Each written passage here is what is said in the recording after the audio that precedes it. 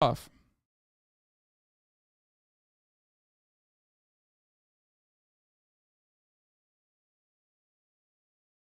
Monday Newsday, ladies.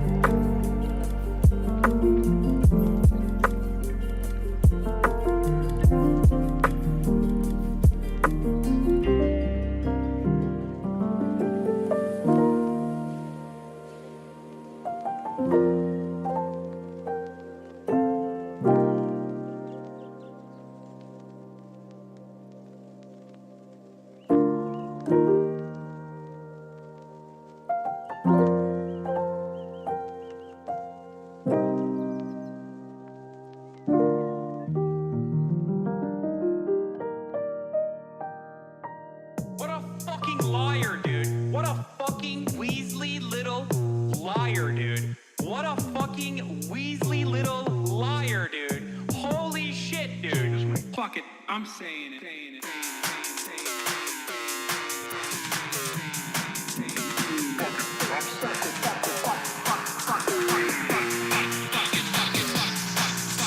America deserved 9/11.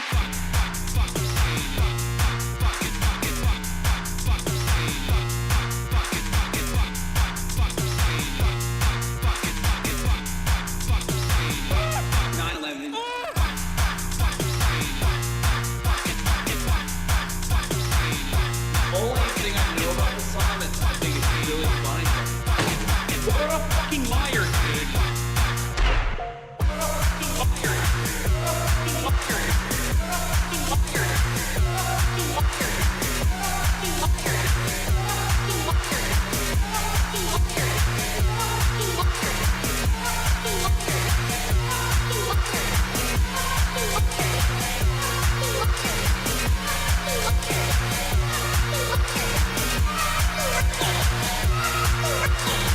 fucking liar. What a fucking liar, dude. What a fucking Weasley little liar, dude. What a fucking Weasley little liar, dude. Holy shit, dude. Holy fucking shit, dude.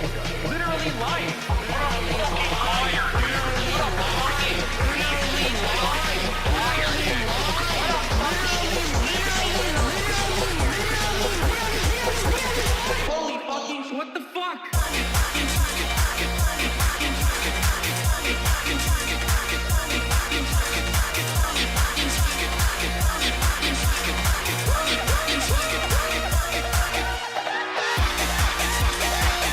What's going on, everybody? I hope everyone's having a fantastic evening, a fantastic afternoon, a fantastic pre-noon. No matter where you are in the world, folks, I'm Hasan Piker. This is the Hasanabi broadcast coming to you live from sunny California, Los Angeles, folks. We are live and alive, and I hope all the boys, girls, and MBs are having a fantastic one. Fall is upon us, even here in California, Los Angeles. You said America deserves 9/11. Fall is upon us, okay? I know many of you are going to say, what do you mean fall is upon us? It's about to be winter. And to them, I tell you, no, Los Angeles has different seasons. Los Angeles has different seasons, folks. All right?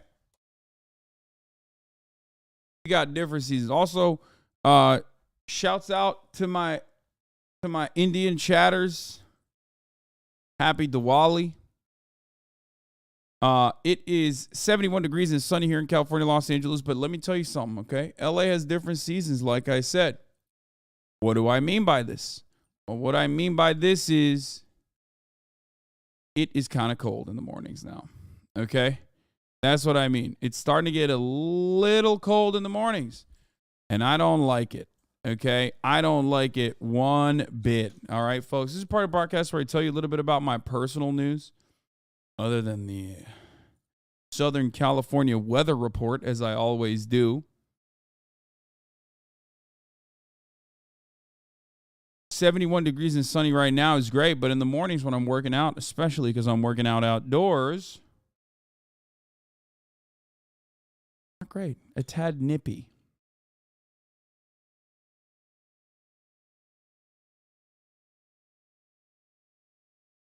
Anyway, boo fucking who from Finland? Shut up. If you are from one of these fucking made up countries where they have social safety nets, health care, you know what I mean? Where like the government takes care of you unconditionally. I don't want to hear from you, okay? I don't want to hear any boo fucking who's, okay? If you're in England and your society is collapsing as you know it, I don't want to hear no boo fucking who's, yeah? I don't want to hear it. I don't want to hear it.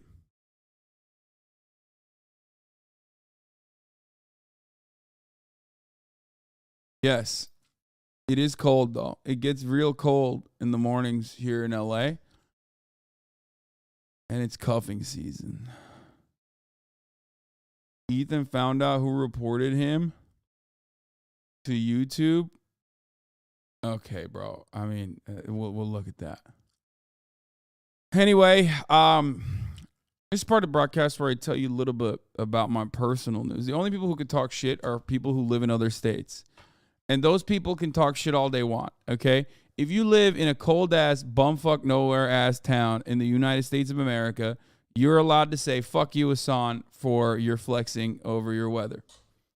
But you also need to recognize that pretty much everything else in Los Angeles sucks for like 90% of Los Angelinos. And then the 10% are like, you know, wealthy people like myself. And I mean, I don't even take advantage of the amenities. Let's be real. I'm just sitting in here all day long, including the fucking weather. My man said 4+ inches of snow in North Dakota this morning. That's disgusting. I don't want to fucking hear that. I don't even want to. Holy shit. You should give a trigger warning before you say North Dakota.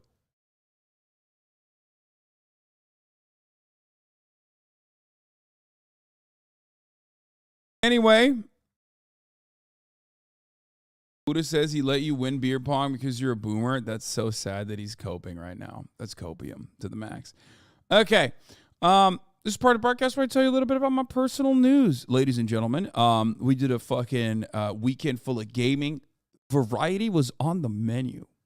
Okay. Variety was so spicy. I mean, I look back on this weekend and I think, holy shit, dude, I do so much. I do so much interesting content. Holy fuck, dude. Motherfuckers will be like, yo, son, all you do is react to videos and shit. But like, we had gaming. Last week we had Mario Rabbids, #ad. Gotham Knights, #ad. War Crime Simulator, #ad, sponsored by Raytheon, sponsored by War Crimes. My favorite. Okay. And the endless thirst from this community, the selfishness and the endless thirst is unbearable sometimes, okay? There's still motherfuckers going spooky games? Mod check? Spooky games? The fuck do you mean, man? Yeah, I did stop on yours. No, I'm pulling you up. Oh, God, keep scrolling. Oh, God. Fuck you mean spooky games, mod check? First of all, literally a massively autistic community? Yes, I mean, exactly. But as you noticed, many of the people, the overwhelming majority of the people, don't have a fucking issue with it. It's just dudes who literally, it's not autism in that situation. It is just straight the fuck up. Does anyone have a link for the Ye interview, by the way? It's not autism in that situation. It's narcissism. You just have a selfish desire to be heard. You have a selfish desire to want to center yourself around the conversation. You want everyone to shift their attention over to you. You go, me. The following is... Meanwhile, we are going to be watching Kanye West talk to Lex Friedman. a conversation with Ye, the legendary artist, producer, and designer formerly known as Kanye West, on this, the Lex Friedman podcast. Based off of our connection and just you being a friend, I need to show you my two tech companies and get you. Bro, it's literally, look at this, bro. Look at this. The Holocaust. It starts at the 25th minute and goes on for 1 hour and 14. What the fuck are they going to talk about? Fashion, U.S. election, humor, media, and anti-Semitism, trusting people, accountability, legacy, advice for young people, regret. Holy fuck, he talked about the Holocaust for an hour. There is no shot that is productive. Get your perspective on it. Because now I have friends that can give a perspective. Like when I would work on albums, I had other friends that worked on albums and they would give me their perspectives on it. You want to do this? We are doing it. This is part of it. This is part of it? Absolutely. All right, beautiful. Oh, well, I wanted to finish. The thing is, okay, you're going to ask me different questions, but I'm about growing and building and bringing the idea to life. So when I see you, I say, oh, this guy understands how to hire engineers. Where I'm coming from Hollywood, coming from press, coming from media, all of the guys, you know, that so many of the guys that have been like voices and faces and talking heads, whatever, have not understood how to engineer product. And that's the reason why I was able to jump past everyone in the entertainment field and become whatever the net worth is, 11 billion. I'm gonna stop putting the whole black thing on my worth. Like, let's just see where I am on the scale of life, because that's a cop out for me to say richest black guy of all time, because that's feeding into the same, trauma economy that Black Lives Matter feeds into. That's why I love and respect engineers. That's the only thing that we really need to teach in school is engineering. We don't. Bro, you're a musician.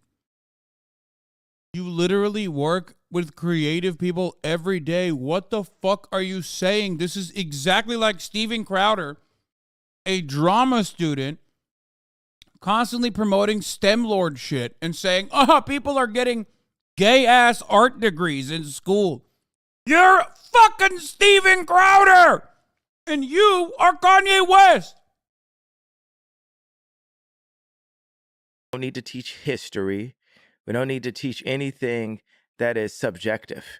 It needs to only be engineering taught in school, and everything else needs to be recess.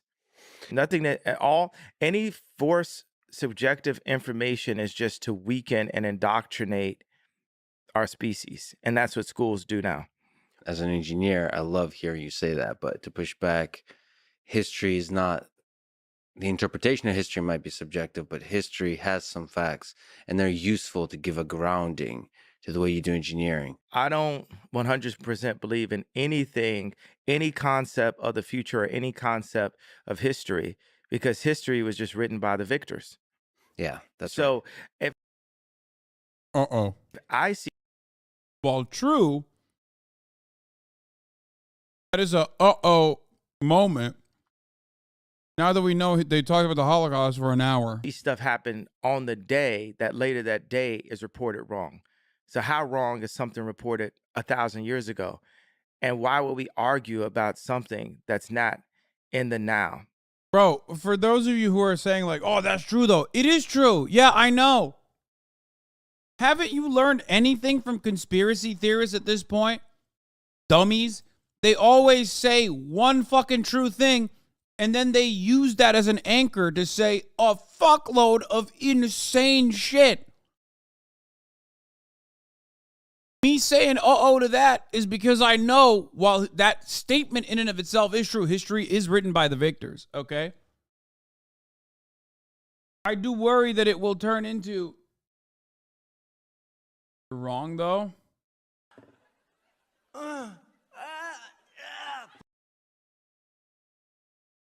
Okay, take a second off. Because that's the only thing that everyone can agree upon, is that it is now, right now. Yeah, well, you try not to make the mistakes of the past. That's the usefulness of history, the limited usefulness of history. The biggest mistake from the past that we keep making is looking at the past. Too much. Giving too much value to the past. Too much value to the past. We are now. We are now. We are here. We are one species. We are one race. We're here.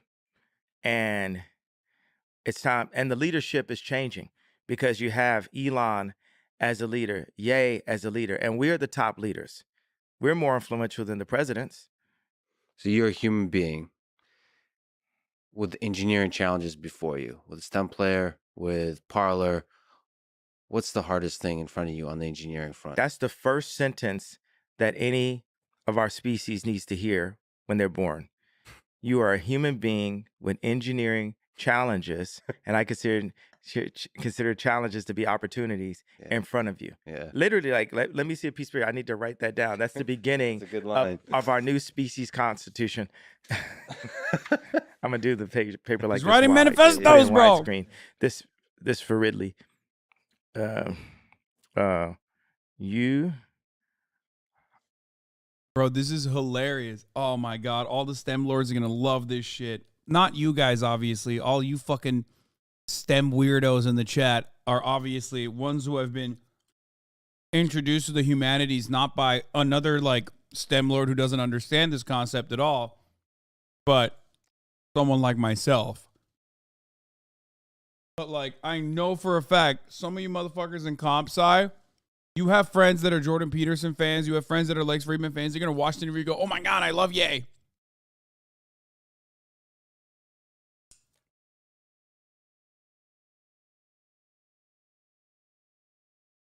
are no, let me like you Yeah. are a being with engineering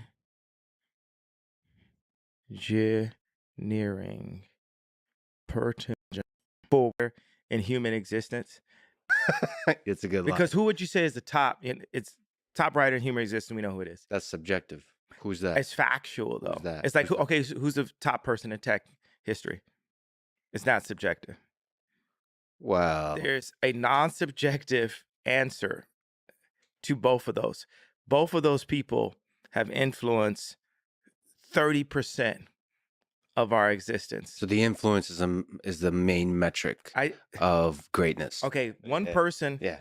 30% of our language was the English language was written by them. The other person, 30% of the products we use was led by them. So 30% of our language is written by. Come on. Oh, Shakespeare.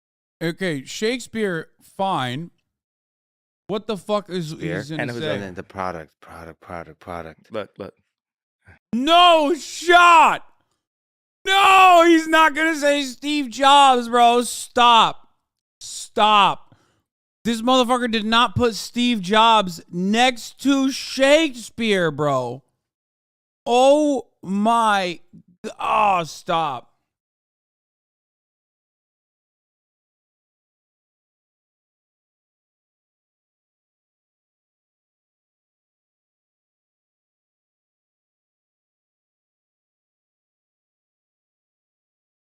And no, Shakespeare did not invent 30% of our spoken language, obviously.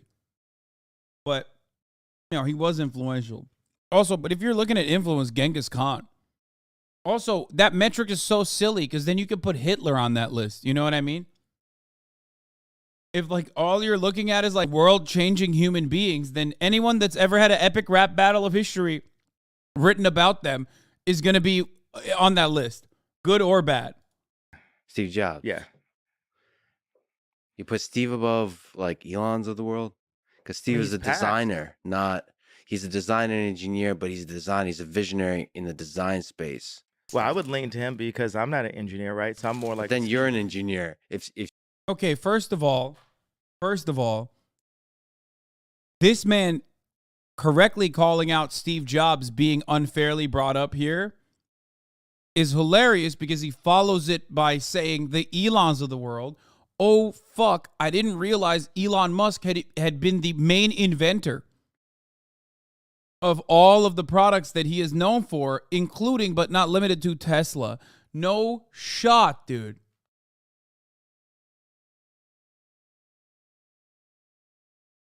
Elon Musk and Steve Jobs are closer to one another than you would think.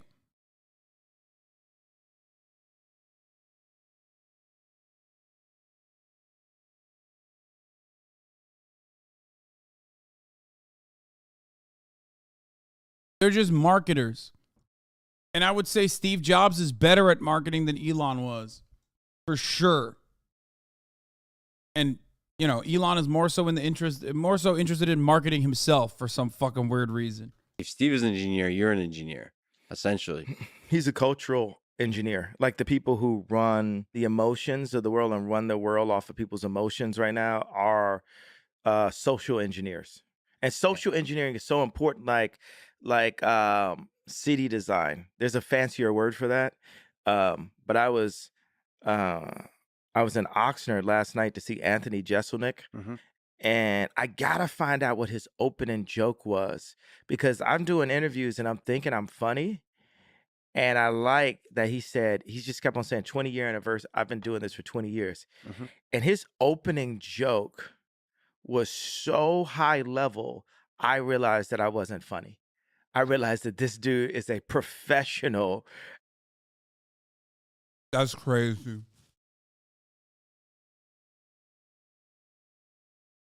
Not as crazy as spending $5 to tell me I am now spending money to ask you to stop watching Kanye, please, man.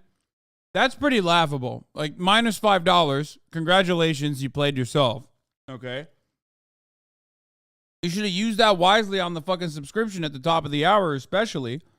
So you no longer see the ads that I'm about to serve you. Because at the top of the hour, there's a 6-second ad break. Which, if you no longer want to see those ads, by the way, all you need to do is subscribe.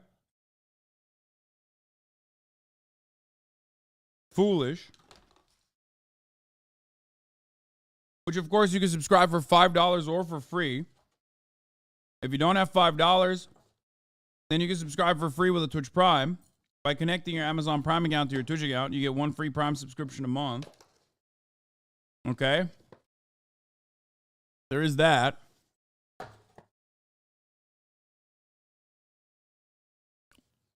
Johnny Thunder Bunny gave me $50 just to say weed. Arc to Freedom, thank you for the 5 tier 1 gifted subs. Bro, if you're going to drop 50 buckaroos, then drop it in the form of 10 gifted subs. So you allow people no longer to see the ads.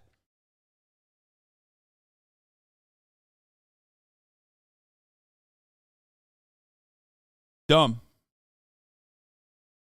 Thank you. Thank you for the $50. The Jin, thank you for the 10 tier 1 gifted subs. Here's a 1 minute ad break now, by the way.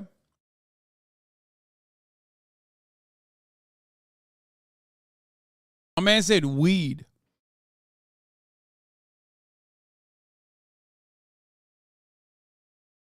Bree Berry, thank you for the 5 gifted subs. Hot Crab Cakes, thank you for the 5 gifted subs. Demonic Face, thank you for the 5 gifted subs.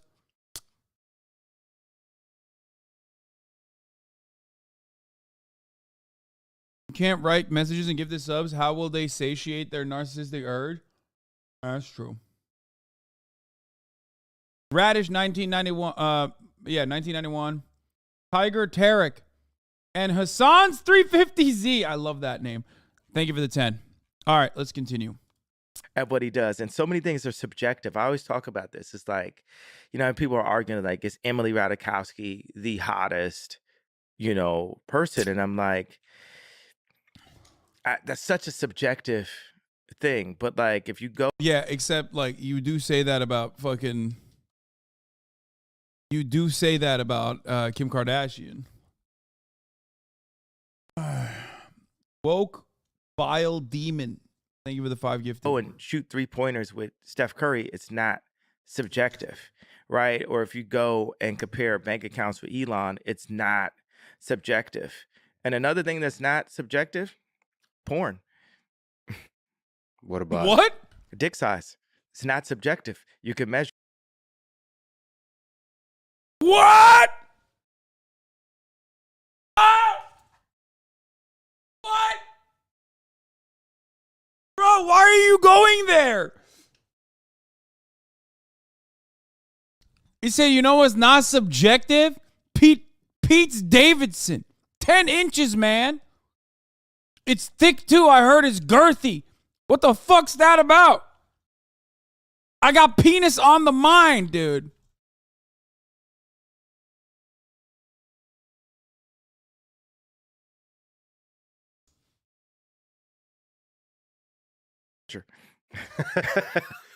But porn is more about more than just dick size, and greatness is more than the size of the bank account, right? So there's a subjective. But greatness is subjective, though. Right. So do you care about the stuff that's objective or subjective more? Because greatness to me is what matters. The bank account comes and goes. The impact on our society, like you said, social engineering, the impact on the collective intelligence of our species, that what permeates throughout the rest of the time. I like what you said. The impact. I'm taking notes. What did you say? The impact on the collective intelligence of our species. The impact on. Lex loves this because as a pseudo-intellectual, he loves when motherfuckers dumber than he is act like he is literally the most brilliant person on the planet. You know what I mean? This is like probably his favorite. This is probably his favorite interview. One, because he's a super famous person, obviously, and he's going to get a lot of clout off this, which, respect. Game recognizes game. Okay, I will mention that.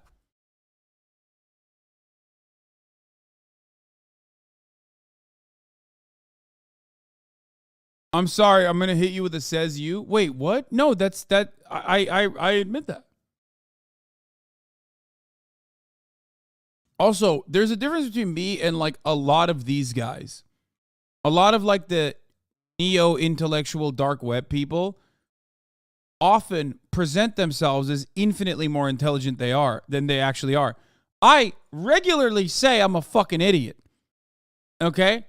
Like regularly and routinely, I mention that I am a dumbass. Okay? I'm a dumb person. I'm not smart.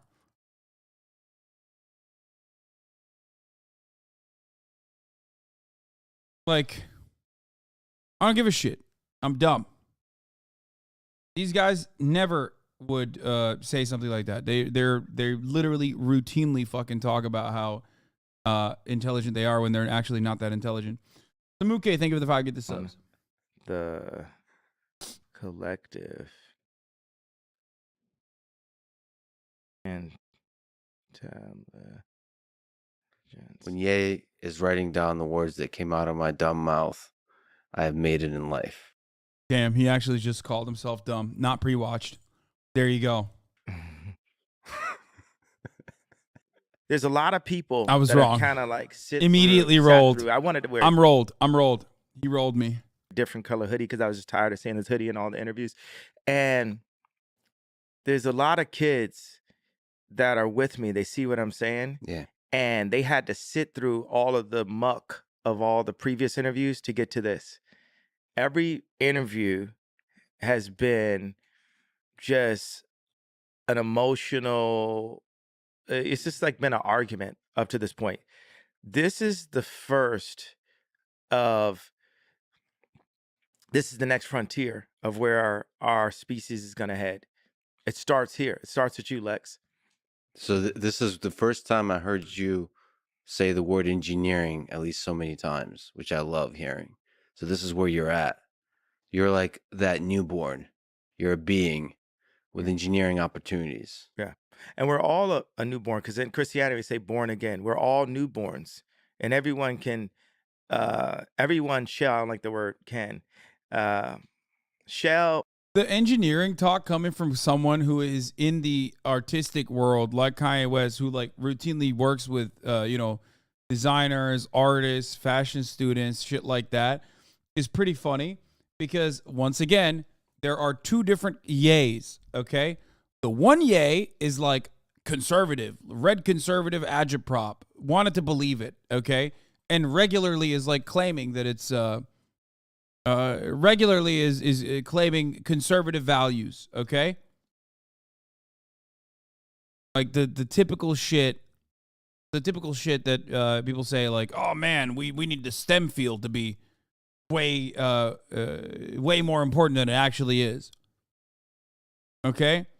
He sounds like an art major that fell into NFTs and crypto over COVID and now he's preaching the tech. Yeah. Exactly.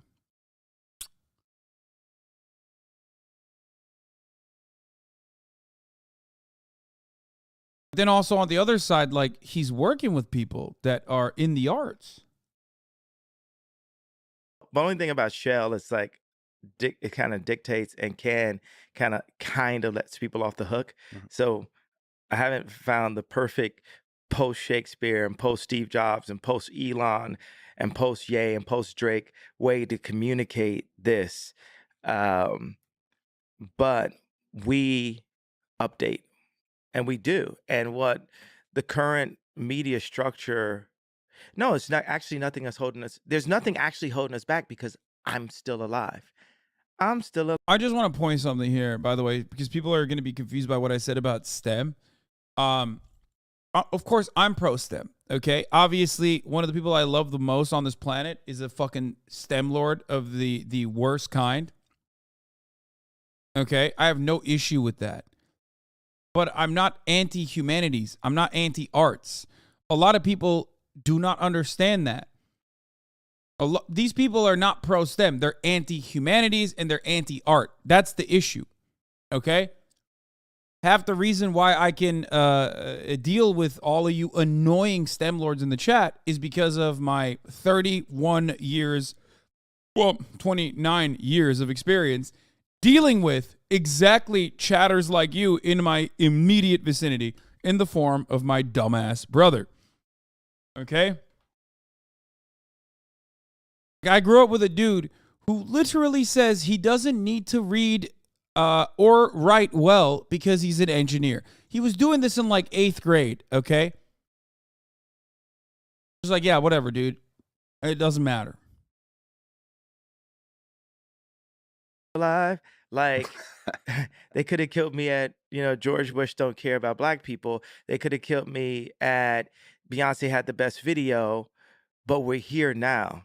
So we just keep on leaning and leaning and leaning. And there's these things where I just think about, there'll be times when I'm at war, and every now and then when the bombs stop going off and all the headlines and the smearing and all that stuff going off, I think about my family, and I'll think about Kim, and I'll think about how, King Koopa has her in the castle right now, and just on Mario Brothers, you know how it is. Just go for the princess, and you get to this level, and it's like, dur, dur, dur, dur. I'm like, I Yeah. sung the song wrong, right? And then they take the princess again. Which one are you, Mario? Yeah. What's your favorite thing, the thing you love the most about Kim from a Mario perspective and the princess? Looking back, was there a moment? She's definitely my favorite of all time. Yeah. Was there a moment that, like that catches you off guard and you say, I love this human being? Yeah, bro. She's in another castle, dog. Not gonna lie. Oh, man. And some Luigi-looking motherfucker is piping her, too. Not even Wario, who's a thick boy. Not even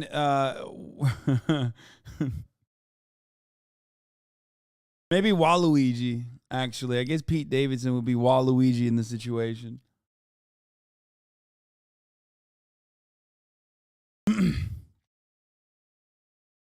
Yeah.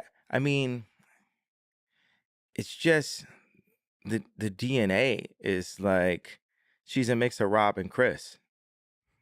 Can you explain? I mean, that's like a really high pool right there. Those are like two geniuses. So okay, so like the entire of history of evolution of the human species created this DNA that created this being. There's a life there. There's a set of memories in the history that brought you together, and you're like, damn, I like this DNA. Yeah. It's certain people have just like high DNA. Ivanka Trump has high DNA. It's like, How's your DNA? Pretty good. I think we've seen that. It's been proven. I mean, but look at my mom and look at my dad. Me and my dad have a water purification center in the DR right now. And my dad is the original Steve Jobs, and he was blocked by people around him, and people were using him and taking advantage and, not believing in his vision. My dad's the educated version of Ye. What'd you learn about life from your dad? And my dad got girls too. But those are small details. That's a big detail, being it? that I found my dad's, What? Playboy when I was 5 years old.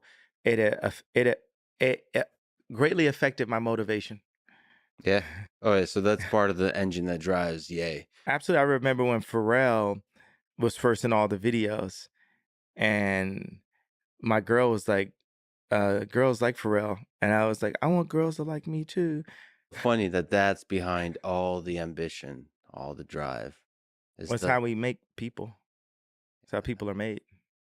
It's the desire to be loved.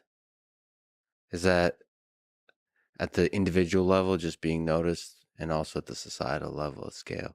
Well, now I've gone past. I'm like at that place where Nikola Tesla was later into his career, where it wasn't about being loved. It wasn't about sitting at the dinner parties next to Anna Wintour and stuff. It was about getting the idea across.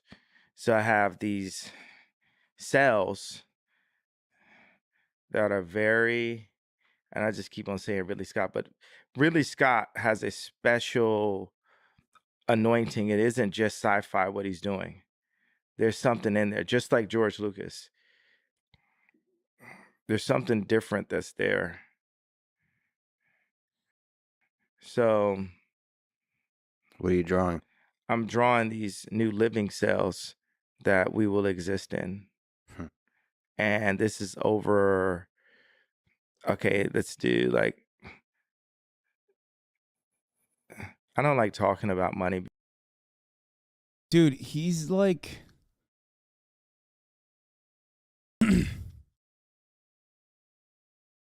he's just so self-involved. Like he's just so self-involved. He thinks he can make like crayon drawings and shit, and then people will be like, "Dude, that's brilliant." Because like man-made money anyway is like 4 quadrillion respected dollars, and then you have other forms of currency. Of course, social currency is super important right now, but this is a drawing, and it's Self-absorbed, yes. in a pretty good place now. This will be 40,000 square feet. I want to start just talking in meters. I just think we should go to anything to restore the Tower of Basel, like they said when the I'm just draw a person here for scale. Yeah, that would help. Okay. What do you think? What? Why didn't he just say we need to switch to the metric system, which is correct? A weird thought to have in that moment, but certainly the correct one to have. But then he says Tower of Basel. I think he means Babel.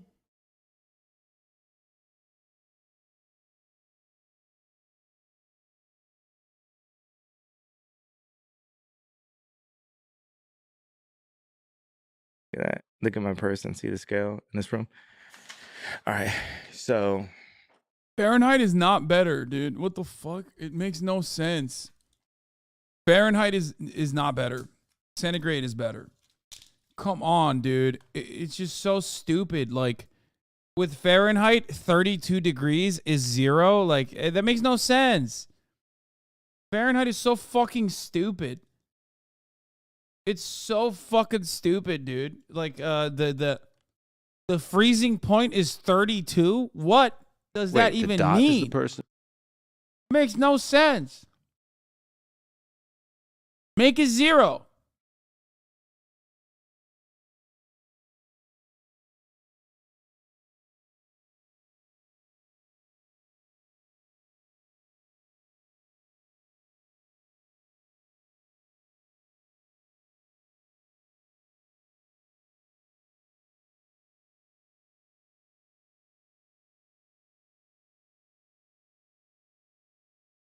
Metric is better for everything except temperature. Why? Fahrenheit is scaled to people. Celsius is scaled to water. I am not water. No. Fuck that.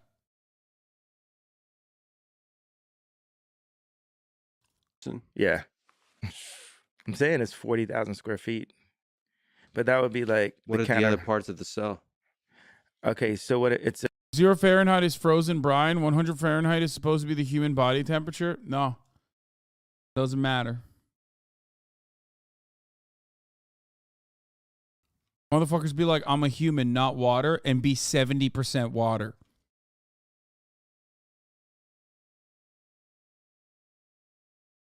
You know what I mean? It's like, dude, what are you talking about?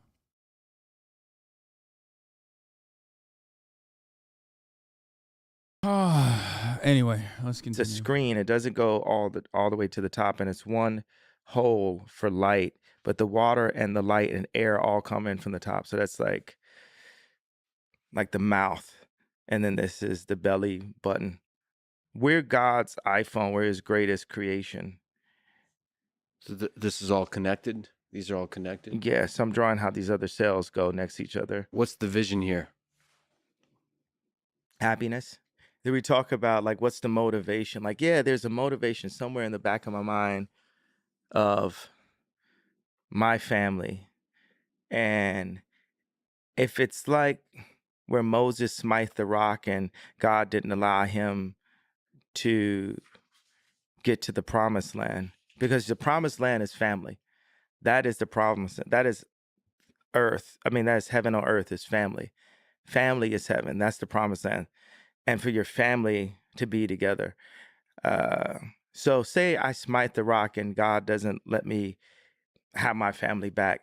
My mission in life is still to promote families at all costs and make families' existence easier. So you take this thing, you put a localized farm, say if it's in a community, that we do localized growing, and then we partner with Big Pharma and say, hey, you're actually going to make more money by making better food.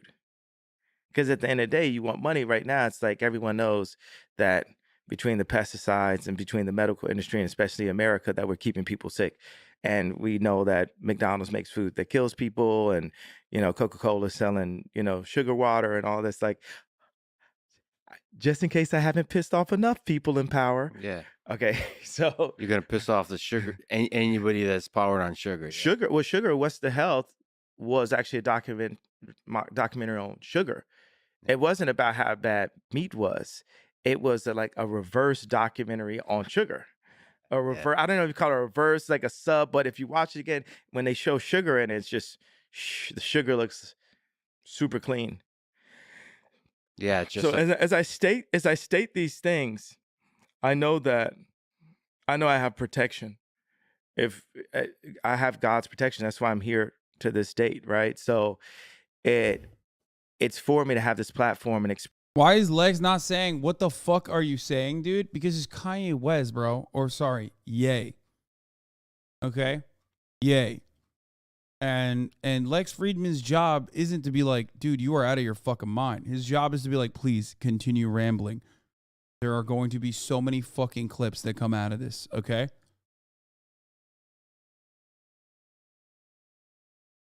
express exactly what I feel, because it's kids out there, right? That it's kids that are going to save the world through engineering and through facts. And I've got to download as much of the information and as much of don't be afraid to state your facts is the biggest thing, because the world is being ran by fear. And that is, no, actually God runs the world, but there's just like little cloud, this patina of our ego that deals with the money and the car and the girl we're dating and all this, in the clothes we wear and spending too much on clothes and a lot of stuff that I've been involved with promoting. So now what I'm promoting is, you have the idea, you say it out loud, like if you had Tourette's, say your truth out loud. If you hate Ye, you hate me, say that out loud. Say whatever you feel out loud. Like you say it non-violently, non-violent. I have to say that, like, as as a shout out to Alex Jones, and Trump, where they try to say that when they say their truths out loud, that it's inciting violence. So let's be like really clear. I'm saying that they have criminalized free thought. I hate when people use they, like they gets the. What? No, he's hitting all the high notes.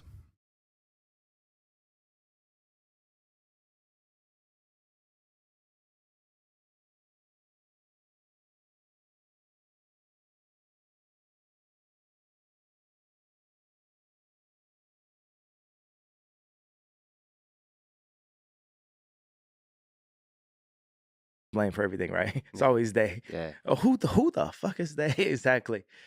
The problem is they is us. Yeah. Well, I love that. What we need to do is turn I to we. So we take the responsibility and turn they to us. I mean, he says they all the time when referencing, entire swaths of the population regularly. And some of the theys are actually, when he's talking about they controlling the media. So it's weird for him to be like, man, who the fuck is they? When he's doing the they all the time. So we take accountability to us. I to we, and they to us. And that relates, it's a language at the same time. You're seeing the language of our surroundings. You're seeing the language of, okay, one of the things, okay, let's go back to the cell explanation, because I'm also doing what's that thing when Elon just put all the information in the open and people could figure out if they could figure it out, and open source? Yeah, open source. So I'm open sourcing this idea right now so that, you know, engineers and anointed people, anointed beings can collectively contribute to this to push our species forward. So where I've got to with my research is that there will be a hole at the top that allows natural light, natural air, and there's a constant water system. So it becomes like a water city where it's a constant flow. That's not, it's regenerative. It's not wasting the water, and it's just a constant flow. So I put the toilet really close to where this I don't want to call it a wave pool, but in the pool, the water is not still. So that exists in water, surrounded by water. Well, the living room is you have two rooms. You have the dry room, which people would call the living room before. Bro, if you're going to go full Jim Jones, you got to build a cool compound. And then you have the wet room. How is that a source of happiness? What is broken about our world today that gives you in terms of the pursuit of happiness, which is one of the things Well, all of our in buildings, the previous Declaration of Independence. all of our buildings are. I'm not going to lie. Even Lex Friedman's like, look at his face while he's having this conversation. He's like, okay. All right. Like, these are cool drawings. Yay. Which is one of the things Well, all of our in buildings, the previous Declaration of. Like, he's like, okay.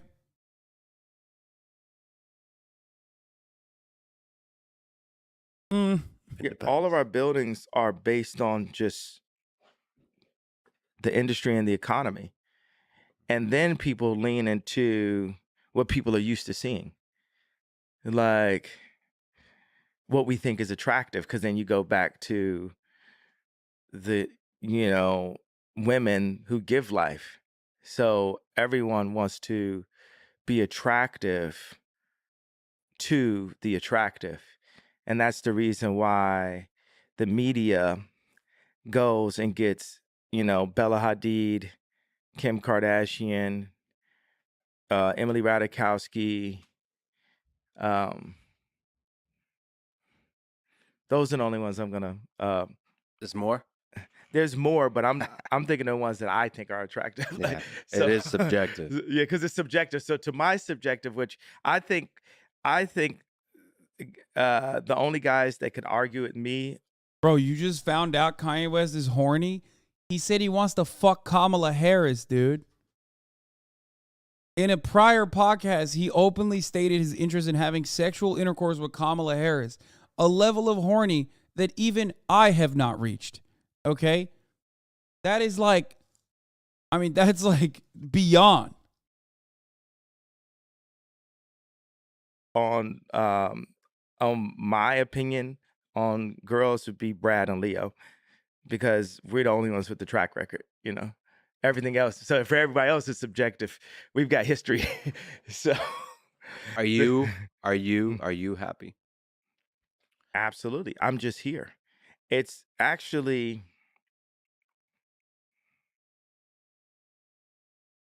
it's difficult to make me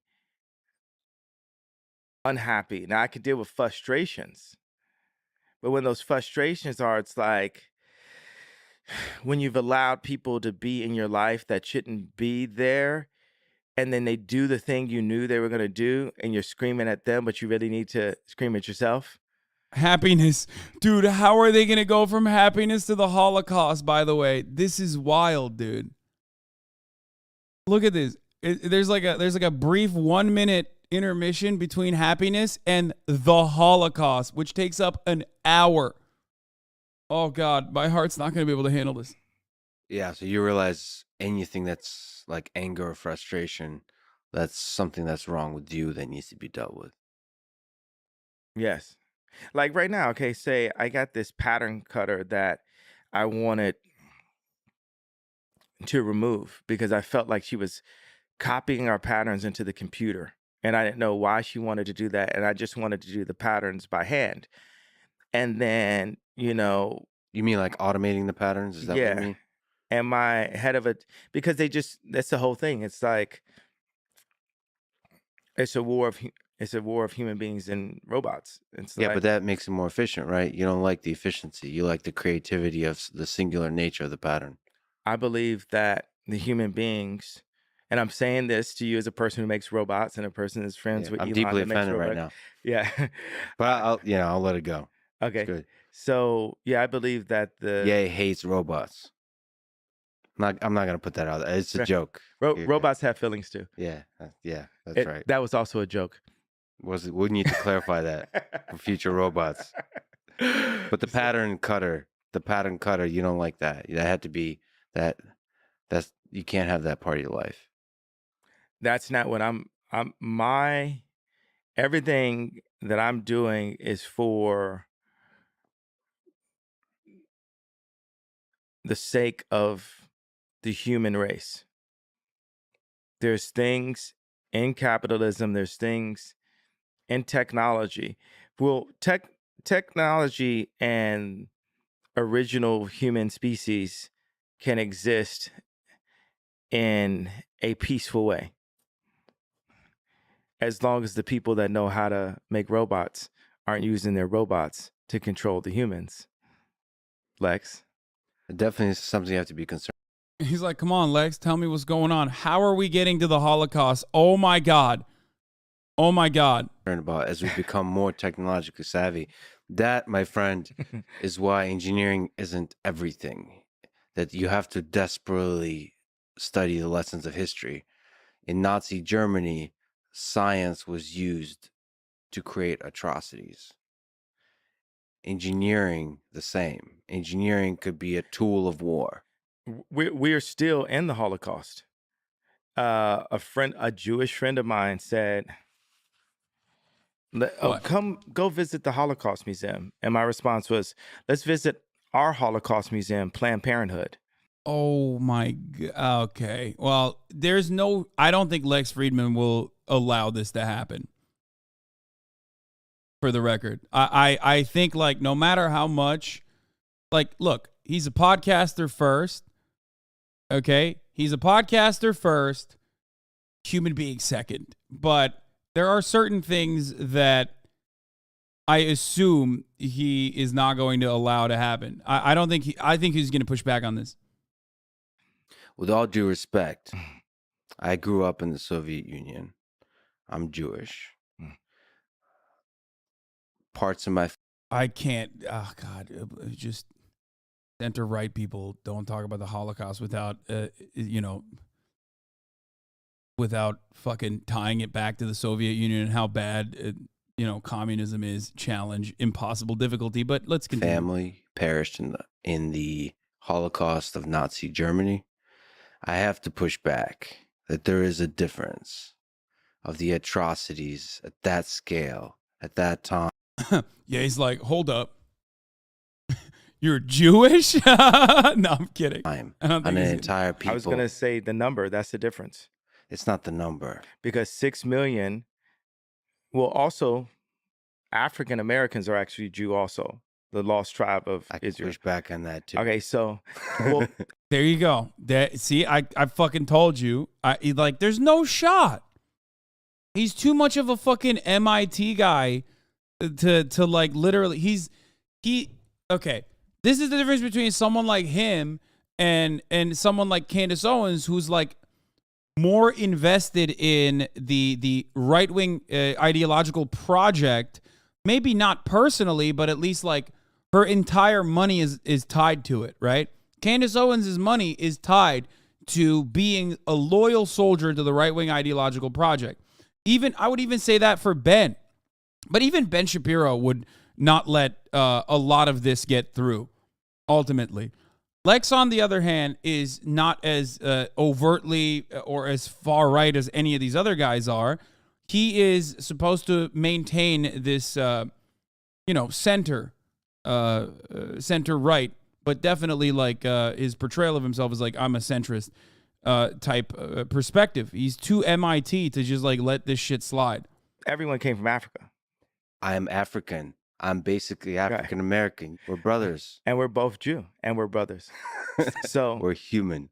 6 million people died in the Holocaust. Over 20 million. Okay, so he's trying to push away by being like, we're both brothers. When he says we're both Jew, he's like, well, I'm going to push back on that, but we're both brothers. Have died by the hands of abortion, and the media promotes the "my body, my choice," which is actually still a promotion for Planned Parenthood.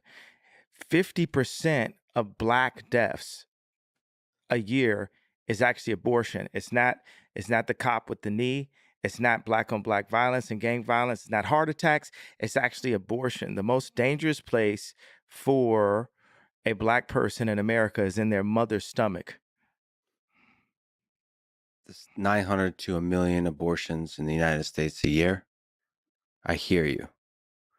But there's something about the rape, the torture, the murder of children, women, men, the complete humiliation and just the suffering that was endured during World War II. That's what we deal with on our TVs right now with Black people. Soros would use Black trauma economy to win an election. And what I love is having a healthy conversation. And as opposed to, there's certain things, boom, this drops, people going to have pussy hats on. Boom, this drops, it's going to be, Black people and white people with signs. Boom, this drops. So, hey, China, hey, left agenda, hey, what we're going to do is say that our species can have a healthy conversation. Can I just linger on this? Because when you say Jewish media, there's a echo of a pain that people feel that reminds you're saying it's redundant, right? No. No, man. He's not saying that. What the fuck did he think was gonna happen? Oh no, dude. He's like, okay, what the fuck? What did Lex Friedman think was gonna happen in this conversation? He said, you think it's a redundancy. No, I'm not saying it's redundant. I'm saying it's redundant. You're saying it's redundant. It's a redundant I'm saying it's something I'm saying that it's something that Joseph Goebbels, the propaganda minister of Nazi Germany, said. I'm saying it's been said so many times in order to murder and torture. I don't know. I think like Kanye was geared into thinking that like maybe by Elon or something that like this was going to be like a very positive interview or something. Okay. And I think that like he's just not aware. I think like he's still at this stage unaware that Lex Friedman is pushing back on what he is saying. This is the first time that I think Kanye West is having like a genuinely contentious conversation.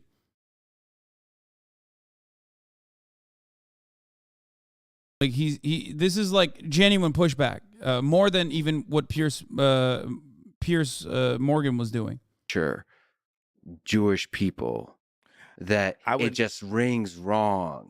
And that's the just thing. Like the N word when spoken by people that have the same skin color as me. It reminds people of a very dark time. I know. If Jewish people would accept that I'm Jew, then they would see what I'm saying in a different way. They would hear it in a different way. But see, the people, you saying you're Jewish, No, I'm Jew, not Jewish. Jewish means like that of a Jew. I'm saying I'm Jew. You're a Jew. Blood of Christ. That Orthodox comes from, Christian. Right. But are you a follower of the philosophy of the Black Hebrew Israelites? Because that's where the idea comes from.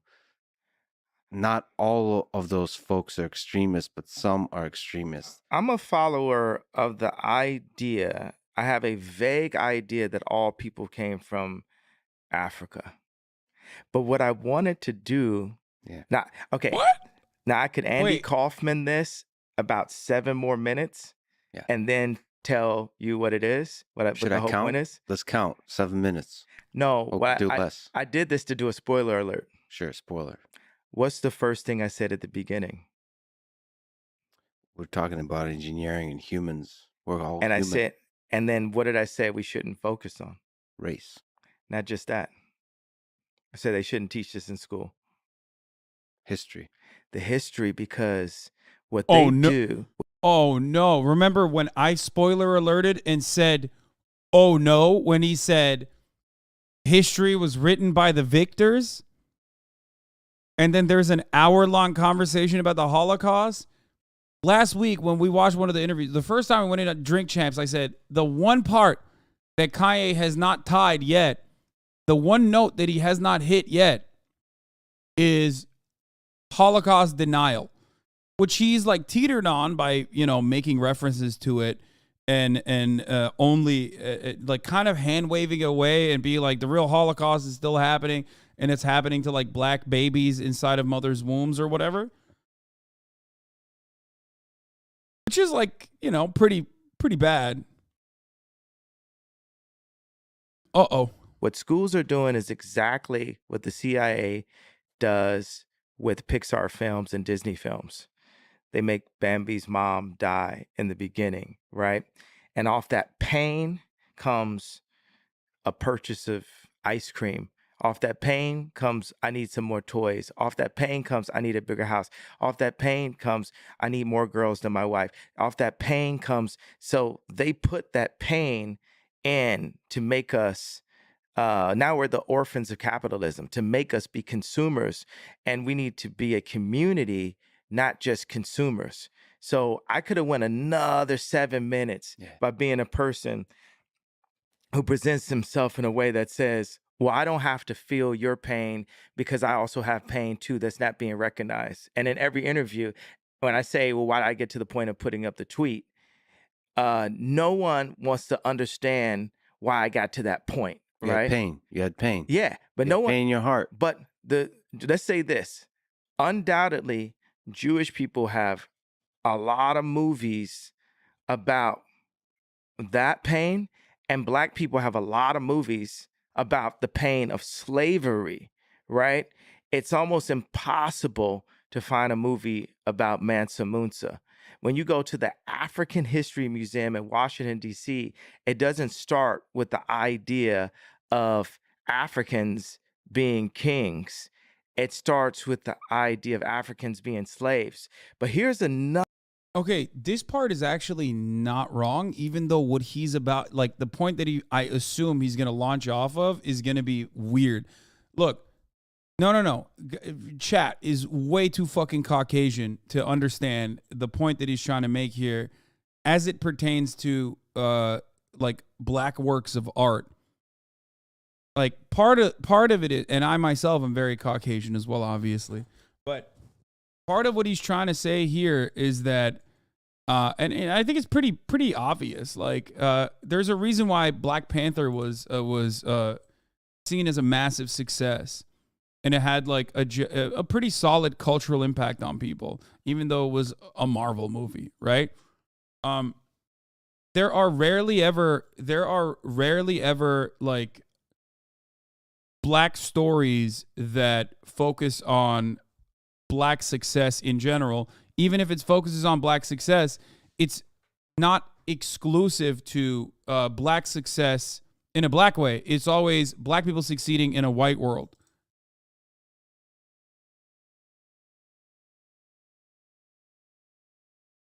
So his take about Mansa Musa is not wrong.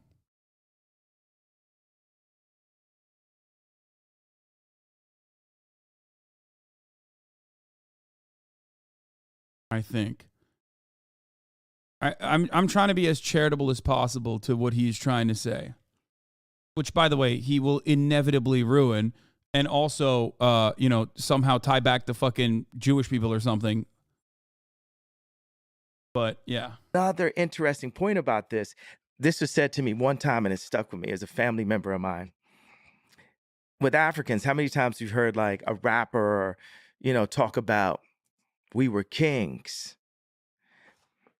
That's incorrect if we're Jew. If we're Jew, and since we are, we weren't the kings. We were the slaves that Moses freed. Africans have always said, you've listened to rap music and hear black people say, we kings, we blood of the. Bro, what the fuck? Okay. Like he just shot across at like black Israelites and Hoteps. He countered it, but then also, dude, his brain is so strange, dude. The things that he says, like as Felix Biederman also correctly pointed out last week, he was like, he is somehow arrived at an anti-black form of like black Israelite theory, a theory that revolves around black supremacy. Okay? Which is odd because he's like, it just doesn't make any sense. What he's saying makes, I feel like I'm losing my mind a little bit trying to comprehend what he's trying to say. Pharaohs. And if we are Jew, then we weren't. We were the people that Moses freed. And when we talk about, have you heard black people talk about 400 years of slavery? Mm-hmm. All right. That is and we're having this history lesson, right? I thought history doesn't matter. You're exploring ancient history and drawing deep wisdom from it. And at the same time saying we need to forget all of it. We need to put that behind us. Absolutely. We need to forget it and we need to move forward. There's so much wisdom to draw from history, even the 20th century. Look at this, communism. Without the lessons of history of the 20th century, communism sounds like a great idea, except that some of the worst atrocities conducted by Stalin and Mao that killed 50, 100 plus million people, not just killed, tortured, starvation, where people, cannibalism, they ate each other, they ate their children. There's just dark people should read some books on this, on the Holodomor in the 1930s. But I disagree. With that lesson, we would, and now it's becoming more popular. Marxism and communism. I'm not disagreeing that happened. I'm disagreeing that we need to harp on the things that happen, because the truth is, I'm giving a fact. 50% today of, let's say you don't call black people Jew, right? Black people's deaths today is abortion today, right now.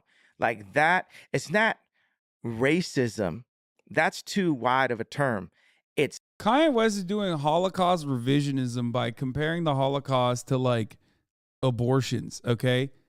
A consensual medical process between a consenting adult who has full bodily autonomy that is being informed by their doctor, okay, providing a medical service to the Holocaust. That is an insane comparison to make. Why the fuck is Lex Friedman being like, bro, you know what's really fucked up about what you're doing with this Holocaust revisionism? Communism and cannibalism that happened under communism, which led to 100 million deaths. What the fuck is happening in this convo? Just stick to what he is saying. He's like, bro, I get you.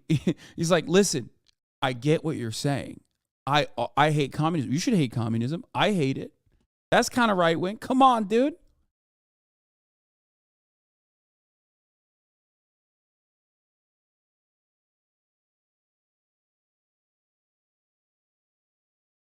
genocide and population control that black people are in today in America that is promoted by the music and the media that black people make, that Jewish record labels get paid off of, or media companies.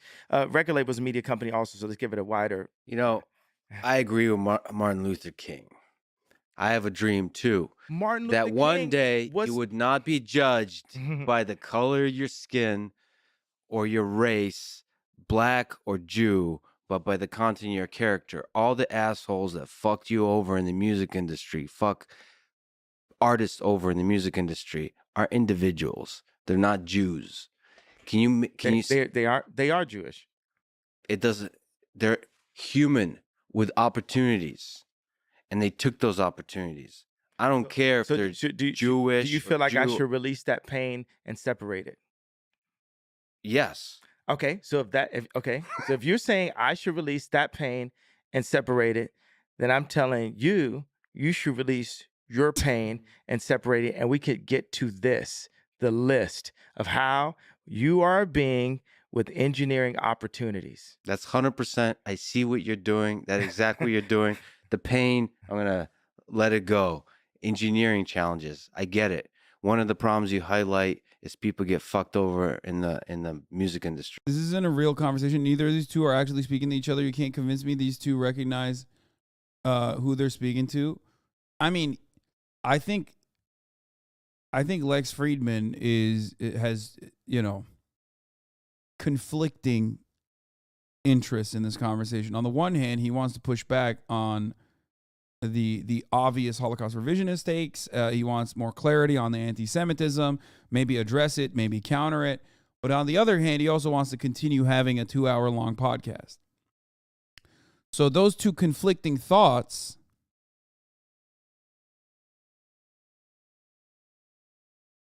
are at odds here, and it seems like the podcast brain side of his brain is forcing him to, engage in the lightest form of pushback he possibly could.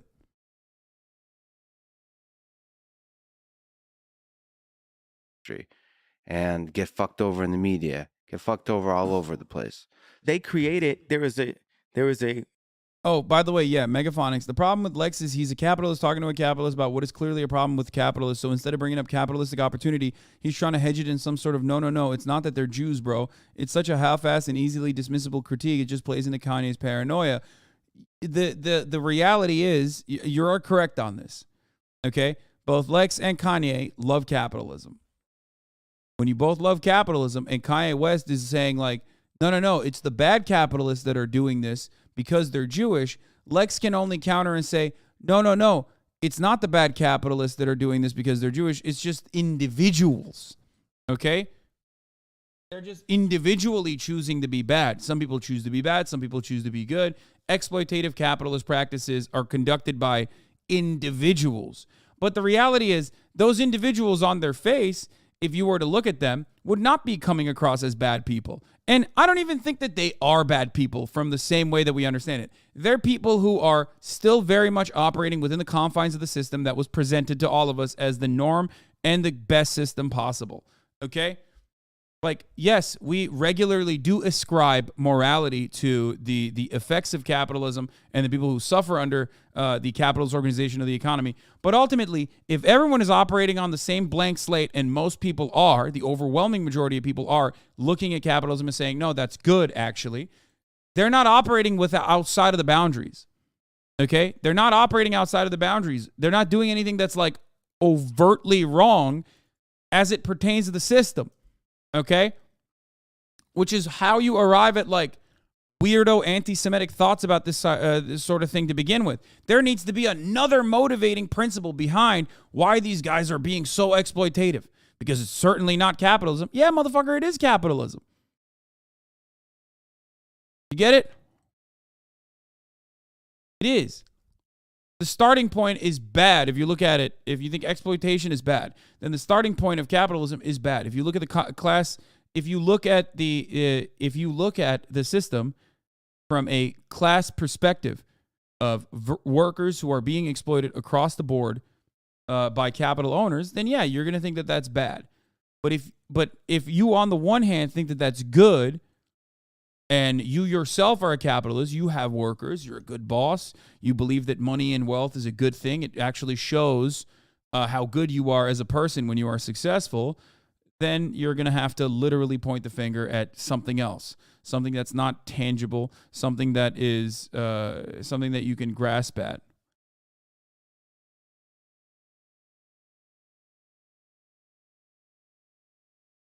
Jewish trainer that brought me to the hospital and put in press that I went to the hospital. I know friends that off of exhaustion, a Jewish doctor, they Why do you keep diagnosed saying me Jewish? because they were, right? Diagnosed me with bipolar disorder and shot me with medication and put me on medication, then put it in the press. And every time, even if I wore the wrong color hat that a nigger is not supposed to wear, right? Then they immediately say he's off of his shit, he's off his meds, he's off his rocker, and it's literally used as a scarlet letter control mechanism for the people. Understand the kids, the colleges, the high schools. What do you think they put me right now? They put me as the prophet, not the leader. It doesn't have to be the leader, right? Because we Holy fuck, bro. His mania goes crazy. He's saying the real racism is that a black person can't be Donald Trump supporter, which is wild. And then he's saying that people are controlling me when I behave in a way that is inconsistent with what black people are supposed to behave, which is what he's claiming is, they have to be Democrat or whatever. Then they blame it on his bipolar. They blame it on his mania. The unfortunate reality in this situation, though, is that if that's not the case, if it's not mania, what he refuses to recognize, I think, is that a lot of his defenders also use mania as a way to try and deflect away. Okay? That's the reason why they say, oh, it's just mania. That's why the larger analysis here is that it's not just bipolar disorder, it's not just his mania, but it's also his own personal belief system that has been rewritten at this point.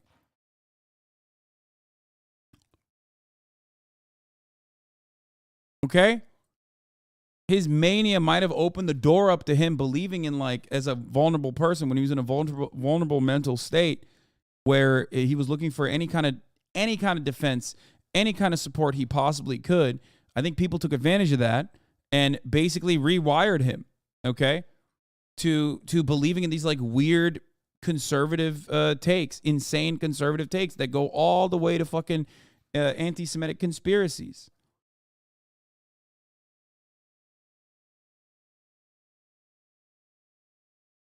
I don't think he realizes that that's almost an out for him, though. Like, he's like, oh, no, people blame it on my mania. It's like, yeah, people who defend you also blame it on your mania because they're not upset that you're a black person wearing a red hat. They're upset that you're wearing the red hat. They're upset that you're defending right-wing conspiracies. He cannot comprehend that because he can't see anything that is not immediately in front of him. He is so narcissistic that the only way for him to fucking process information is by how it impacts him personally. He doesn't think about, like, anti-Semitism as a larger concept. He doesn't think about, like, defending conspiracy theories or being this, like, unhinged right-wing psychopath as a concept. He only thinks about it as, like, I said these words, which are true because I'm the prophet, and people responded to it in a negative way, and they didn't respond to it in a negative way because the words I said could have ever been, like, wrong, because everything I say is correct, okay? They responded for some other reason, and that other reason must be the top of the hour ad break, because at the top of the hour, there's a 60-second ad break, okay? And if you no longer want to see those ads, all you need to do is subscribe, which you can do for $5 or you can do for free with the Twitch Prime if you want an uninterrupted broadcast experience. That was a 10-10. I geared you up so fucking hard, only to let you fucking fall through that little trap door underneath, okay? Pow! Opened up the trap door. Hey, Diabeto! That's a funny name. Thank you for the 5, get the subs. And Leo Man 1-2, thank you for the 5, get the subs as well.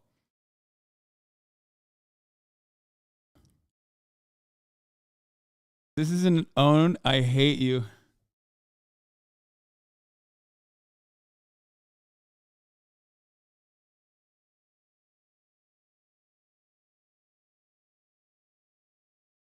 Yeah, I mean, here, AG Blatt, you are correct. I love how it's unfair that a black person can't be a Trump supporter without being manic, according to Kanye, but a doctor can't be Jewish without being part of a global conspiracy against him. Yeah. Tamana, thank you for the 5. Get the subs. Here's the 1 minute ad break now, by the way. Serving it now. Let's continue. The rating system has turned you on the competitive side of your brain and has turned you into a monster. Yeah.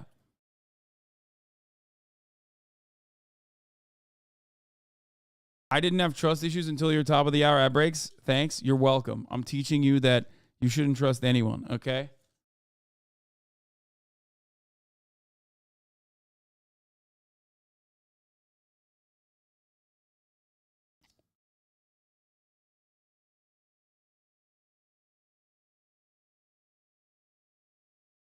We need a more intelligent Where's the person bot? to be the 452 chatters rated this ad segue an average of 9.06 out of 10. Let's fucking go, dude. Woo! That's a good segue. That was a good segue. Highest of the day.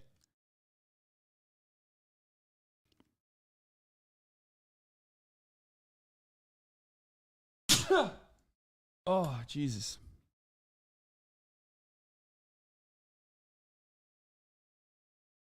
We have to stop discussing his mental issues at this point. Racism is not symptomatic of BPD. This is harming people who are truly going through manic episodes. I have BPD, and I don't go off on some racist shit. No, I understand that. I mention that regularly. But I do think that his vulnerabilities have opened up. His vulnerabilities have certainly allowed people to take advantage of him in a way that, like, in a really fucked up way that he just now personally believes, especially paired up with his like narcissism. It's not BPD, by the way. BPD is borderline personality disorder, usually. And that chatter's talking about bipolar disorder. BPD is borderline personality.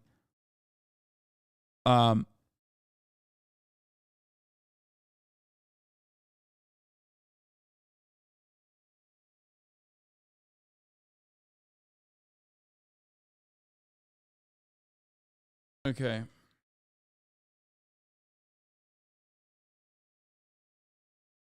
Grifters did what the grifters do, take advantage of the vulnerable. Yeah, but you know, they jumped on someone who has a massive podium to spread these ridiculous conspiracies off of. And now, you know, we're living in the consequences of it. the leader. But at least, right, they put me as the prophet. They put me as the only person that would say this. And I'm just saying that was 4 Jewish members that controlled my voice, because for the fact that 90% of black people in entertainment, from sports to music to It's just, I'm sorry, man. It's fucking crazy.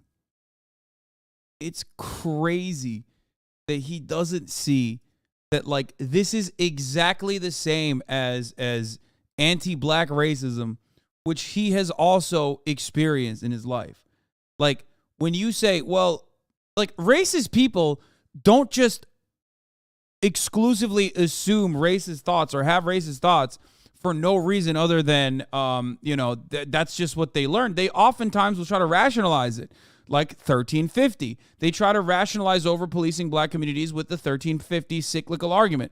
They try to rationalize it by saying, Andrew Tate has even said something like this, where it's like, oh, well, if I've only been attacked by a black person, well, let's say not black, but purple. That's what he said, if you remember that fucking famous video. It's like, if I've only been attacked by black people, if I've only been robbed by black people, then of course I'm going to be afraid of black people. Like, that's Andrew Tate's, justification for racist anecdotes, racist points of view, having a racist point of view. Does he not realize that this is the exact same justification? Like, oh, well, it's Jewish people that fuck me over in my immediate life, so I'm just going to keep mentioning that they're Jewish and keep saying that I'm going to go DEFCON 3 on Jewish people. Well, then, yeah, you're doing the same exact thing. acting are in some way tied into Jewish business people, meaning that in some way, just like if if Rom is sitting next to Obama or Jared sitting next to Trump, I gotta pee. there's I'll be back. a Jewish person right there controlling the country, the Jewish people controlling that who gets the best video or not, controlling what the media says about It's a me. person, not Jewish. Let me just say one thing. But they are though. That's the only thing. It just so happens that they are. It just so You happens that they are. saying That that's doesn't mean that I hate them. Yes, That yes, just yes. means that they are. But it's a dog whistle. Two, let me just say, as I would love to add more love to the world, I would love you to do that as a person with a big voice, with a big, powerful voice that a lot of people look up to. And when you say Jewish media, it's funny how this world works that way. When you say Jewish media or Jews are controlling the voice of black artists, black people, black artists, when you say Am that, I not allowed to say it out loud? you can say it. There's a large number of people that are hurting and have anger and even have hate in their heart when they hear Jewish media. That hate starts being directed towards the Jewish people. Do you acknowledge that? Do you understand? Can you feel the hate in the world? That's that comes to the surface when you say stuff like that. Okay.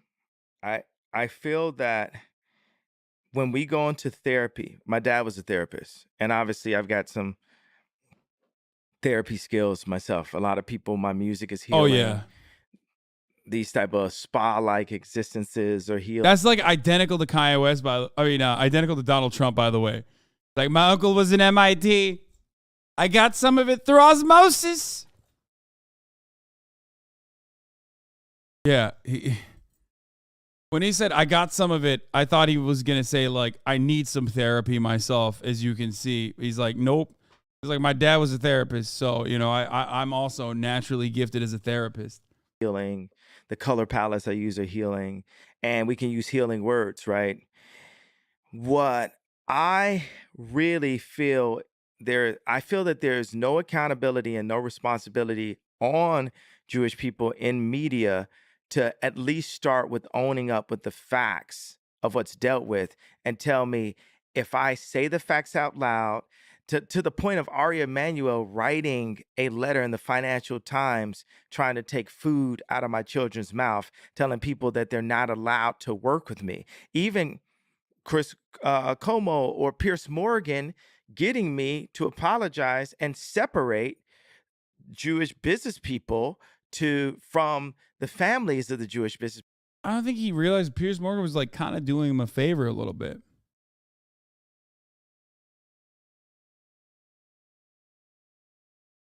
He literally was just like trying to get you to do the right thing.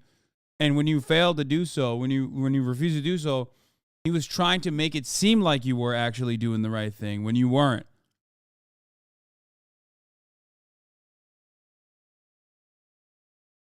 Did this fucking billionaire really just say taking food out of my children's mouth? Yeah. Also, the wildest part about it is that, like, none of this would have happened if he just didn't say Jewish businessmen and kept going at it. Because the truth of the matter is, it is businessmen. Okay? It's not Jewish businessmen. It's just businessmen. That is what capitalists do. And the exploitation that he experienced is real. The exploitation that a lot of people experience under capitalism is real. Okay? But he just can't. He can't just say it like that.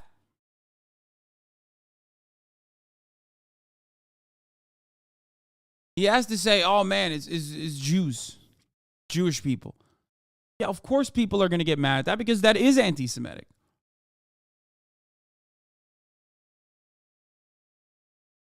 People, which I did. Update. I did that. That already happened. And that was a shitty apology. That wasn't really an apology. But shout out to that conversation. I need to get on my knees and kiss the dick of Howard Stern. And you don't need to kiss anyone's dick. But that's what you guys are acting like. You guys, look at that. Because you're talking about it's a shitty opinion, apology. But where's our fucking apology? Watch this. Sorry. We don't get. Thank you. Not what? done. Let's move on. Sorry. Oh, But do I need to we- get on my knees or no? and kiss my dick. Oh shit. So This escalated quickly. so that sexcalated quickly. So Nice. the So what? no, I'm saying where's our apology? But right, we can't. Look, they're doing it in the chat. If a pit bull attacks you out of nowhere, wouldn't you be more cautious next time you see a pit bull, bro? This is what I'm saying. Like, dude, you're not the first person to come in here with this snide fucking remark, okay? If you're comparing black people to pit bulls, okay, or if you're comparing pit bulls to Jewish people, you're a fucking psycho, all right? And no, you're talking to also someone who had a pit bull, so like I love pit bulls, so very, very dumb, very exclusively dumb chat to bring this up in. Okay? That is the literal Andrew Tate argument. Yes, I know. He's doing it right now.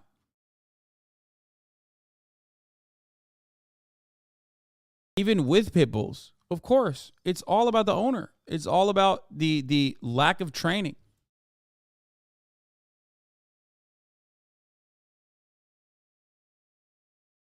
Ironic because just like the false statistics that a lot of people use when trying to justify their racism, if you look at pit bull attacks and shit like that, dogs that harm humans at a disproportionate rate are not pit bulls. It's fucking what is it? Golden retrievers, and German shepherds, Chihuahuas. Oh, Labrador, not golden retrievers.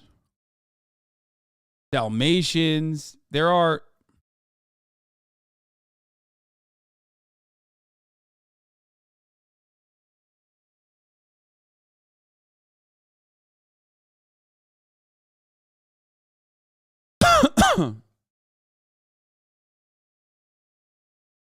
Mr. Worldwide is hurting people. Yeah.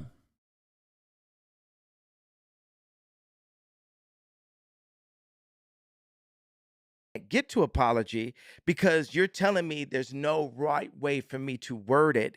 So tell me, for me, a person who's been fucked on my deals and a person that has friends that never figured out how to make shoes with a German company that couldn't tell me to wear a BLM shirt and take off my red hat, like what would have happened if I was at Nike, right? Tell me exactly. Wait, didn't Adidas just drop him today too? He literally said, I don't give a fuck what I say. Like, Adidas will never drop me, even if I say shit about Jewish people. Didn't Adidas, like, drop him today or something? Or did that not happen?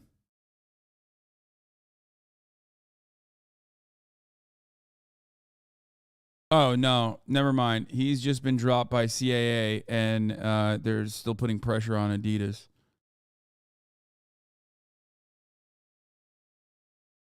I was wrong about that.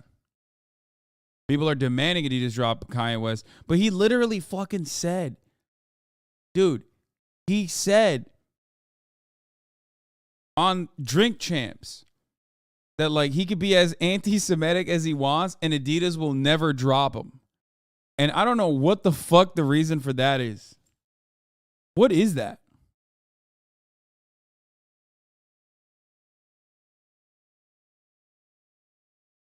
He also keeps bringing up that they're German. Like, he's hitting. Stop saying German company. Are you guys fucking stupid? Germans are literally like he'll go to jail in Germany. If half the shit he's saying here, if he said in Germany, they would put him in jail.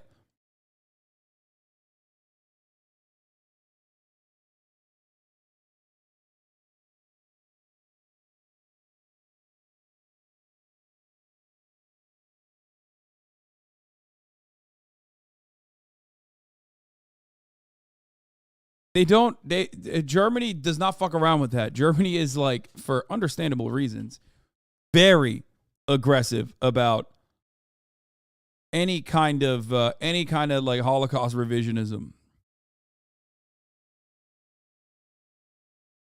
Exactly how to engineer the situation I'm I'll tell in. you exactly how. You got a big voice. Have the balls as a man to call out the individuals. Don't call them Jews. Call them by their name and start a war against those individuals. They're not Will you- Jewish. But if that's the case, will you help me with that? Sure. Here's the thing I don't understand. Why doesn't anybody just say, brother, there is no like secret Jewish council meeting or some shit where they're like, where every Jewish person is like learning to behave a certain way. Their Judaism is not motivating them to act out in this way. It's their social conditioning under capitalism. That's precisely why you don't only see Jewish people exploiting you. You see fucking plenty of Anglo-Saxon Protestants exploit you as well. It's your anti-Semitism that makes you hyper-focus on Jewish people exploiting you, which is a subject for a different conversation. But like, that's the only reason why you're singling out Jewish people. And when you do, you're not even just talking about the people that are exploiting you. You're talking about Jews in general.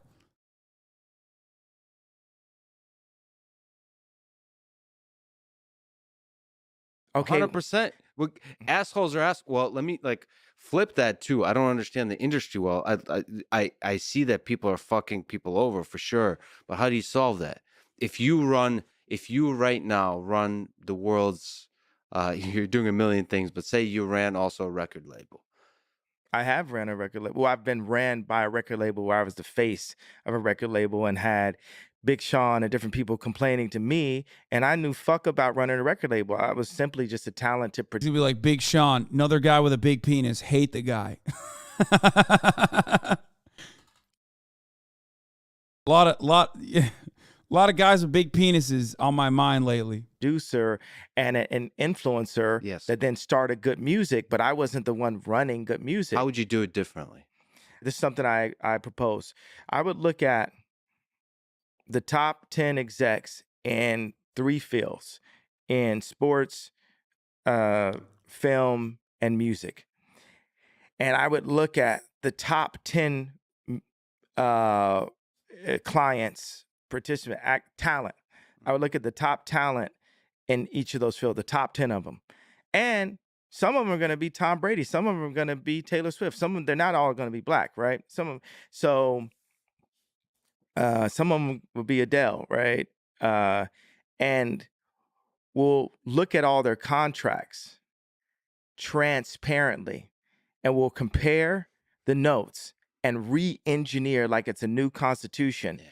Because when I told my dad when I was 19 that I was going to get into the music industry, he begged me not to. He said, I heard it's treacherous. Now I'm in a position where I've been through it. I saw it. I went out, made some money somewhere else. I saw my name get smeared. I saw my family get destroyed. I saw my reputation get destroyed.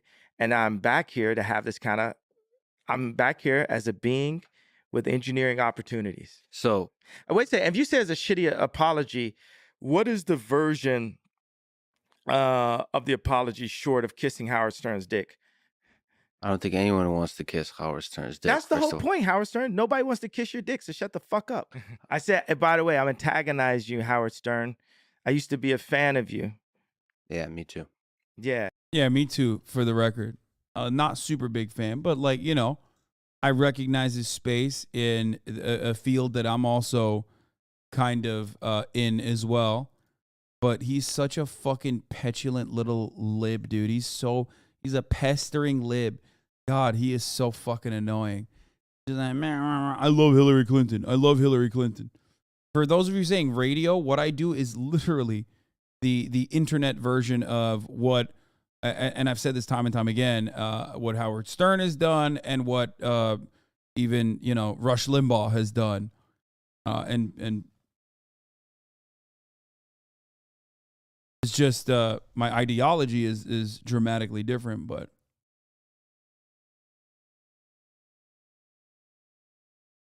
I'm still a fan sometimes. Now you're just doing clickbait like everybody else. Now you're just a sad old man, Howard. All right. Now, Howard Stern, this is the first time anyone's said your name in years. Your own family doesn't say your name unless they're calling to get their bills paid. You're going hard. I'm probably right about that. See, that's beautiful right there. That's much better than calling Jewish media. Go after individuals. Okay, Go so after individual. and If you don't you, talk shit about me, talk shit about me. This is great. and you know what that is? Yeah, what's that? Engineering. That's an engineer's approach. Yeah, engineers. Yeah. Yeah. You should What? learn some of that. We all can use. No, man, he's trying to teach you how to like criticize people, not like a fucking anti-Semitic child, but like an adult. But he's trying to also do it while saving face for capitalism. That's what's happening here. Okay? So he's like, yeah, it's just the individuals. It's just the individuals. I promise, it's just the individuals. Our pain against each other, Yeah. or we can say we're a being with engineering opportunities, and we can know about history. So let me change something. We can have just to be judgmental. People say thou shalt not judge. I was talking to Camille Vasquez. She says I'm very judgmental. That's what we're doing. I believe. Now you could go to the Bible, and one thing's gonna say one thing, another thing may be contradicted in a way, and then the pastor has to unpack it. Bro, we're not even halfway through the Holocaust convo. What the fuck? How is this going to tie believe back the Holocaust? That we are to judge. If you look at some food and it's got a fly coming out of it, you can then judge at that point. You're supposed to. Camille Vasquez is his lawyer now, by the way, the famous defamation lawyer from the Johnny Depp trial is now, or she dropped him, not anymore. Okay, never mind. That was quick. Use your better judgment. But whenever someone doesn't want to change something they're doing, they'll say, don't Holy judge fuck, me. that was quick. Right? But as a species, you called for me. You got the breakthrough. And by the way, it's only an engineer that I would respect to tell me of how to update how I'm communicating. Because this started off, right? I've been through all these interviews. Let me go to this. You said this was a sorry apology. I was very specific. I said the Jewish, because by the way, it's a barrage, right? It's a thing where I don't even remember the names at a certain point, right? Mm-hmm. It's like if a girl was getting raped by men, if that person is not 18, right? And she was getting raped since 14, right? And she still got this face, this super like Irina Shayk level face, right? What? She might say, I hate men. That woman may say, I hate men. She might get to that point because she was raped. On my contracts, and no one can say this is ramped up. No one, Howard Stern can't say this is ramped up. Ari Emanuel can't say this is ramped up. George Soros knows damn well that I'm not ramped up. George Soros knows, like, wow, this guy. Bro, he is so deranged, dude. Come on, Lex. You keep letting him fucking say. You keep letting him say George Soros. What the fuck, dude? What are you doing?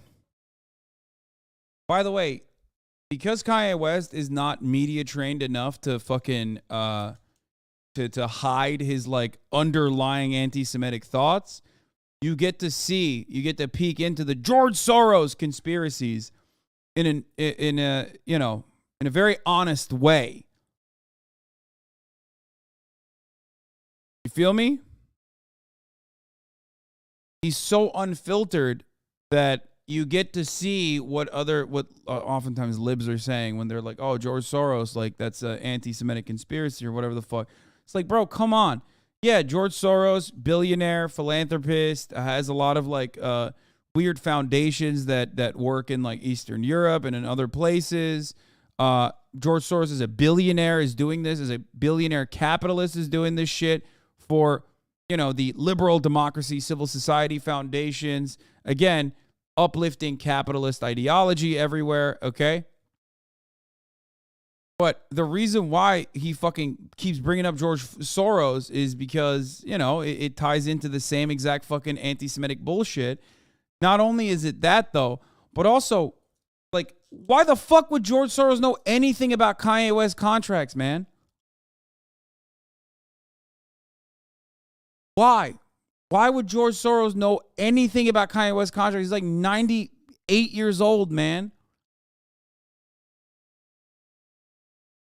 What the fuck does George Soros know about Kanye West's fucking music contracts, dude. Unless you literally think like all Jews are fucking getting together in a room and having this kind of conversation.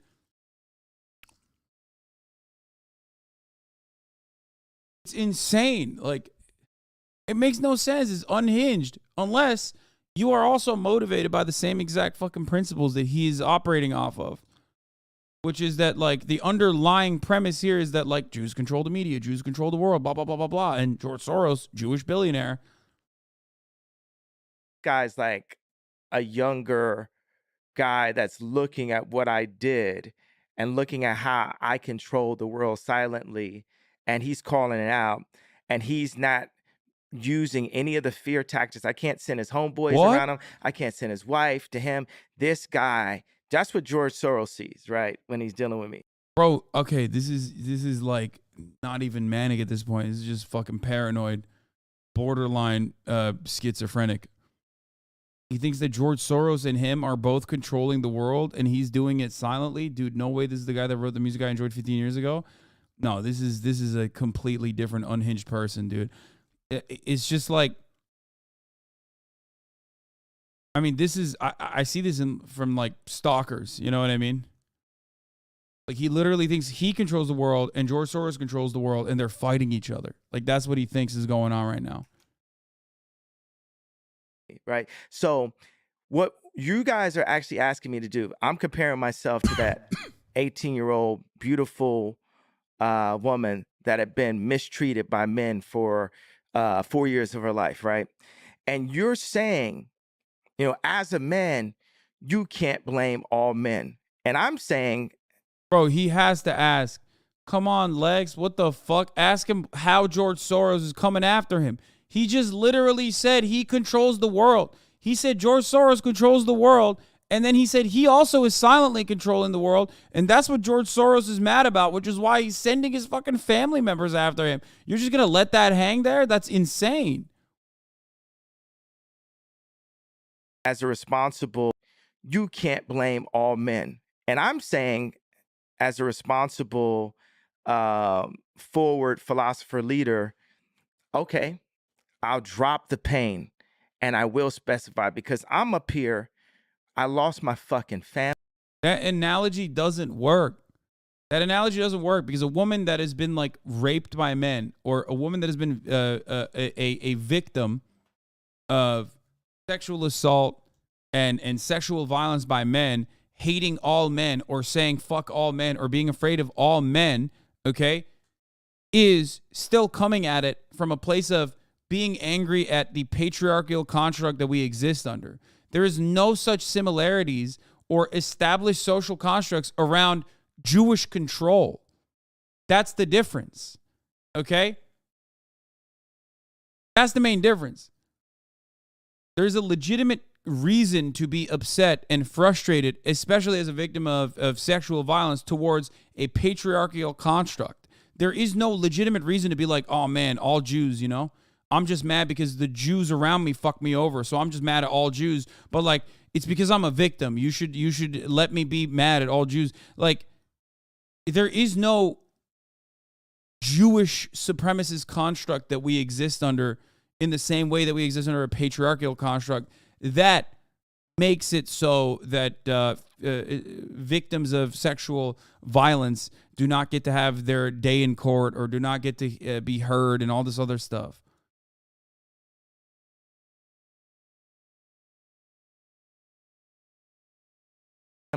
I lost my kids.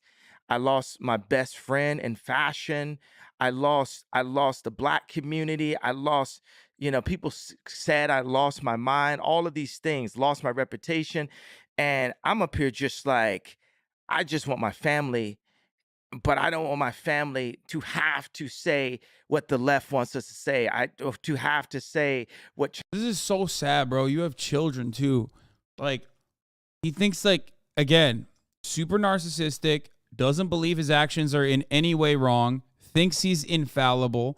Therefore, it can't be my actions that have like pushed my family away from me. It can't be that I went on a fucking anti-Semitism podcast tour for the past week or past month almost now that is the reason why companies are dropping me. It must be something else. It must be a Jewish conspiracy. It must be George Soros taking Kim Kardashian away from me.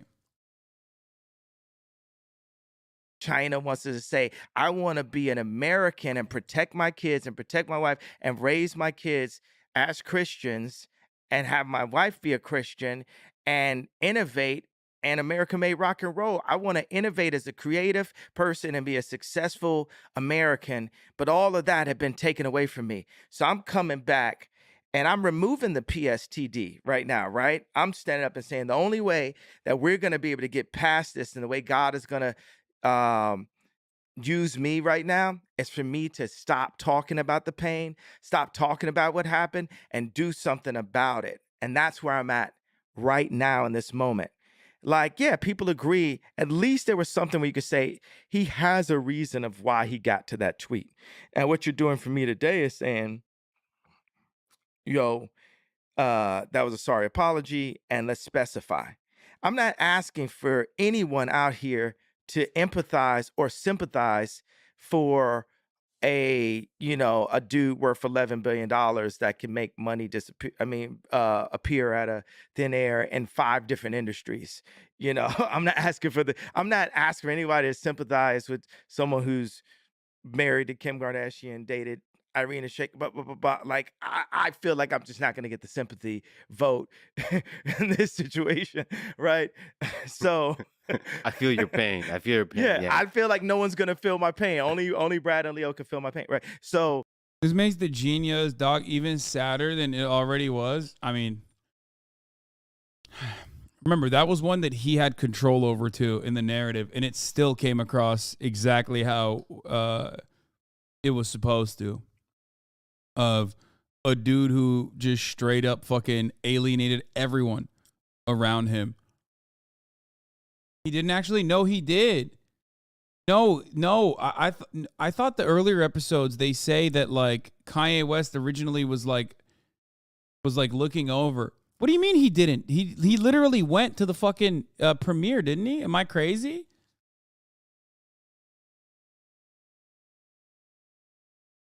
I think he hates it now, but I'm pretty sure he had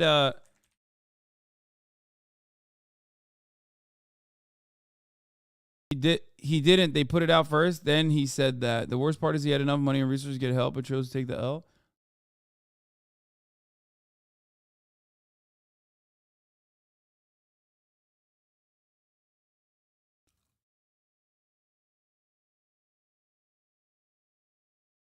Am I making this up? What the fuck? Hold on.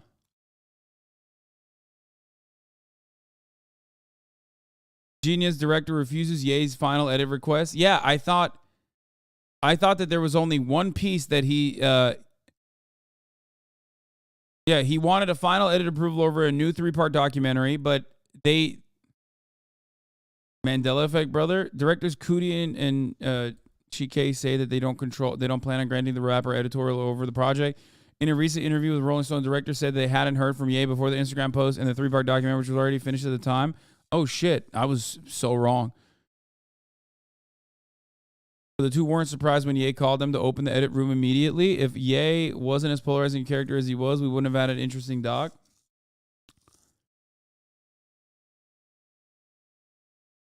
One Piece, isn't that the anime you're watching? Wait, what? Cootie told Rolling Stone that he ran into Ye on Monday. The Instagram post didn't come up in the conversation. The rapper had yet to watch the documentary. I asked him, did he watch the film? And he said, I have a process. I thought he literally went to the fucking...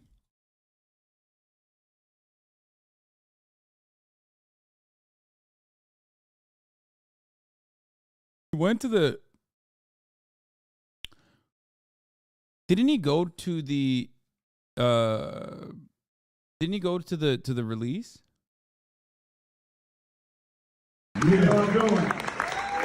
Yeah, he like literally went. I just want to bring my brother. But it took a village, man. We got everybody here. GLC, JB, everybody come up here, man. Where y'all at? John No, I'm not thinking of the premiere of the Candace Owens doc. He actually went to the Los Angeles screening. I'm not making this up.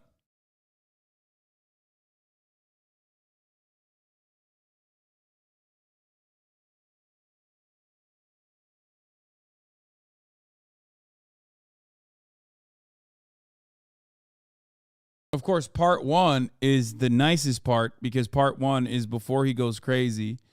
Part 3 is the part that he definitely did not appreciate, most likely. If you watched it, I watched it.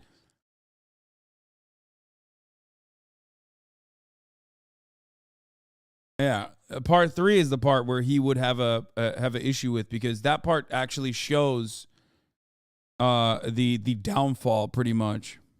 The so But still, but here today, when you said it's a sorry apology, what's the apology that you're looking for as a Jewish engineer?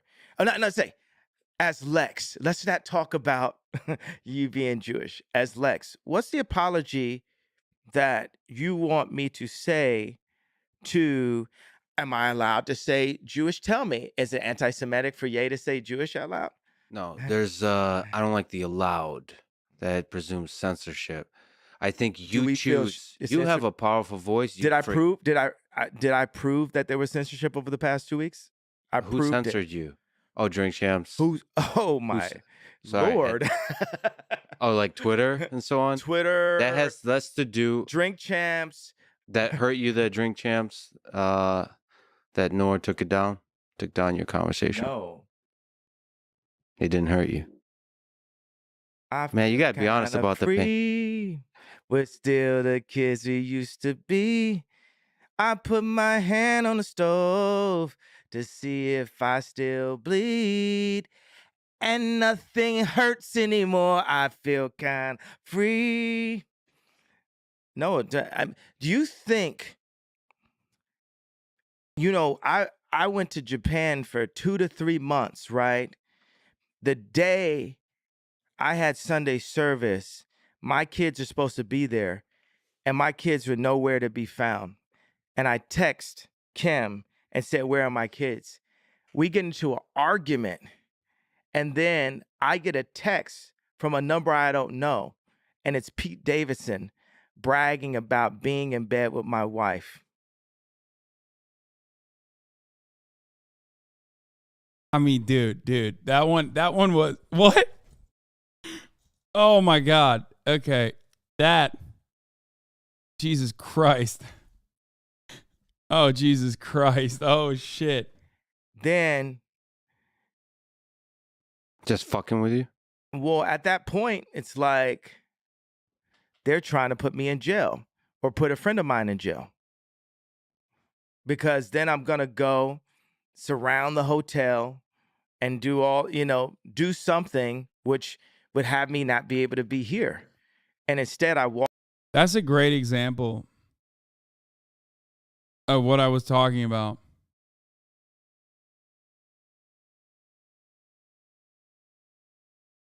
It's like, even if he were to go and like and fucking like kill Pete Davidson or something, like he's kind of implying, it's still not his fault.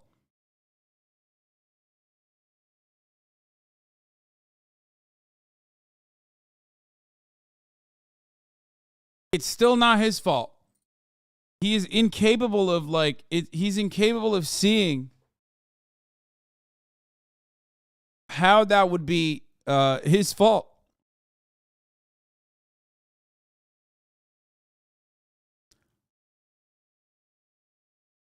Walked away from that situation. I went to Japan like the samurai that I am and went to the top of the mountain.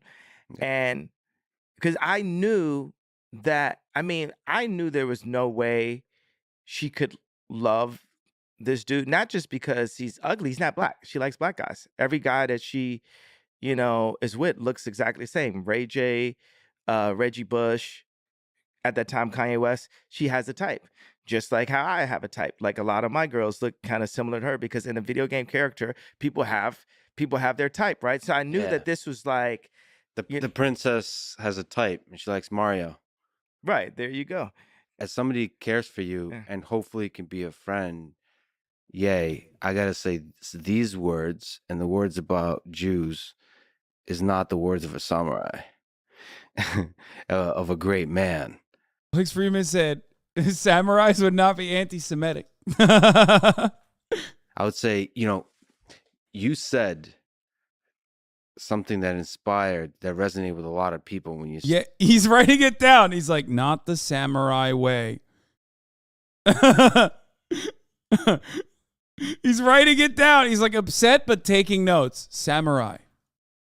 Not anti-Semitic. Not a part of the samurai code of honor. said George Bush doesn't care about black people.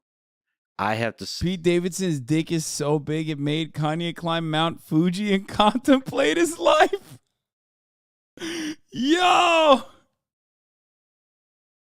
Jesus Christ, dude.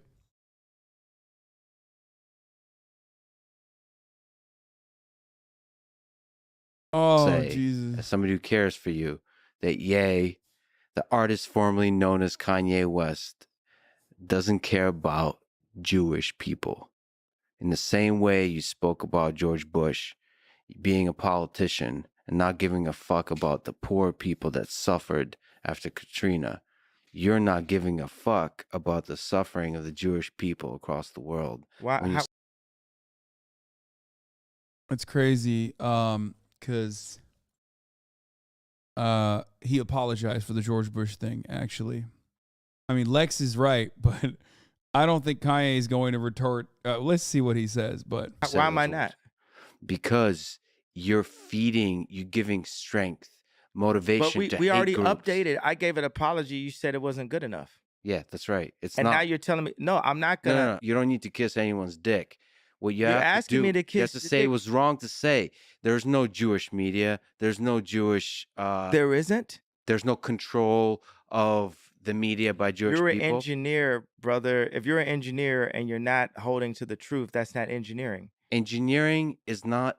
That's hate. That's not engineering. No, Engineering it's called. says, I'm gonna build a better record label. It's called. damn, call him out, Kanye. He said, Lex, you're a fake engineer, dude.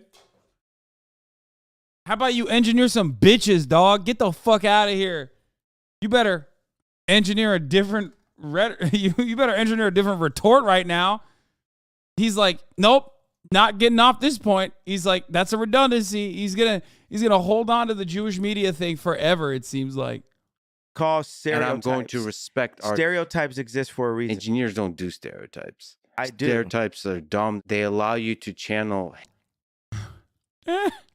Yes and no. hate towards the other. You know what the biggest thing is? Yeah.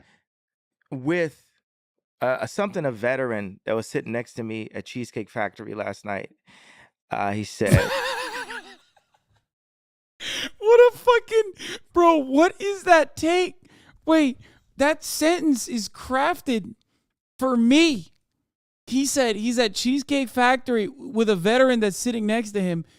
No one has been more divorced, okay, than Kanye West. That is the most divorced dad in America right now, dude. Holy shit. you know, the general justice, he serves for whoever is the president, right? And he said, what's happening in politics is we're forgetting we're on the same side. We're forgetting we're on this. This is someone is practically, now he's a nurse. So he's still, fighting for humanity in a way. He went from holding, guns in battle to being a nurse and when people are battling for their lives. And he said, we're forgetting we're on the same side. This is a person that no matter who becomes president, he can still be told to go to war. And the chaos that's created by the media has split the country in half. And what us as beings with an engineer opportunity need to do right now is find the blue water? Where are places that we agree on? And I want you to finish everything.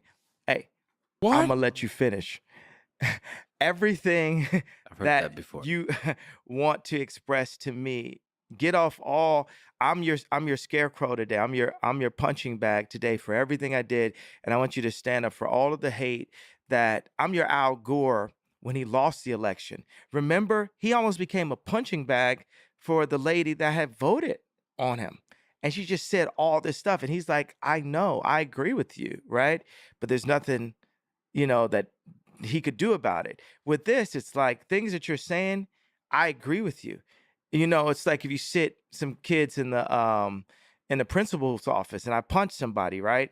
I took my hand, right, as what it really means. Even Aria Emanuel had to say, this is a pop icon, right? And I went and just punched an entire people at one time, or said that I was about to. I went like this, right? Well, you did and I do got that. blacked out, black mirrored, done, right? And it's like, what were you even going to do? And why did you go like this? I went like this because I can't even do. I would look insane to physically show you a metaphor, a physical representation of my last 20 years of what I've been through as a musician, as a father, and as a black person with a political opinion. A great man still through the pain does the right thing. And I think the right thing is to not say that there's Jewish control of the media. And that's incorrect, though. That's a fucking lie. There is. And they did come and bully me. It proved the point. No, the reason you don't say it is because the world is much bigger than forgive me, the narrow little world you exist in. Your impact stretches way past those little boardroom meetings over contracts. So what should I have done? What should I have done? Not say that you should be a strong man that doesn't mention religion or people, and then fight. Do you want to win this fight? How do I win? How do we win? Call out individual people. That's one way because they have a big voice. The other voice that I prefer is to build another label. Or support another like label. You're controlling my creative narrative because just like how you're telling me I shouldn't have said that. Do you think there were podcasting should be illegal? Fuck it. Nah. No, dude. How else would you get gems like this? He said my creative narrative. He's about to be like, Lex, you're being real Jewish right now with this media narrative control, okay? He's like 1 second away from dropping it, dude. Madness. People telling me I shouldn't have wore a red hat? His creative narrative is literally just like being anti-Semitic, okay? That's insane. No, sorry, man. I got to keep up my creative narrative here. You're controlling my creativity by not letting me be anti-Semitic.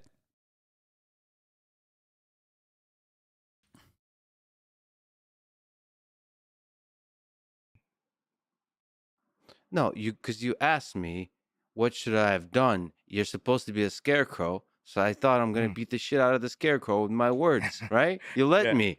Yeah. It was consensual. The punching bag is a bad because scarecrow actually has a different real that's right. meaning. I'm like, so let's say a that's right. punching bag. I should have said scarecrow. Yeah.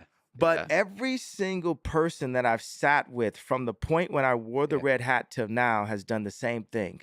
Sit in the principal's office and don't do what you're doing. We're in the janitor's closet right now together. Yeah. And I'm not, the red hat is very different. The red hat is, you have a set of beliefs. You represent half the country that has, Yep, there it is. Lex, hit him with the center right, dude. Go ahead. A hope, a vision for the future of America that's very different than without any purpose whatsoever saying Jewish media, Jewish control of the media. You said there's no purpose, so you're taking away my history and my reason of what my purpose was. I'm saying, no, man, the red hat is also just symbolism. It just represents bad ideas. Why can't motherfuckers that have podcasts that are tailored to the Joe Rogan audience just openly state that? with the exception of like Sam Harris, who has lived the fuck up and, certainly has very right-wing takes when it comes to like Muslims and how to deal with them and shit. I have never heard any of these dudes just be like, no, man, it's just the truth. Like, it's reactionary. It's garbage. It is against progress. It is, it's antithetical to civil liberties. That's what the Republican Party is based off of. That's what the reactionary commentary is based off of. That's what conservatism is built around.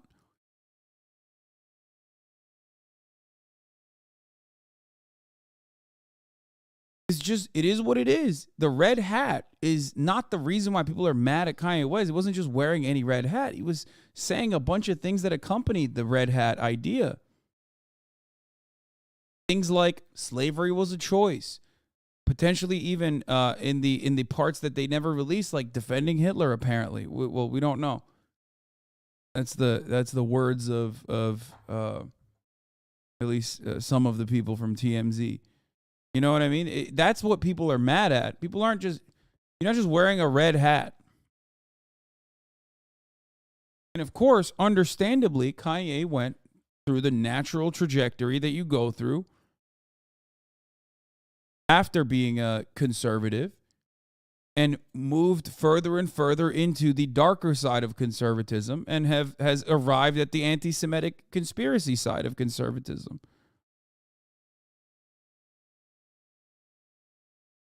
Also, it can, I'm speaking my voice, vocalizing it. Also, Yeah.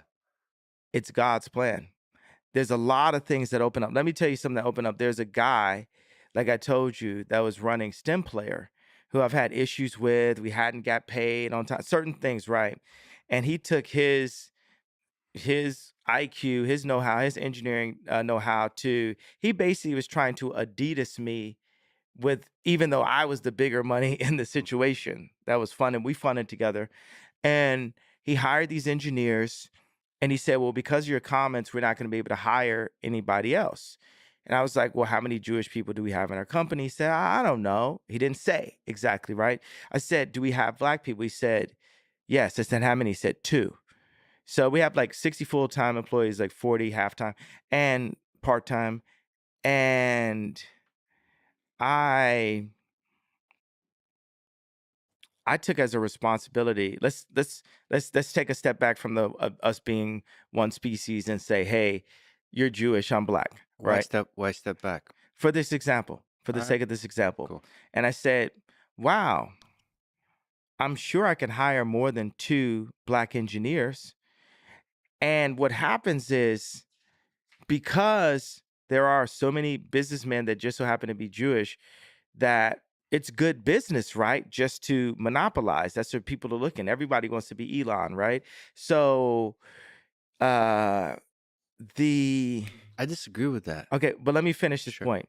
I'm gonna let you finish. I'm gonna let you finish. A lot of businessmen want to be as successful as Elon and as popular as Elon. A lot. Like, it just worded like that, which I hate the term a lot, actually. I want to be more specific, but I haven't done the math on it. Let's say some. Factually, for sure, there are some business people of all different walks and backgrounds that would like to be as rich and as popular as Elon Musk. So let me just take a step back from the we're one species into the... He's such a Reddit guy, dude. He's a Reddit guy who went to fucking poll, okay? Like, he's just like, Pog, Elon, Bad Chess. Everybody wants to be Elon. He sounds exactly like the motherfuckers who come in here whenever I'm criticizing Elon to be like, you're just jealous of him. I only love my bed and my mama. I'm sorry, says Jojo the Mofo. $50, dude. Stop. If you're going to spend $50, spend it on 10 gifted subs so 10 people can avoid the top of the hour ad break. Okay? Because at the top of the hour, there's a 60-second ad break, and that ad break is coming right now. All right? Jojo the Mofo gifted 50 gifted subs, goddamn. Allowing 50 people to no longer see the ads. Bro, if you didn't get a gifted sub, you're never getting one, okay? But the 60-second ad break comes for you unless you subscribe for $5 or for free with a Twitch Prime by connecting your Amazon Prime account to your Twitch account. Here's the 1 minute ad break now. Kind of weak compared to your last. Okay, they're not all going to be fucking incredible, but that one was a decent segue.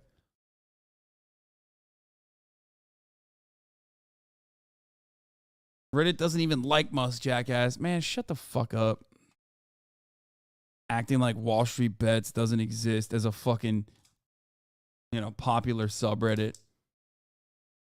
Trev Tennessee, thank you for the 5. Get the subs.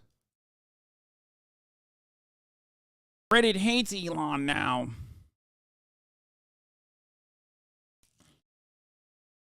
I'm going to be honest, though. I'm going to be honest with you. I feel like a lot of this is not about the Holocaust.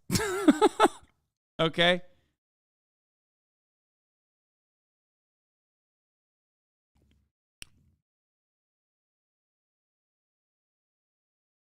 We're separated by race, gender, socioeconomic class conversation, and say, as a black owner of 2 tech platforms, hardware and software, I need to Centrist Normie, they give it the 5. Get the subs. action. Let's not call it affirmative. Let's just say I need to take action, and I need to take accountability in ensuring that black engineers are hired, and guess what? Hired together. Because when the black people that are brilliant are separated from our culture, we forget who we are. And we'll get to a point where I've gotten to a point where I hate Kanye West when he says, I'm not saying hate Kanye West in general, but I hate it when he says, things that actually make sense, because of, 98% of his commentary making no sense whatsoever. So, when he actually does make sense, there's, there aren't a lot of black engineers out there. We need to do something about it. It's it's getting lost in the sauce, or worse, it's being tarnished. Because that message is tacked along to all the worst shit that you could imagine. Even when he's trying to talk about black engineers, he does it in the weirdest way possible. If your goal is to have more black engineers and you recognize that it comes from a lack of adequate opportunity for black students in this country, then try to solve the problem at the systemic level or directly in your life. That's a great way to go about it. Not a single person would get mad at him. People would praise him for it, as a matter of fact. But instead, he's just there's a lot of Jews here. What the fuck is up with that? We should just fire all the Jews. That's insane. What do you mean?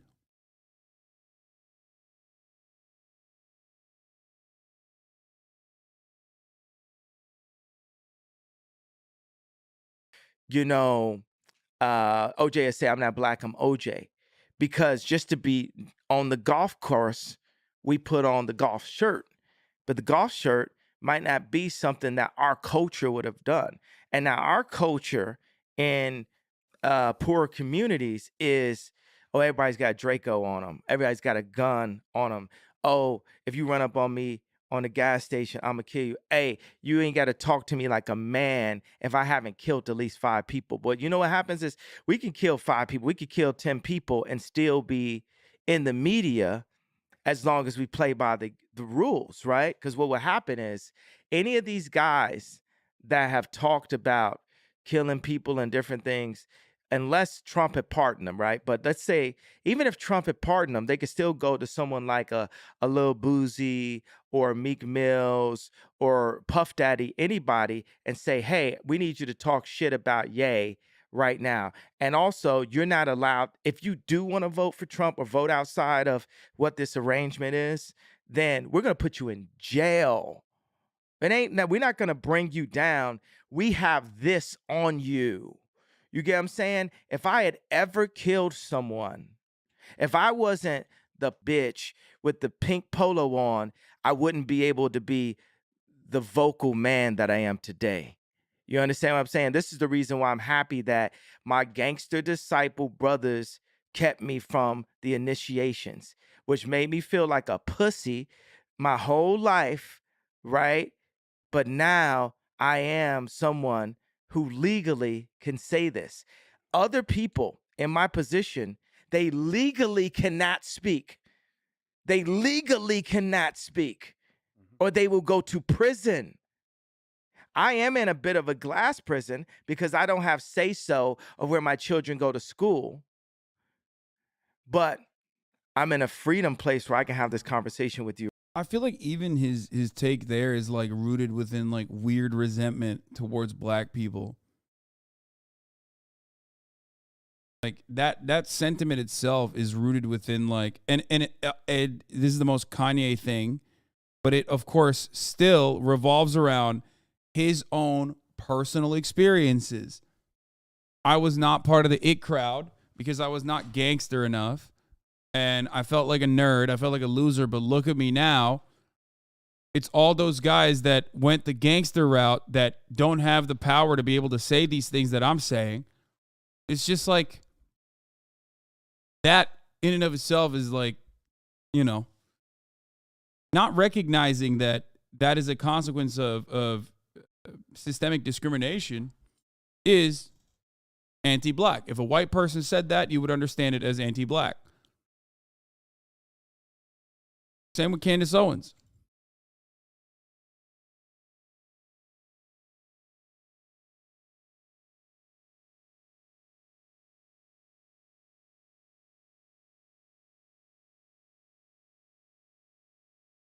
Motherfuckers saying killings don't happen for socioeconomic reasons and black people just like the killing. Killers are inherently bad people. Self-defense doesn't exist. He's so deranged. It's just like it's something that you would hear from Candace Owens. Something that you hear a lot from Candace Owens, as a matter of fact.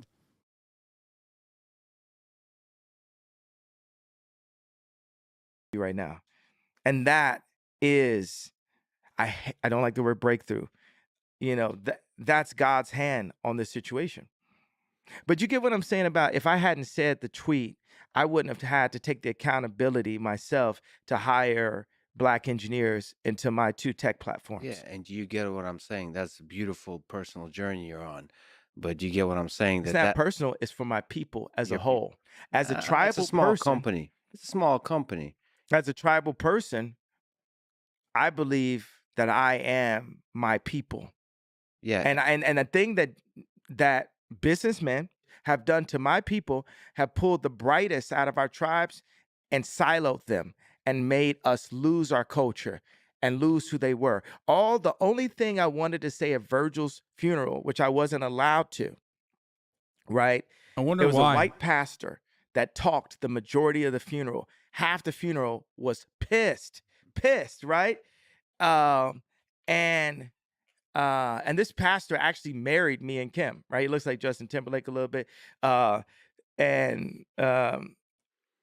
Wait, is that like one of those, what is it, Hillsong youth pastor types? Is that who he's talking about? He talked half the funeral. He knew Virgil was passing, did a collaboration with him before he passed, by the way, right? A clothing collaboration.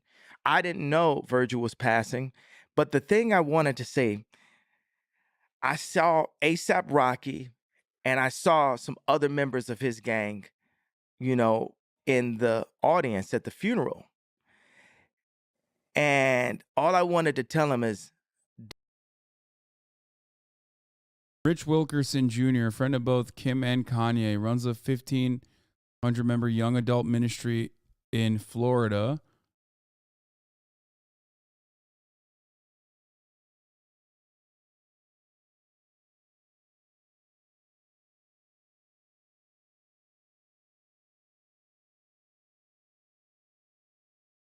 Got a Chris Hemsworth, Leo DiCaprio thing going on. No. Wilkerson has been a friend of both Kim and Kanye after they attended one of his services during a trip in Florida back in 2012. Rich and his church became a safe haven for Kim and Kanye.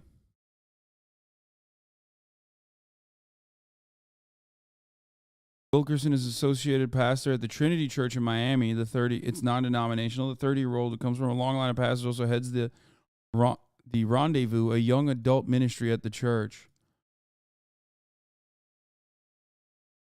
He's all right. He's like a good-looking white dude. I don't know.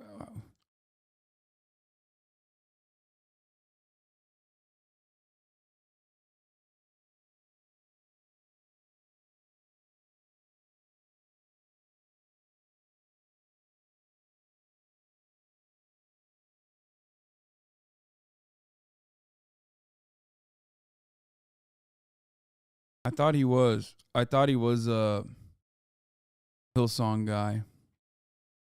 Anyway, let's continue. Don't let them split the gang up. Don't let them split the gang up.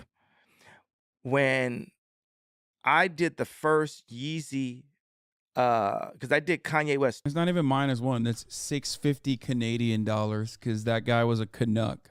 2 fashion shows before as a high-end luxury, all leather kind of designer, not all leather, but you know, high-end materials, mink, this kind of thing. And then I came back with Yeezy with Adidas. And this fashion show was so popular that Justin Bieber had to sit in the second row, right? This thing had every name you could think of. It had Kim Kardashian, Kris Jenner, Kendall Jenner. It was Kylie's first fashion show she'd been in. And in the second fashion show, I put Kylie and Bella Hadid next to each other in the fashion show. You had Puff Daddy. At that time, Puff Daddy had beef with Drake. Drake still came to the show, and Jay-Z had to break up the fight backstage. The designers, you had Jerry Lorenzo, that's head of Fear God. You had Kim Schraub, head of Skims. You had Virgil Abloh, head of Louis Vuitton. You had Dimna, head of Balenciaga, all working for Ye, for the leader, for the philosopher, right? For the person that who put this together? Me, that's who, right? You had these people working for the king of New York, basically the boss, Ye, right? You had Bro, he popped off so hard, the fucking captions broke, dude. Jay-Z in the audience, Rihanna in the audience, Beyonce in the audience, sitting next. By the way, this is still under the Holocaust proportion of the programming. Interesting decisions were made here. To Anna Wintour in this audience. And guess who heard wind of this? One of the richest men in the world, Bernard Arnault, caught wind of this. What's going on? They're building up something, and we need to stop it. So then he met with me and politely offered me backing for my clothing line. It would be Kanye West. They would get 49%, 51%. I would get 49%. They'd have control, and they were going to give me all of the support from Louis Vuitton. So I had to go to Adidas, and I told Adidas, hey, let's indemnify the apparel. So Adidas, you're not going to do the apparel anymore. Hey, we had a good time, but we're going to run off with Giselle now, right? Mm-hmm. So that's like you told your girl that, and she's like, oh no, we had the proudest moment of our career and stuff. So then he offers me the deal, and Alexander Arnault, who's gone on and rape and pillage from all of the talent that I had afterwards, I say, before I tell Adidas to indemnify the apparel, can I get a written contract from your dad, Bernard Arnault? And he says, my dad will never go back on his word. So you already know where this thing is going, right? Yeah. You can, spoiler alert, right? He went back on his word. So 3 months into the deal, I get Anna Wintour. By the way, he's describing, Bernard Arnault is the French dude, okay? Louis Vuitton, LVMH. And this basically is the explanation as to why I think why he had so much resentment for what do you call it? For Virgil Abloh too, right? Which, by the way, why doesn't he have this animosity for the French? Why doesn't he have this animosity for the Christians? I don't think he's Jewish, right? Is he? I don't think so. Like, he's talking about, yeah, wait a minute. This guy's trying to fuck him.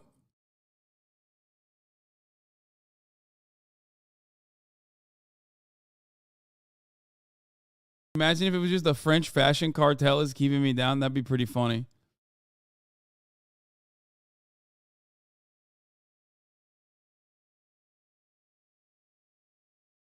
I say, who should I use for my lawyer? She picks my lawyer for me, right?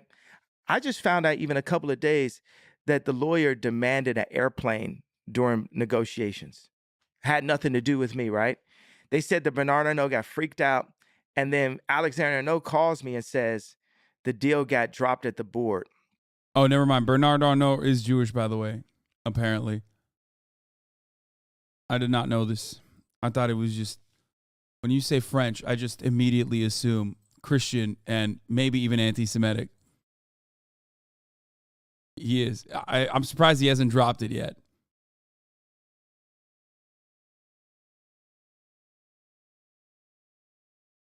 I went back and told my high maintenance wife. French people can be Jewish. Okay, I'm making a joke about French people here, okay? No, he is. You said no, he's not. No, he is. Look. Wait, what the fuck? He's not. Wait. Why did the Jewish Independent Forward? Dude, look at this.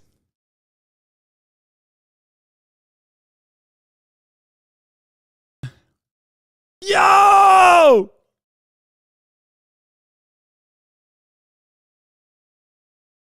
What the fuck?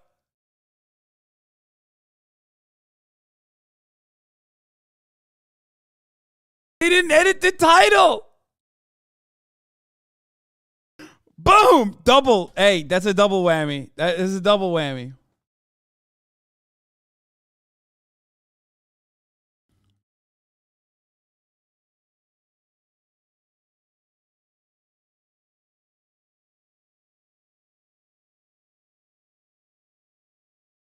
Dog, this is like correcting a bad tweet a few days later in the reprise without just deleting the tweet. I know, yeah. What the fuck was Forward doing, dude? They just left this up with the title of French Jewish billionaire families leading the fundraising to rebuild Notre Dame.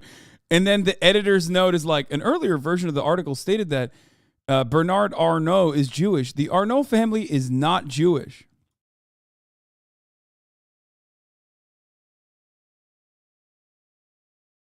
Like, what are you doing?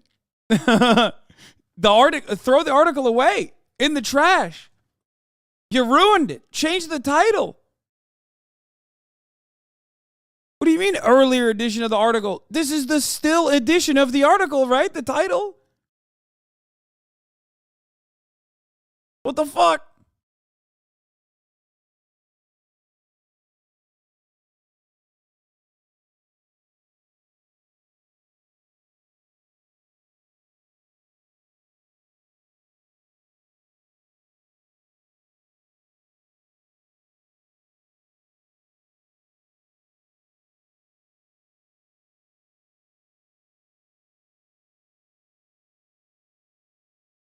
Anyway, taking my head that Jewish media. Well, okay, this is literally Jewish media, not in the way that Kanye is talking about, but like Forward is a Jewish media website. Like it's like Haaretz, you know what I mean? I mean, they say it is a Jewish independent nonprofit.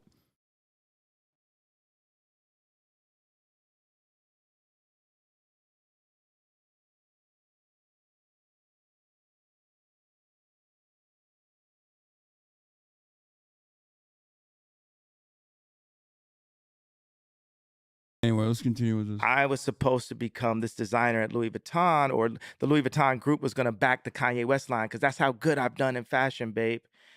And now the deal. Can you explain the difference between two for a dumb like me?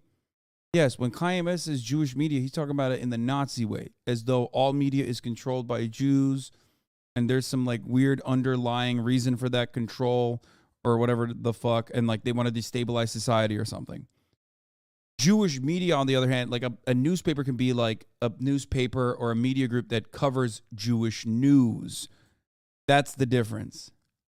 I can't believe I'm describing this, by the way. This motherfucker said is true. Clap his ass. Anytime we talk about this, some dumb Nazi has to come in and be like, it's true. Like literally the first time this idiot chatted in here. Why do you want to be known as a fucking weirdo Nazi or an idiot? Because there's only two reasons why you would say Jews own the media. Okay? One, you're a Nazi and you wanted people to know that you're a Nazi, which you could be. Or two, you're a fucking idiot and you got duped into thinking that by Nazis. So which one is it? Are you a fucking Nazi or are you a fucking idiot that got duped into believing the Nazis? Of course, Nazis are stupid too.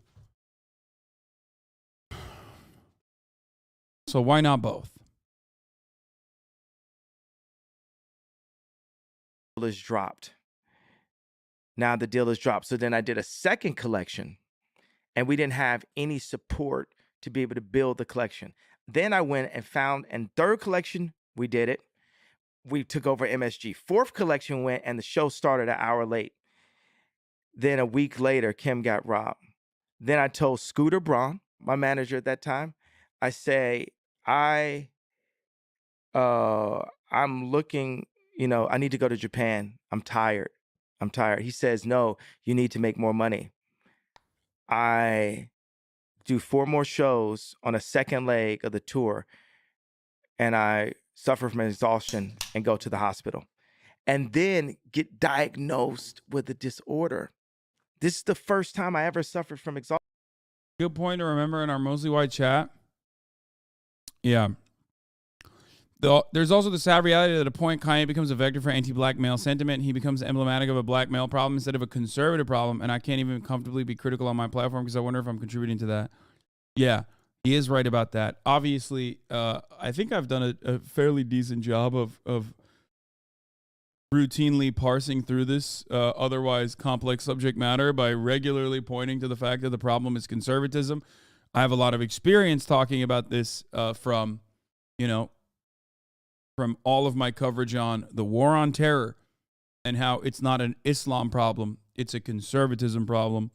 So I think I'm trying to do that as well in this circumstance too, even though, of course, people have a tendency to decide that certain marginalized groups are monoliths, especially if it corresponds to like their preconceived biases on that particular marginalized group. But with Kanye, he's also like very openly anti-black too, unless he is like defending his statements. You know what I mean?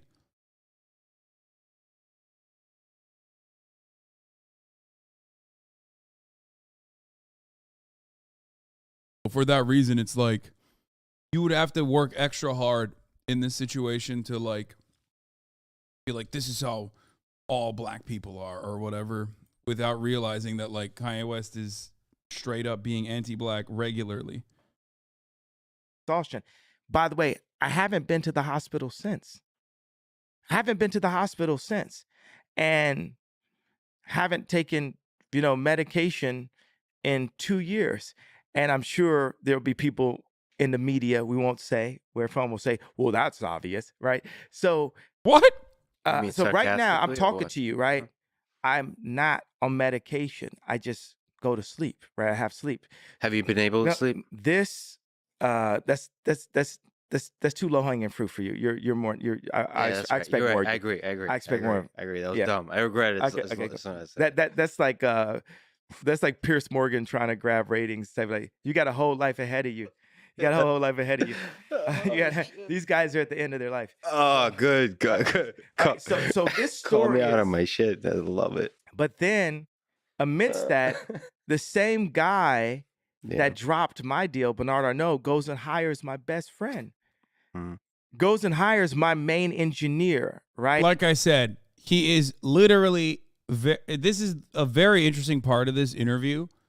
If you are familiar with the Kanye West lore, or if you were like a fan, maybe you're still kind of a fan or whatever, this part of the lore is profoundly important into understanding Kanye West's genuine resentment towards not only Louis Vuitton, but also Virgil Abloh.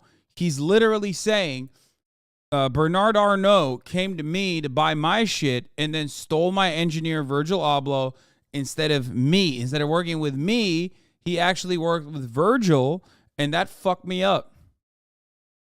Right? It would have been like them hiring, Elon from Peter before they figured out Paul, before they figured out PayPal. But Paul sounds like Paul sounds like Paul. I just say it because I'm a Christian. I thought it was cool. Yeah. But it would have been like, what if someone could have went in and took Elon away from Peter before they paid Paul? Because they PayPal. Yeah, before they before they paid paid Paul. Paul. It's just too close. Yeah, too close. It just sounds so fresh, the fact that it's so close, right? And that's what happened, right? They broke the gang up. Yeah. And I'm telling Ad libs were never his strong suit. Bars, I guess. you right now, that hadn't happened. Virgil's alive.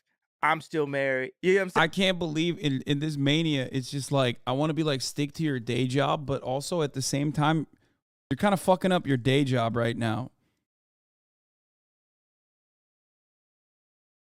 Like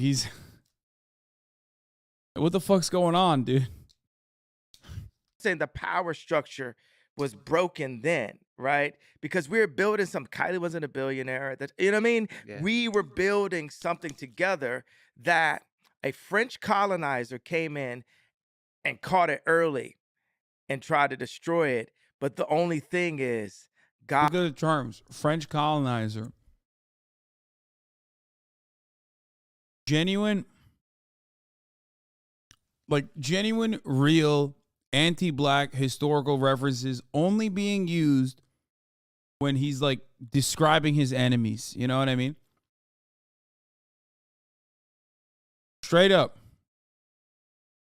He only seems to remember the reality of anti-black history when it suits him. He will fucking regularly say anti-black shit, refuse to even point out white supremacy, and only cynically bring up terms like colonizer and whatever when it's about like how Bernard Arnault stole Virgil Abloh from him. God is alive. But it's not even about stealing Virgil Abloh from him, really. It's more so about the fact that he didn't work with him instead. And I'm anointed. And even with those drawbacks, losing my wife, losing my friend, exhaustion, all of these late night tweets that piss off an entire group, like this, the frustration still there. I work for God, and God runs the world, and we'll see what happens. But in those words, don't you feel that being split up, don't you feel you're doing the thing that you stand against, which is playing victim? Aren't you playing victim to the forces in the world? I didn't play victim. I didn't even get a chance to play. I just said I was about to. I said like this, like. No, you played pretty damn well. Bro, what the fuck? Does he think that like, because they suspended his Twitter, by the way, big conservative guy energy, just got to point out, they suspended his Twitter. He went on every fucking media outlet he could to still say exactly what he was going to say on Twitter and has been saying it in this interview itself. And he's like, oh man, I just went like this. I couldn't even do that. Like I couldn't even, bro, what do you mean? You think podcasts don't count? You think it only counts if it's on Twitter? I don't get it. Which, by the way, unironically, is exactly what conservatives run on all the time. They're like, oh, man, I was banned off Twitter. The president being banned off Twitter is the worst thing that could have happened to free speech. Also, throw every whistleblower in jail. Fuck those un-American bastards. What do you mean? What do you mean about to? You're like one of the greatest designers in history, fashion designers. You were playing. What do you are playing? What does that even mean? I thought you were referring to the tweet. Yeah, all of victim it. there. Well, there's a full set of things that you're under attack for. The tweet and everything beyond that. But like you're blaming, not blaming, but you're saying that the Jewish media, the Jewish record labels, the Jewish people, forget Jewish or not, doesn't matter, is playing victim, right? Ultimately, I am fighting a battle in the spiritual form. And anyone that believes in God and is looking at this interview would agree with that. And I just so happen to be a bright part of God's army. I'm fighting for us to live. The greatest gift is life itself. I am pro-life. I am pro-God. I believe that Bro, evangelicals just sound so unhinged, dude. Like, born again Christian, white evangelical Protestants sound so fucking unhinged all the time, dude. It's crazy how normalized that kind of fucking sentiment is because of how much power they hold within like the Republican Party as like a viable, very active voting bloc. But like any other group of people that aren't overwhelmingly white that say shit like this is not only cast aside, but worse, usually, even if it doesn't reflect the overwhelming majority of Muslims, for example, because Muslims are marginalized across the board, people will point to Muslims that they can find that are fundamentalist that sound like that and go, dude, look, this is how all Muslims are. They're all fucking crazy. It's wild.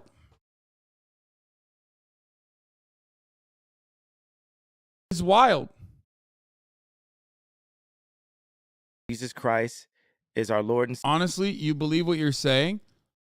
Yes. I don't think he's evangelical anymore. No, he has like his own new thing, okay? It's like evangelical, but also has like black Israelite takes baked into it. Oh, it broke. Here, come say what up. Come show the people what you got going on your face and shit. I have a guest here, chat.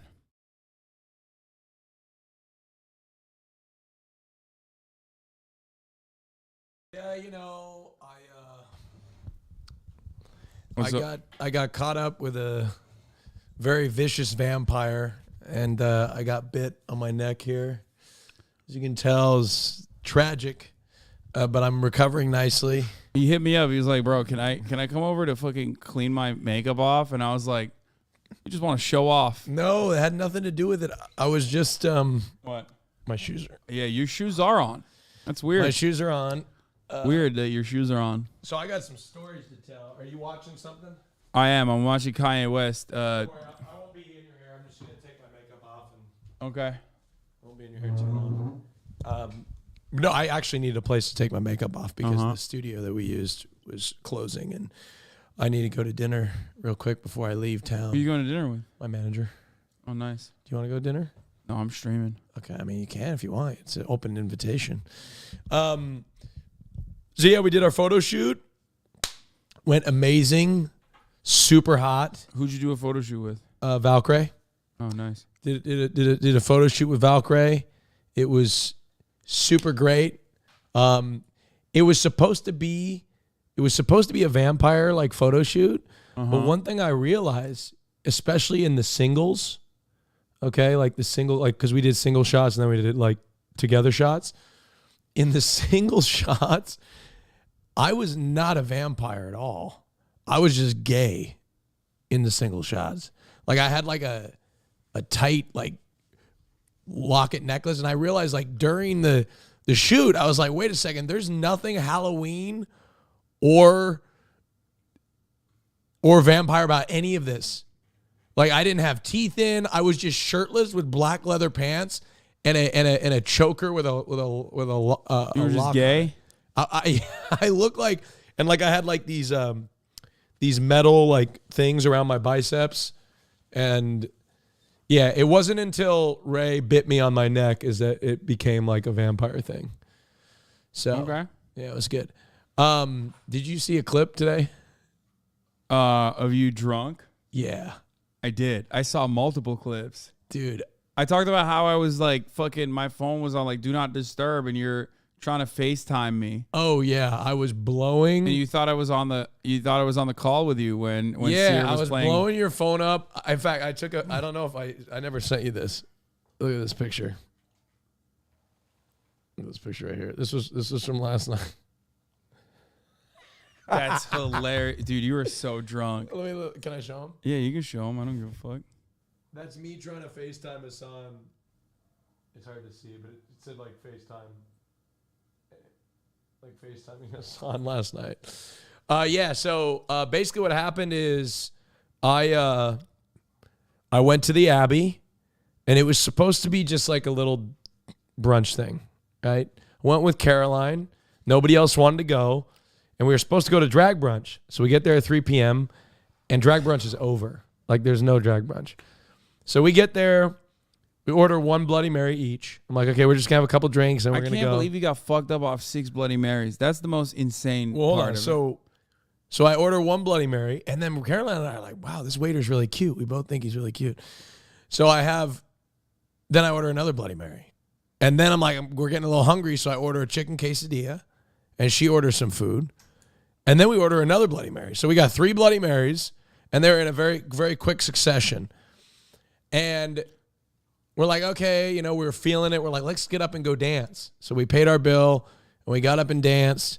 And next thing you know, I'm at the ATM pulling out $20, cash to get singles. People are saying Ye is more stable than you. Really? Yeah. What do you mean stable? Hold on, wait. I had a great time. I was stable. So I went and drank. I drank probably about 6 or 7 Bloody Marys. We were there for 7 hours. Okay, go on. 7 hours, and I think I spent $800 tipping. It was because I was tipping. We were tipping dancers, and we went around the entire circuit. We tipped every single dancer constantly for 7 hours straight. They really liked us, and I think it was because we were tipping, but we were good energy too. That's what I'd like to think, is that we're good energy. So, okay, what's going on with you? Well, I'm watching Kanye West, and we were in the middle of down. What's going on? You tired? I am tired. I haven't been sleeping too much, but no, I was just in a different vibe. Yeah, you're watching. We were watching. Show up my makeup. We were watching Kanye West. You continue watching Kanye West. All right, and then you clean your makeup. I'm gonna go clean my makeup off. We'll hear your perspective on it. Okay, I'm so excited to share my perspective about something that I have not been keeping up on. Because you haven't been watching. That's the thing. You haven't been watching the broadcast. Well, because I was doing a photo shoot. No, I'm saying like back in the day you used to, but you don't anymore. I've got a job now. Yeah, I'm working now. I'm working hard. You got a job taking slutty photos? Is that what your job? You just spat. Oh my God. This motherfucker comes in here and destroys everything. All right, go. All right, we're back to the interview now, chat. Savior and died for our sins. What do you feel about another attack, another painful thing? I imagine super painful is Balenciaga pulling. You had a really close relationship and friendship with their creative director. Like, how do you feel about all of it? I told you I sang the song. I sing another song from one of my mentors, Future. I never feel pain. I done felt too much pain. Like, there was a day where I was headed to Nashville to meet with George Farmer, who is the CEO of Parla, the day when we made the announcement. At that same day, Balenciaga was taking my imagery off of their site, and the Drink Champs was being taken down. I respect Muslims, but I don't like people disrespecting Christians when you have no idea what we have been going through, and the true Muslim really believe Christianity. They just can't because they are truly enslaved. Do not ban this one. This one is unhinged, mods. I want to see. I want updates from that one. Okay. No. I want updates from that one. That one seems. That's a good pet. We keep those. Sorry, let's keep going. And I said, this is the happiest day of my life. I love cutting the grass low. People wasn't really with you. They was part-time. People switch up when it's wartime. I'd rather have people who are really with me and not people who are just trying to use me. Listen, as a friend. Bro, people need to like fucking literally like pull him aside and be like, dude, like you think you're in war. Sure, you are. But you're launching at like the wrong enemy. Okay? You're engaging in war with like an entire group of people for no fucking reason. Okay? There are such things as like unjustifiable wars, okay? You're so unhinged you don't get banned. Damn, I hope I never reach that level of brain rot. No, it's the best, dude. Friend, Only if it's unique. if somebody cares for you, you have to be really careful by the people, by all people, always. The people that are going to be try to be close to you now, you don't know if you can trust them any Even more. With the Balenciaga, I have more to say about it though. Yeah. Please. Let's do this. Yeah. Demna will still work for Ye someday, and this is just speeding the process up. Have you talked? Can you share if you've talked? Yes, I talked to Demna. This is like we're kindred spirits. None of this can keep us away from each other. I brought Demna to Gap to be able to bring the best product in the world. At that time, I wanted to go under $100. Now I'm like, okay, we're gonna go $20 a product. I brought Demna in to engineer. That's why I said engineered by Balenciaga, Yeezy Gap engineered by Balenciaga, to engineer the best product for the people that they say are at the bottom of the Maslow hierarchy of need chart. Or they're at the bottom of the pyramid, right? So Gap didn't want that. Balenciaga didn't want that. Our agendas were not aligned. I was brought in to the Gap for political reasons and influence, like a Virgil, like a George Floyd. When popular celebrities are brought into Fortune 500 companies, it's not to raise the stock, it's to strengthen the position and influence. And it's Bro, like George Floyd. Okay. Don't mention George Floyd in that situation. Just mention yourself, mention Virgil Abloh, and then say companies want to sell and cater to black people, and capitalist corporations will use famous, iconic black celebrities for that. And then you have a decent point. Okay? Companies do not care about black people. They just want to use black people to sell to other black people. And then that's fine. And then they use it as like brownie points. And it's true and it's fine. That has nothing to do with Jews. That has nothing to do with George Floyd. I don't know why the fuck he's like upset. Okay, let's just keep going. definitely not to be out here letting a nigga think he's Steve Jobs. Yeah, there's people like that. But you, as a great man, a visionary, your job is to understand that game and be one step ahead. Well, that's why I'm telling them. That relationship, some relationships only last for a summer. Yeah. Some last for a year. The relationship ran its course. In that relationship, I invested a lot of my social capital and actual capital. I spent somewhere between $5 to $10 million personally on Balenciaga. How much money do you think Balenciaga had paid me in the past 2 years? Kind, I have a question for you. I'd rather have brain rot than talking shit about the guy feeding you right now in a spiritual war. You're a moron. So curious. Are you confused? Are you Jewish or Muslim? Because I think you have an identity crisis. Guys, don't ban this man from heaven so I can drop his ass when he's on high. Yo, this guy's fucking sick. Dude, come on. This is why I didn't want to ban this motherfucker. He's spitting, dude. Bars. Hey, dude, keep doing you. Okay?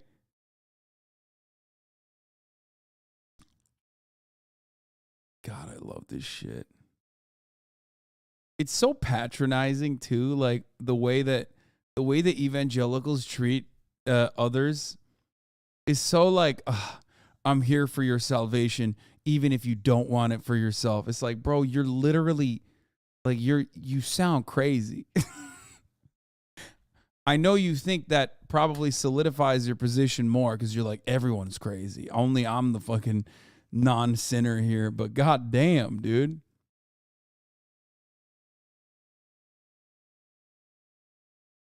Just take a really wild guess. A really wild. Less than that? Just take a super wild one. Just go to the furthest extent of your imagination. 1.2 million. Lower.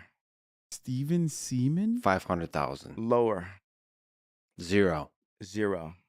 All right. And actually, 2 weeks ago, I paid out of Saints account $862,000, not in clothes for me from Balenciaga from the store, in royalties to Balenciaga, where the deal had been engineered where I was coming out of my pocket. So last year I paid Demna $3 million to design the collection, right? And we got it out of the Gap marketing fund. And he was going to deliver 160 SKUs or 120 SKUs. 100 SKUs are separate items of clothing. Styles of clothing. So he ended up delivering about 60. I feel like we're on the people's court because we actually are, right? We're in the court of public opinion. So he delivered about 60. There were all kinds of people that were working. Part of the reason why I had to get Demna, like I didn't want to have to I wanted to compete with him. I didn't want to have to like get him. You know, when I made Stronger, I did it to compete with Timberland and Justin Timberlake because my fiance at that time liked Justin Timberlake just a little bit too much. So, Oh my God, bro. What? Dude, every resentment, every instance in his life is fueled by a narcissistic desire and just petty resentments that he's had, worried about like someone else out competing him sexually. That's crazy, which is inherently the most conservative thing you can do. Being a cuck is literally at the heart of like 90% of conservative frustrations. Oh, immigrants are going to come here and they're going to outcompete us. You know what I mean? They're going to be dancing and our wives are going to want to fuck them. I don't want that. It's that. He is so cuck-pilled, dude. It's crazy.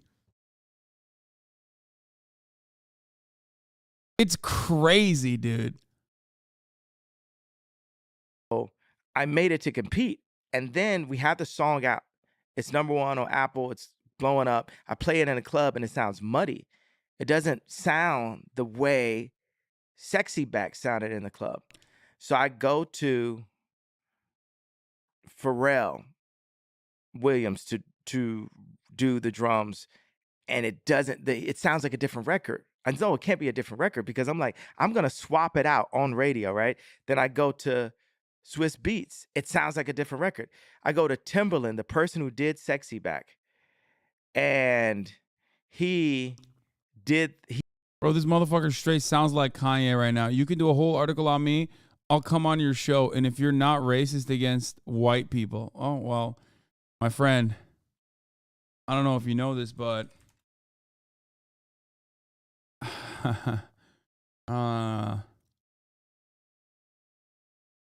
yeah, that's going to be awkward, dude. Yeah. That's me with short hair. Damn, Kotaku could not have used the worst photo of me, by the way. Holy shit.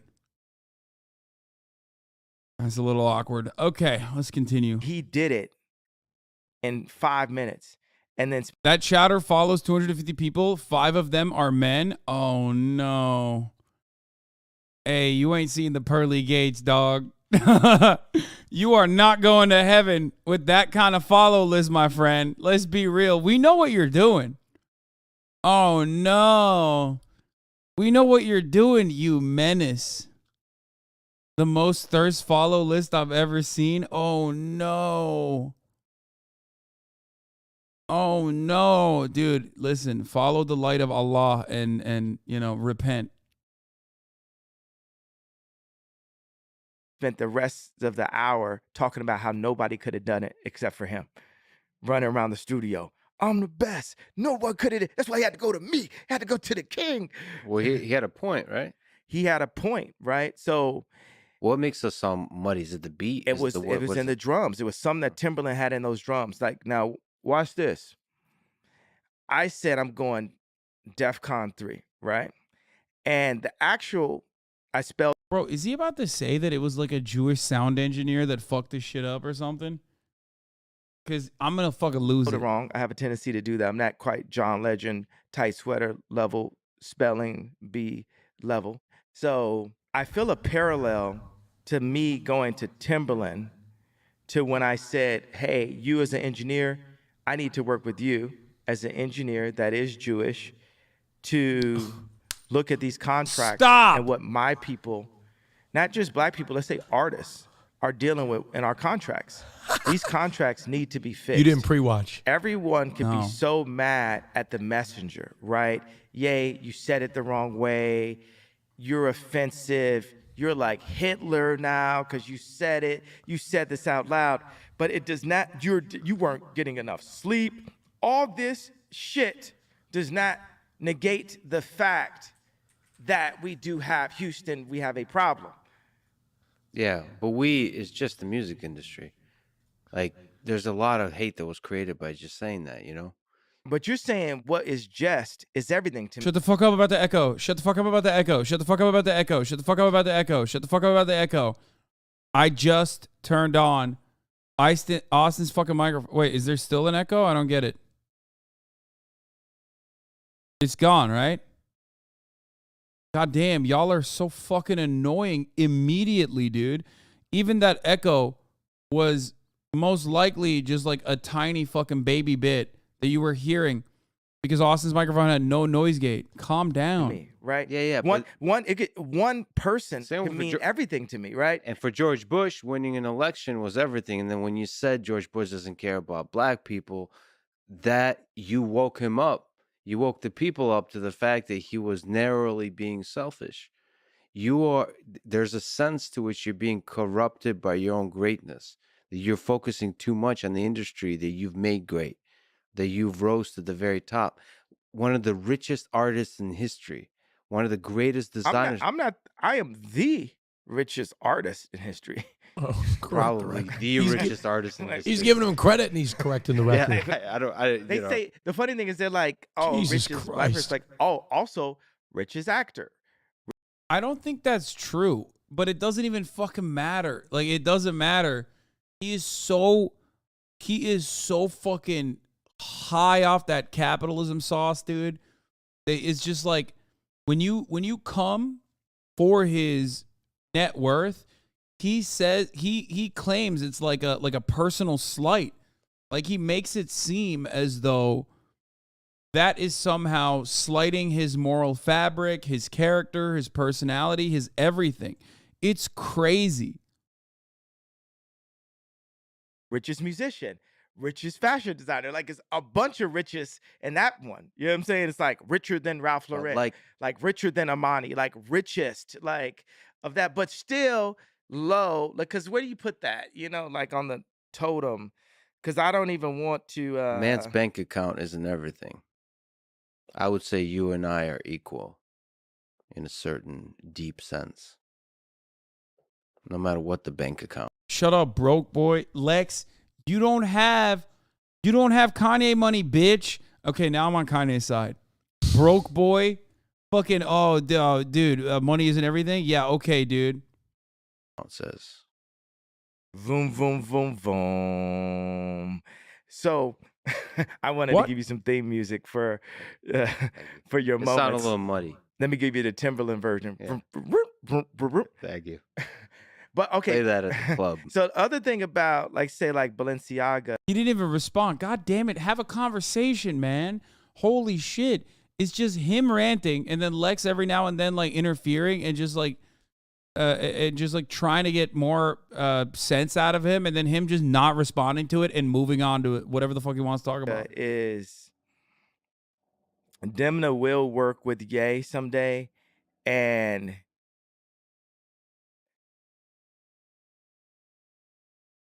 for Cedric and for Francois Pinot, and Salma is a beautiful human being.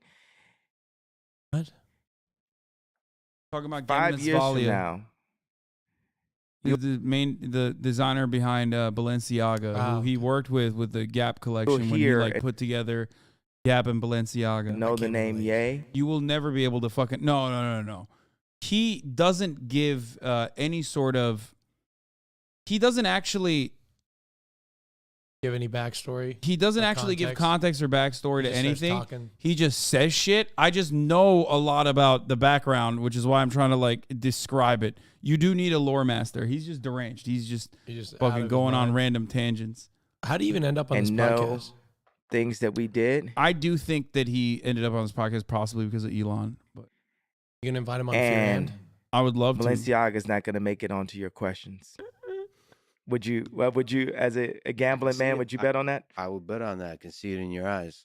Let me ask you a So it was sad. It was actually a sad day for me, not for me, but more for Balenciaga. I just when I heard that, I was just like, oh, shame. Let me ask you a silly question, just about Demna. I read something that you two talked about, like buttons, for a few hours. I'm like, Yeah, most normal Kanye dick riding. Look, he made graduation. How is it hard to defend him? Easiest thing of my life. Anti-Semitism is bad. Graduation is better than the bad in anti-Semitism. And they ratioed them too. Yeah, I mean, it was TikTok. Jesus. Not exactly the brain trust, okay? Not exactly the best ideas are going on in the comment section of a TikTok at any given moment. my gumdrop buttons. Just in that accent. Me and Dim only speak in Shrek. What's your philosophy with I'll which you approach commentate. design? You are one of the great fashion designers of our time. How do you think about it? Do you have a philosophy? You know what I like about the zipper is the zipper hoodie replaces the dress shirt. Because you could get on your douchebag shit and like unzip it and give it a little bit of, that type of look. And Which is the douchebag? like when the the douchebags that go to Vegas and unbutton their dress shirt. Yeah. And the problem with the pullover hoodie is I do you that. I'm can't not do a the douchebag. thing where you unbutton Yeah. it, but then still get the stomach. Because the thing is, the ultimate look would be like, military tank, pullover hoodie, and if you get a little hot, you take off the hoodie, but you're like crazy in shape. So it gives you that Oh, flexibility. it kind of hides Yeah, it. it's giving the zipper's giving some flexibility, and it's like maybe you want to keep your jacket on. Like it's considered like a hoodie to be like a jacket. If you want to keep your jacket on, then you might want to do this as opposed to pulling it all the way off. Yeah. So and it's just comfort, but then you get, okay, can I do a jogging pant on this with elasticity? Now, people argue about climate, where we are with the climate. I take a responsibility as being the most influential designer of all time to What? to say we're going to use biodegradable clothing. Now, the What? issue there is Are we talking about? the elastic is He just not claimed he was the biodegradable. most influential So person. that means in it's reducing actually the carbon better to footprint of use biodegradable jeans clothing. and a belt than to have an elastic waistband. What is he Because talking elastic about? waistband is not. Austin, will it shock you if I tell you that is the least unhinged thing he's said thus far? Has this been an hour and a half of this? It's been like 4 hours more like because I keep Jesus pausing. Christ. Um, God Yeah. damn. People are fucking crazy. yeah, no, it's just a sequence of like Kanye West's like greatest, most unhinged moments. If we're being real, that's mostly what this has been so far. Yeah. Well, I don't want to. I think this is a good segue here. I just wanted to say bye, but I didn't want to interrupt. Oh, you're leaving? Yeah, because I got to go to dinner. All right. See you in a week.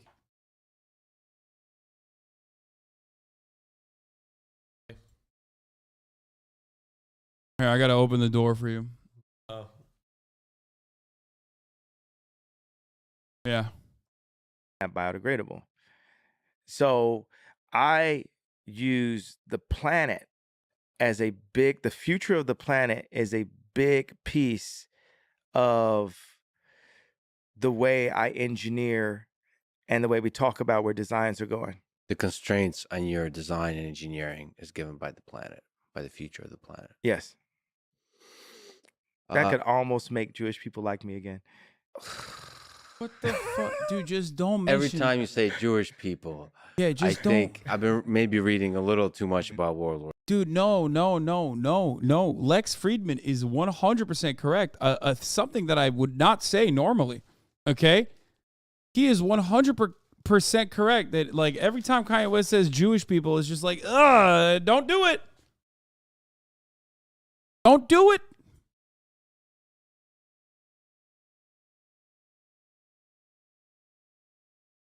He thinks it's fucking cute to be anti-Semitic. Yeah, it's just like he already lost that. Like he can't do that. Or two, but man, I'd recommend you listen to some audiobooks or read some books on the Holocaust, because like it's heavy.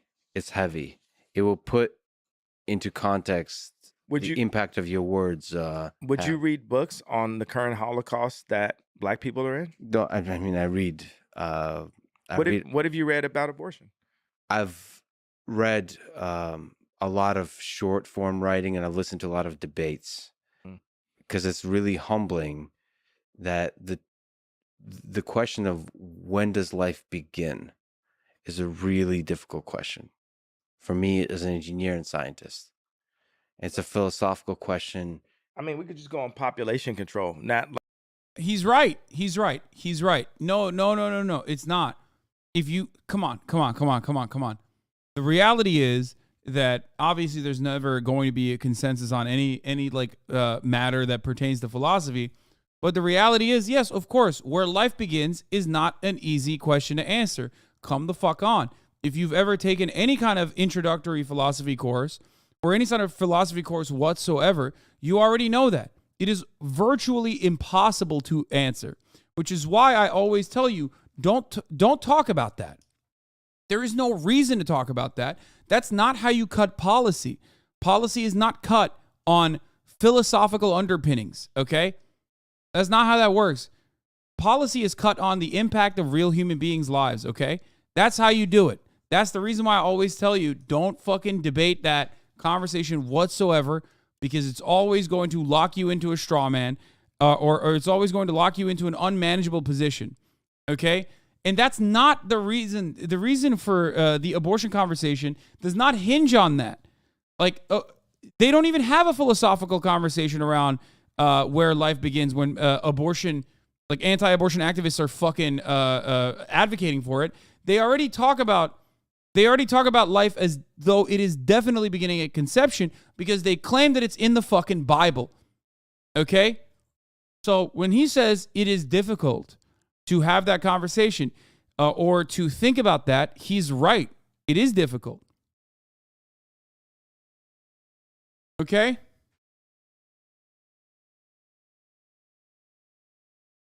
Philosophical underpinnings of where life begins might be a difficult conversation to have. It might be a complex conversation with a lot of nuance, one that you will never truly arrive at an answer for. But the conversation around abortion is not about that. The conversation around abortion is about the female bodily autonomy. Okay? That's it. And that is not a difficult conversation to have. That's an easy conversation to have. Women should have autonomy over their own bodies. Okay? That's it. That's it. Okay? It's simple. A to B. Don't ever try to engage in like a quick form back and forth debate. Don't try to engage in it from a philosophical point of view, because the other side is never going to do that. They already have the philosophy down because they're landing on the Bible. Okay? like if abortion is right or wrong, we could say factually the clinics were made by eugenics for population control, and it is controlling the population, as is the never being. No. Faygold is saying black women, like Faygold is saying that is what Kanye's understanding of abortion is. Calm down, guys. A 25-month subscriber did not fucking say that unironically. And they're right. They're saying that like Kanye personally believes Kanye personally believes that like black women are too stupid to have no autonomy, have no decision-making processes, and are being controlled by population control. People that want to control the population.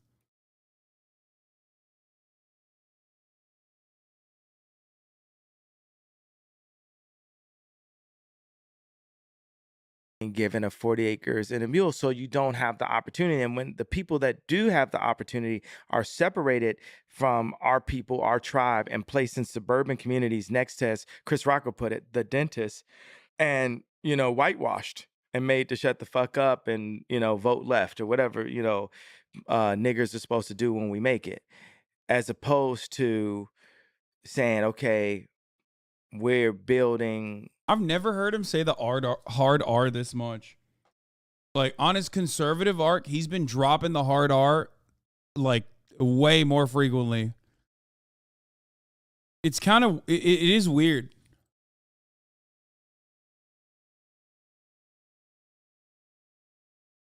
Schools, we're building up choirs, we're building up our own leagues, basketball teams, our own factories. We started the first sportswear factory in America since World War II. Why is it weird if he has a listen to say it? You mean a license to say it? I mean, of course, I'm not going to be like, oh man, he can't say it. He can say whatever the fuck he wants. But the way he's saying it, especially the way he's saying it and everything else contextually around what he is saying is anti-black. So, it makes it seem racist coming even from him, a black man. That was my point.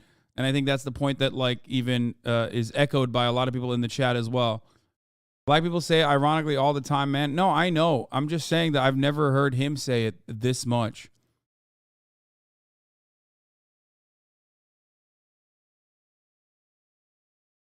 Hasan should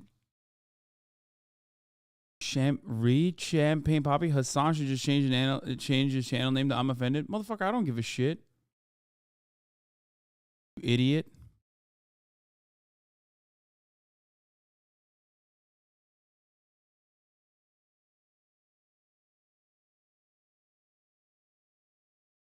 Also, you can be offended. Like, there's nothing wrong with being offended. Conservatives get offended at everything all the fucking time.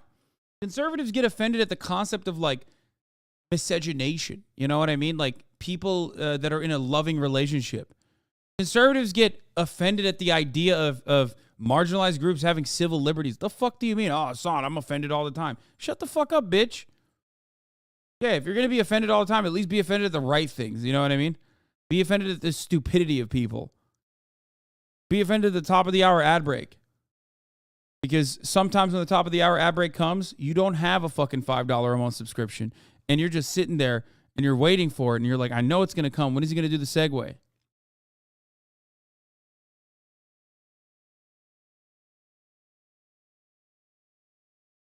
Comes at the top of the hour as always.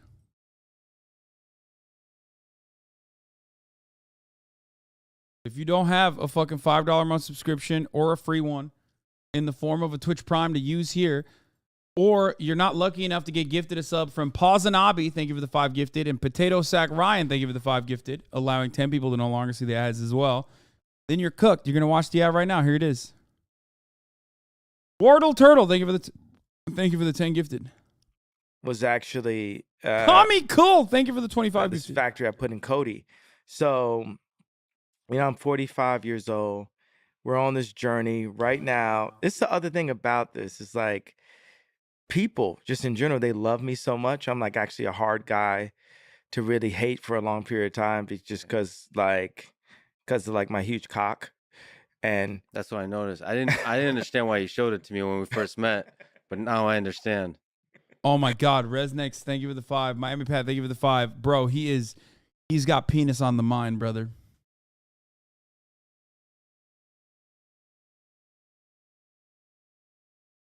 That was weird. yeah. It's very nice. Congratulations. I know you don't talk about it, but your hat does say 24. Yeah. If you run for president, what kind of ideas would you represent? Mr. Cubop, thank you for the 5 gifted. that we're beings with engineering opportunities. I would represent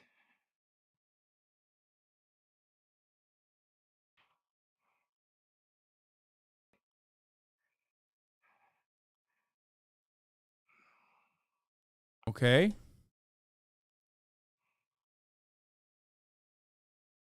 What? just as you served a platform here, there's something that happened on my last. He's like, fuck, how do I tie this back to Jews right now?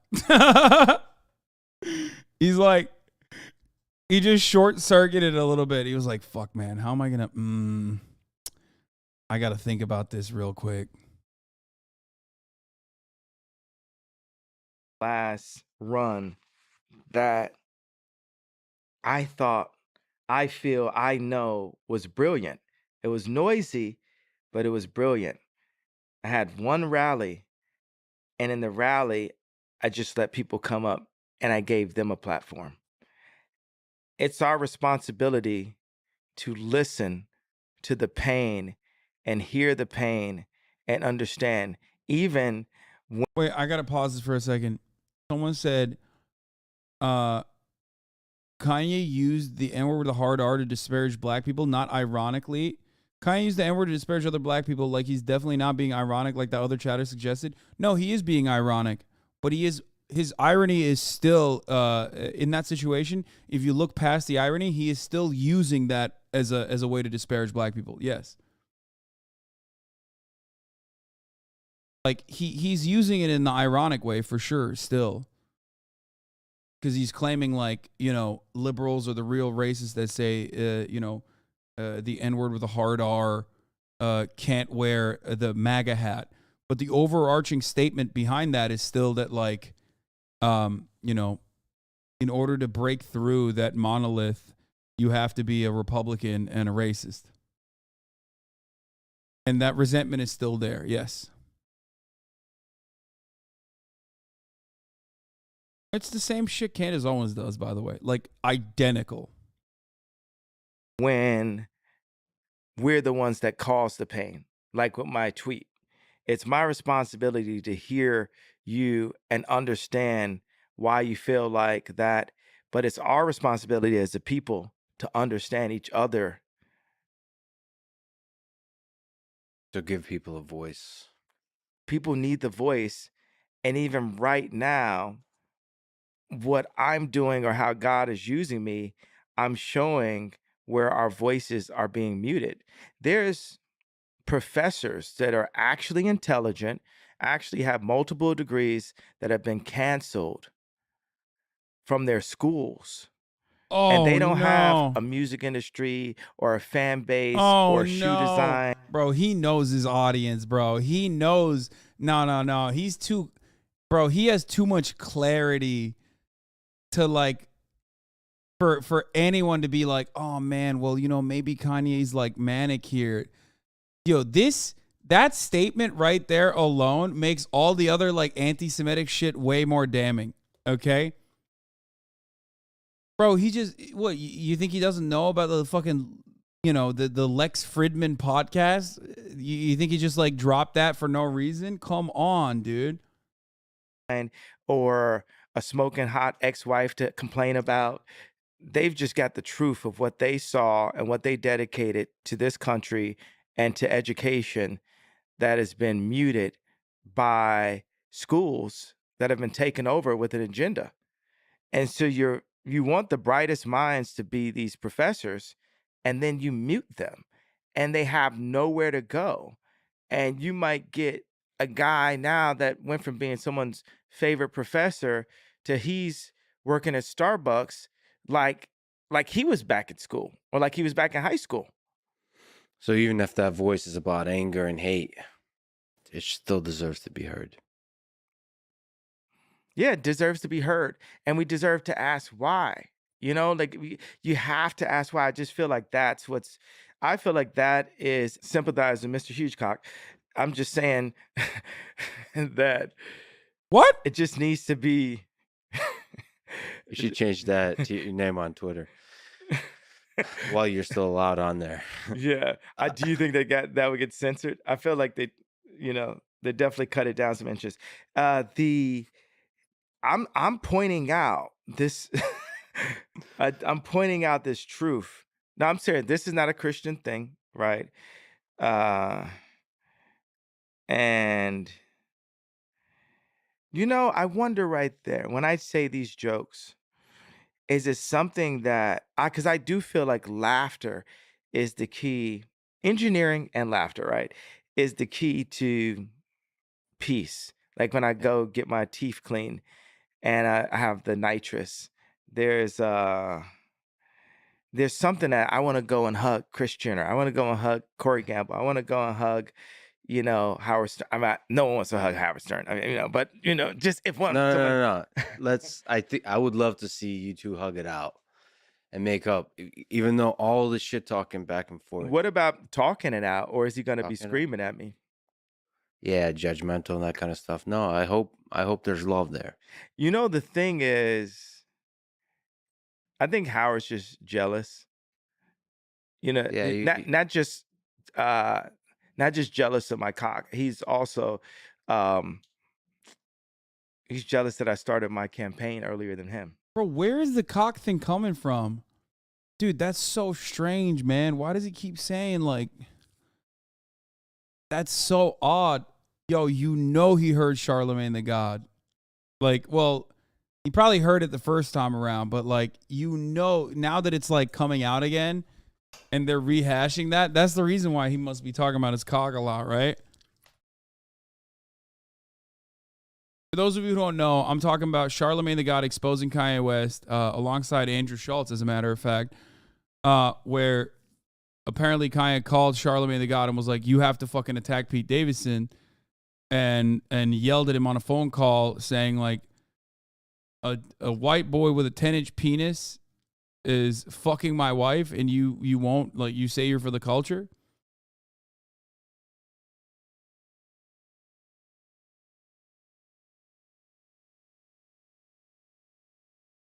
I'm going to be honest, though. Like, even if he has a fucking massive one, okay? Even if Kanye West has a massive penis, he has talked about Pete Davidson so much that, like, it doesn't even fucking matter at this point. Like, no one will believe him unless he just straight up shows it. You know what I mean?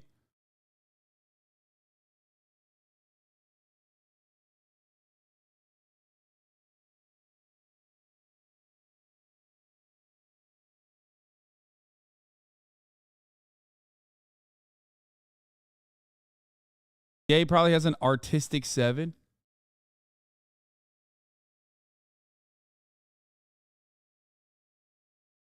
No, we know what area. No, we know how big Pete Davidson is. We don't know how big Kanye's is. That's what I was saying. You got to let go of that jealousy. You got to let go of that jealousy, Howard. You got to Howard and everybody else. Jealousy is a natural human thing, man. I wonder, just as a Christian, right, when I joke and say this stuff, it's like, am I being disobedient to God? Because as a boss, right, I'll talk to an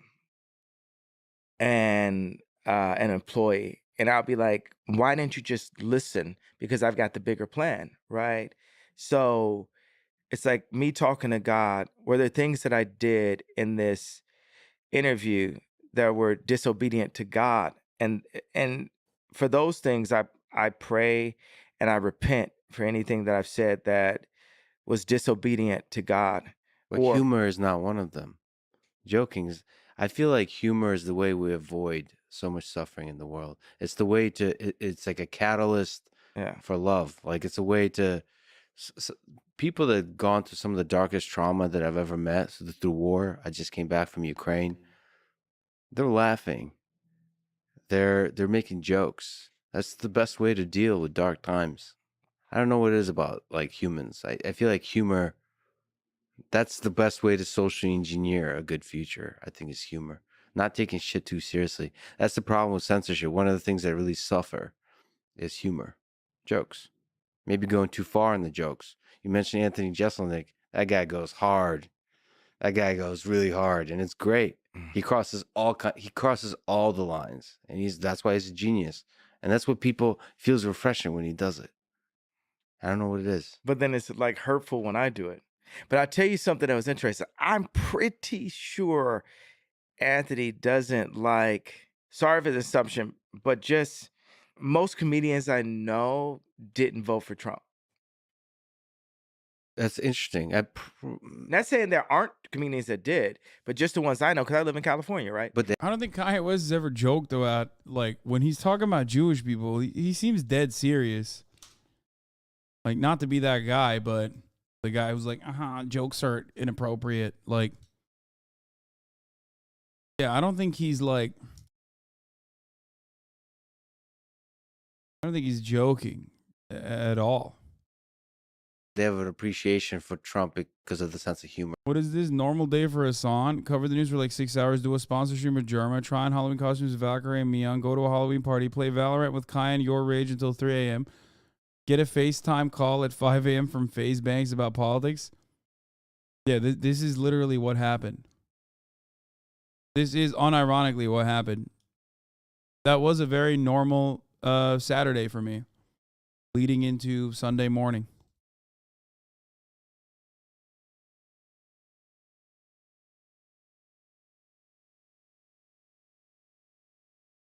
I did not have a conversation with FaZe because I was sleeping. Humor. Yeah. I got to ask you about parlor and engineering because I'm interested about that. Dum, dum, dum, dum. Hey man, I'm actually trying to hold it together. You're pretty offensive towards a lot. And I'm not looking to be offensive. I shit. really want to bring people together and get these I sales know, done. but the word, 100%, I see your Dude, that was like adult. Kai said he's down to play Valo again tonight. I DM'd him earlier, but he hasn't DM'd me back. Dude, that was a tone. That was a tone shift. He went older bro here. He little broed him a little bit. That's crazy. vision. If I really What? want to bring people together, And I'm not looking to be offensive. I really want. hey man, I'm actually trying to hold it together. You're pretty offensive towards a lot. That was a very serious.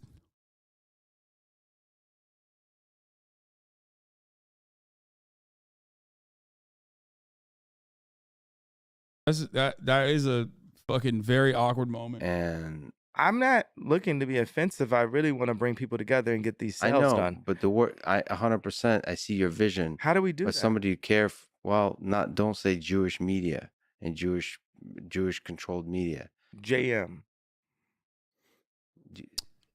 Dude, Like, come man, on, you sound like it sounds too much like 1930s Nazi Germany that was leading up to the atrocities. Oh, he would say JM? Yeah, he was branded JM. That's right. No, it's just the implied, like this memeified prejudice towards a group in a way that's going to lead to hate.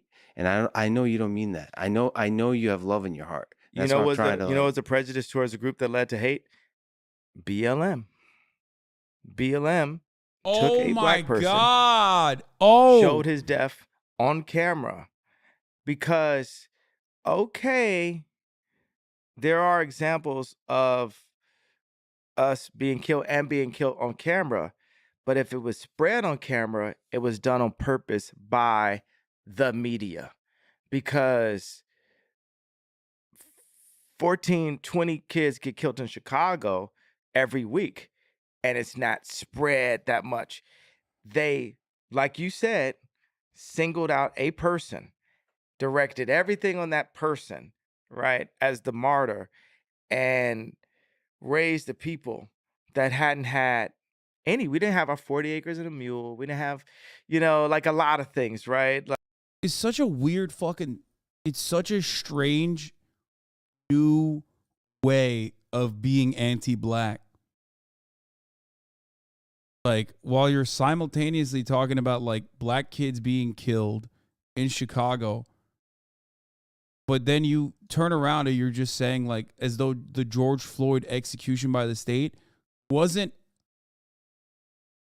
motivated, or rather the neglect leading up to that execution is not nearly identical the systemic roots of both of those issues is the same. It's white supremacy.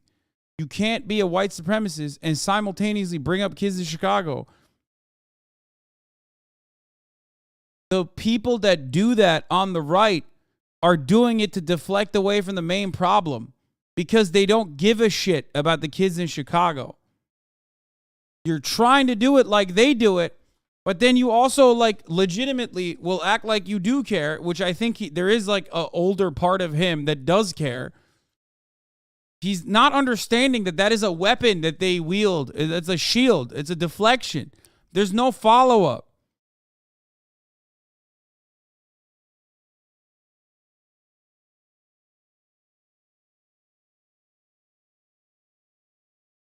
Like that black people have not ever been given. So once we're given just a little bit, like your life matters, right? Then we literally like, oh, okay, now we're being heard, right? But actually the death toll is up. The city where this happened is completely been turned to a war zone. It's actually something like Candace Owens can actually specify this better, but it's like its own city or something. Like they made it not be a part of the actual state or something. It's like DC and stuff. It's like Washington DC now and stuff. Like, and that has to be from a government, that's got higher level agenda written all over it. Yeah, they're using the death of an individual. Yeah, sure. What? The Yeah. media are. Not the Jewish media, the media. The media is fucked up. That machine. Bro, that's crazy. This is a crazy conversation. Lex is like, listen, King, you can be as bigoted as you want towards black people. I love that shit. Just don't do the Jew thing, okay? The fuck? What the fuck is he even? What is he doing? What the fuck is he doing at this point? He's like, dude, just keep the shitting on thing, keep the anti-black sentiment, but don't come for the Jews. Is a fucking ridiculous way to handle this conversation. He's just saying insane stuff.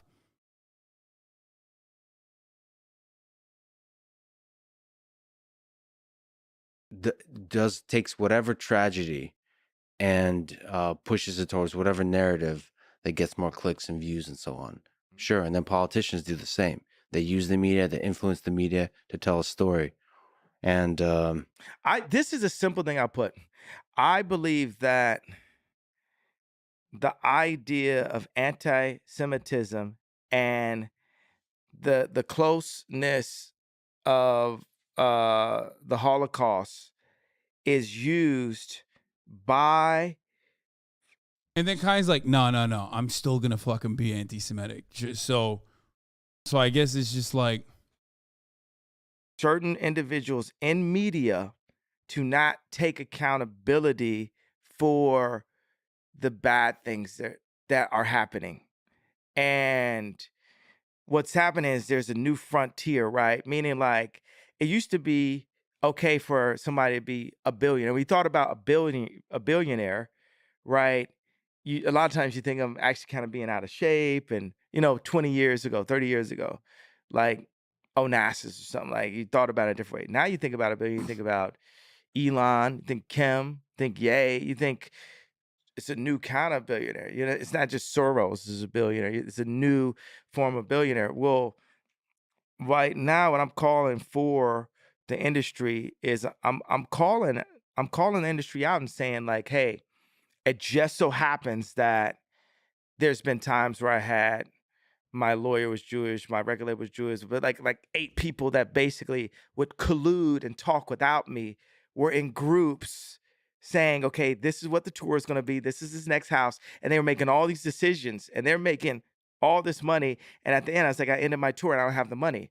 And it just so happens that that's the case, that what they were. But what I'm saying is, if everyone can say, hey, you can't point out this fact, or we're going to say you're anti-Semitic and we're going to call you Hitler, I feel that there has to be at least 1% of safeguarding the ability to screw the artist based on saying it's anti-Semitic by pointing out that they just so happen to all be Jewish. And I Bro, what the fuck? Oh my God. don't think he's that's still- anti-Semitism. I just think that's, hey, this is another thing. Like, okay, the Kardashians, when you hear that, do you think male or do you think female? You think female.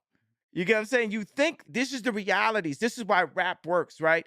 They're going to make an anti-women thing in a second, right? And it's going to say, well, if you point out that these 6 women are having a meeting on where the Christmas party is, and none of the ball players or rappers that they have babies with have any say-so, so that Christmas happened at Courtney's house all 8 years when I was there, and it never happened at anyone else's black family house, right? If I'm the one that pointed it out, they just don't have, they don't have their, oh, you're anti-Semitic word to say, shut the fuck up. Yeah, but Because this is the way it runs, and this is the way we want to do it. if you say that women are silencing the black voice, yes, you're gonna get the same response. But especially if it historically But resonates. what about the fact that it's true? When you talk in groups, that breeds hate. When you talk about individuals, it solves problems. And this- You're in engineering. Okay, but this is something I pointed out on Pierce. I said, if a black person gets pulled over with a car and it's 3 other people in the car, they're also going to jail. Okay, but you recognize that that's a bad thing. Racial profiling, and also like weird sentencing rules surrounding weird sentencing rules in the criminal justice system are bad. So like, why did nobody tell Kanye West like, hey, 2 wrongs don't make a right? It's just, oh my God, conservatives are so fucking stupid. Why did Kanye stop writing this stuff down? I think his brain is working on overdrive now. It's also a bad analogy. Not all Jewish people are in the car. Yeah, I mean, it doesn't even matter because like the concept revolves around profiling. He's trying to bring it. He is trying to literally say like, oh, well, they profiled me. They're not going to single them out. They're going to say you guys are all in collusion. I just described collusion 5 times. Yeah, it's not even racial profiling. That's just how accomplice laws work. Yes, I know. But Times in this interview, and you keep on going back to this is like 1930, this is like this is like that. What I'm saying is, look, I want to work with you as an engineer to free my people. Can we start as a being with engineer opportunities right here? Yes. I am sorry to the people who had to be hurt and affected by that. Now we are here and I'm looking to solve it. But what happens is every time, if I talk to any of these business people one by one, because mind you, I didn't get to the tweet by not having a conversation. I had the conversations beforehand before I got to the tweet. Now we're going to take it to the stage. Now we're on the world stage, right? And I don't think he understands that he's also like ruining an otherwise good point that he could be making. Because like the good point is, and the correct point is, executives, capital owners, capital owning executives, especially in the record industry, the record label owners, are fucking exploitative. Okay? They're awful, they're exploitative, and they profit off of black plight, they profit off of black bodies, and they profit off of everyone in general. Okay? But when you just like weirdly turn that into some anti-Semitic fucking rant, you literally are destroying your own argument that you were making. Hold on, I gotta open the door for saw Austin. Ari Emanuel do exactly the kind of thing that I was saying had been done behind closed doors. Now he's doing it in open doors. They told Candace Owens I couldn't be on the Daily Wire. Like, you can't even explain yourself. And we don't care how you got to that point either. And that's fucked up. They told Candace you can't be on Daily It's not Wire? even about, yes, she did. That's what they said. And you know what? and you can have my voice raised or lower. I'm gonna do it lower, right? Because what's happening to me I put in your words. Wait, what did they do to Candace That's what Owens? they said. They told Candace you can't be on Daily It's not Live. even about. Yes, she did. That's Yeah, I wonder why. Ben is such a bitch, dude. Ben Shapiro is such a bitch. Dude, no, I think how you get banned from the Daily Wire, you just say deeply anti-Semitic things. So they probably were like, yeah, we shouldn't have him say this because then Ben is going to have to shit on Kanye West. Yeah.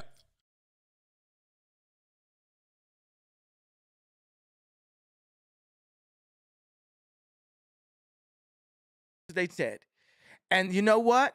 And you can have my voice raised or lower. I'm gonna do it lower, right? Because what's happening to me I put in your words, the media is saying, not only can you not explain yourself, we don't care how you got to that point. You need to apologize and you can't explain, and that's the end of the story. So just apologize so we can have Mel Gibson do some more films. Is exactly what Ari Emanuel was saying. No one is looking to change the problem that led so many people. Bro, because the problem is not what you think it is. The problem is not Jewish people. Oh my God, no one is ever going to get to him, dude. It's just like his anti-Semitism has hit like the highest stage you can get. Okay? The only stage higher than this is just straight up like advocating for the Holocaust. You know what I mean? So he's not... He's just like, bro, he literally just compared himself to Mel Gibson, okay?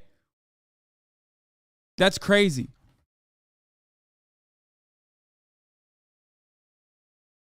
To that same level of frustration. And I just so happen to be the one that's not going to back up on it until this changes. Because you know what? I'm sorry I had a sleepy text. I'm sorry I wrote. I'm sorry for everything. I'm sorry that I put that I was 5'12" or 5'11" on Tinder.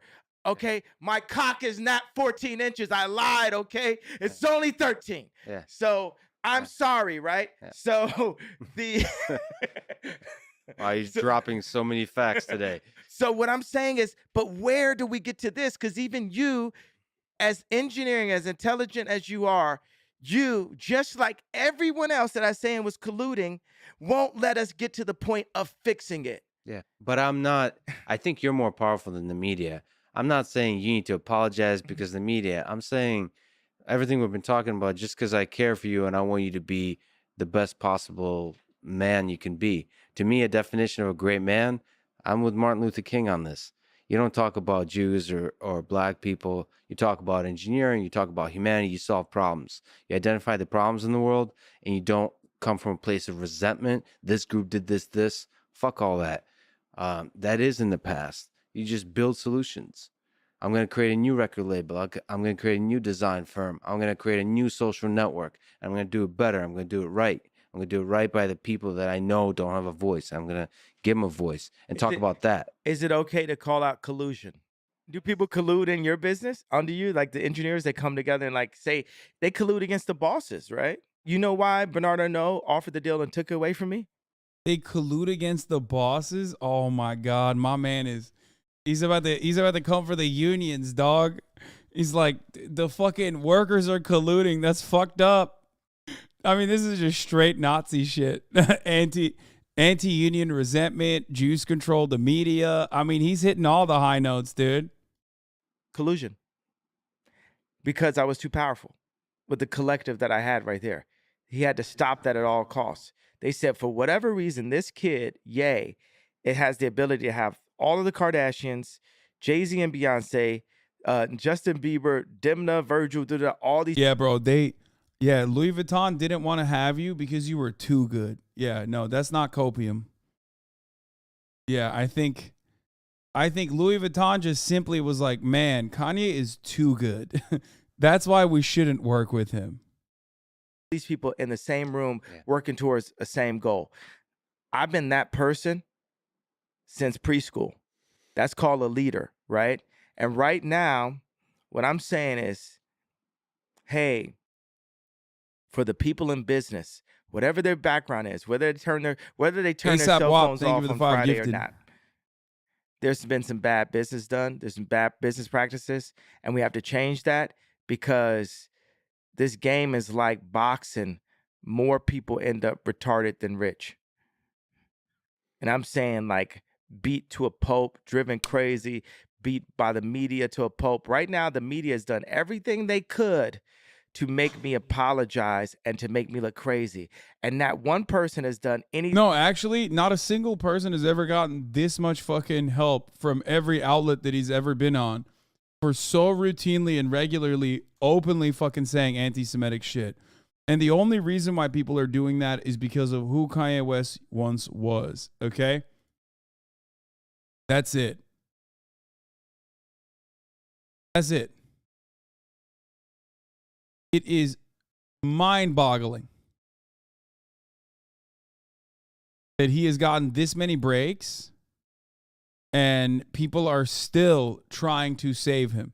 Every time they have a conversation with Kanye West, it comes across like they're just telling him, like, listen, don't say this instead. Come on, Kanye, why don't you say this instead? And I don't mean like Kanye would be correct, like the way I'm describing it, where I say Kanye would be correct if he said the problem was capitalism and not anti-Semitism. They try to overlook his anti-Semitism.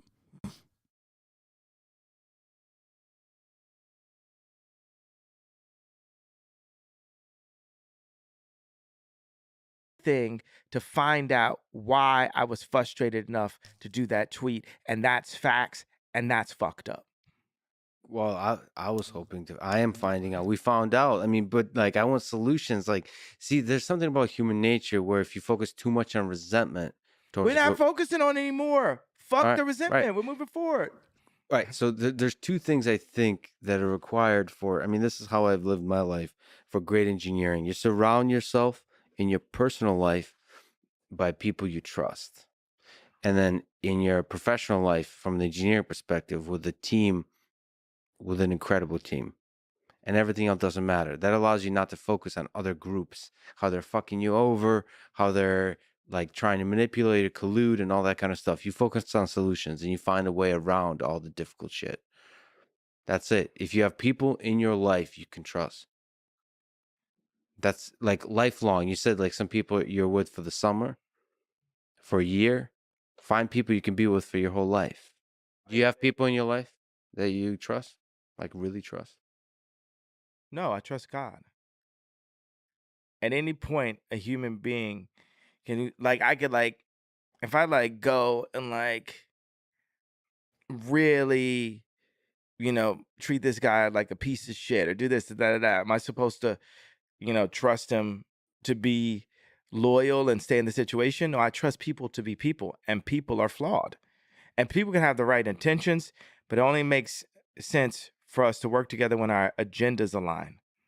When Kim was pulled really far to the left, our agendas no longer, aligned. So that made the marriage impossible. It aligned where it's like, oh, I could wear a red hat. That can help her to get Alice Johnson out of jail because Trump's willing to do that for my wife because I was the only person in my position that stood up and said, wait a second, I like you. Because But isn't there a deeper agenda, the human agenda of just being in love? Like, that's just what you're talking about. Red hat is just politics, right? I mean, the world is becoming more and more transactional every day, and actually, marriages are actually originally based on transactions. And that's why they're less needed the more autonomous as we come, or the world makes it less needed. I feel like we do need each other. I feel like we do need someone we can always, count on. It's like I'm pulled away by King Koopa, which is the media, the politics, the promise, oh, we're going to keep you safe. So the reason why I get, really frustrated with Kris Jenner is she says losing Rob Kardashian was the greatest mistake of her life, but she never gave Kim's hand over in marriage, because this is the bottom line. When me and Kim met, we were millionaires or whatever, right? You're telling me you just hand her hand over in marriage that your daughter's not successful? Handing your hand over in marriage too. But no, she had to still be the husband to all of her daughters. And We see what the results are consistently. So that's where I get, frustrated. It's like, let that go. Let this person do what you made mistakes on. Don't make this person relive those same mistakes and then put that agenda into my daughters too. Is there somebody in your life close to you that you trust enough to call you out on your bullshit? We're all full of shit sometimes. What's my bullshit? Well, some of it I pointed out today, but I don't know you deeply enough. Though? What was the bullshit? Jewish media, That's not bullshit. The bullshit is that the Jewish media won't admit. Your dad was right. Your dad was right. The words you used, you weren't. And I said it. You're not gonna make me say it 800 more times. I don't know if it resonated because you keep saying like the words. Did it resonate to y'all that y'all ain't do nothing about it, and that all y'all want to do is have somebody apologize or sweep under the rug your bullshit that you've been doing the whole time? Shit, he's coming after Lex too. He said like he's not. What the fuck? Dude, that changeup is crazy. What the fuck?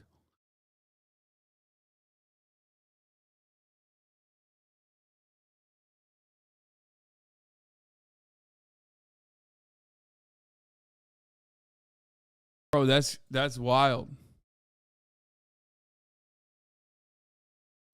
Took him an hour and 52 to fucking get to the point where he's like, time. You on the same bullshit as the other people. So you're doing the same thing that the other, let's say media, because I'm not allowed to say, has done. So until somebody Which is what, man? I'm trying to call you out in your bullshit because I hope I'm somebody you can trust. I don't fucking trust you. Well, you should find. Bro, this is so awkward. What the fuck? Yo, what the fuck? Oh, no.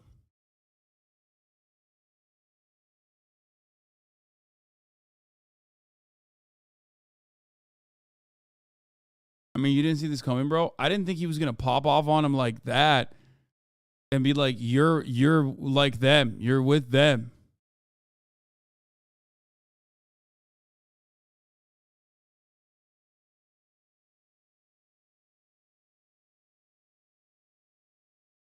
This section is labeled accountability.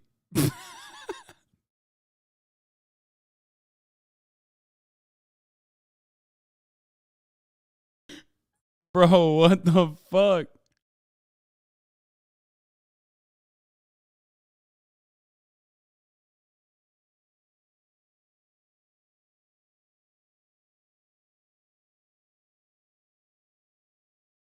Find people in your life you can trust. Don't tell me what I should do.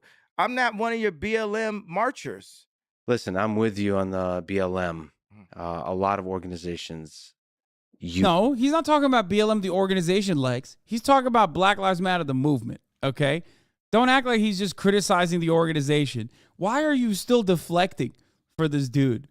He just came at you directly and said he doesn't trust you. You're one of them, and you're just like, oh, well, you know, trust me, Kanye. I don't like BLM either. Come on, Kanye. Huge tragedy. And I watched the Candace Owens documentary. And what was your take on it? I think it's important to question the mainstream narratives, but I don't agree with it. I still believe that George Floyd died from the knee of the cop, not from fentanyl. And even if that was the case, there's still 50% of black deaths is actually abortion. Bro, what the fuck? Dude, what the fuck? He is just... So let's get into engineering. Let's just go. Because how do you fix that? Population control is social engineering.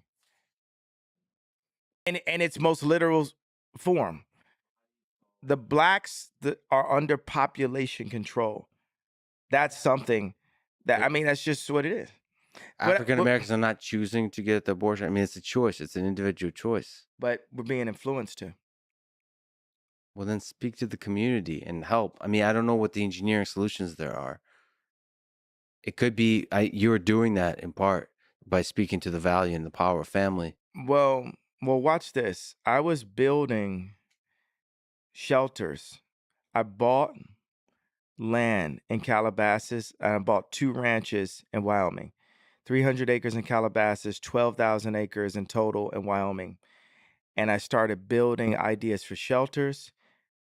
And God set it on my heart to make monasteries, which would be modern day facilities that don't turn people down, that have farms, that have shelter, clothing, but first of all, water, first of all, knowledge, because knowledge is the most important resource to our species above water.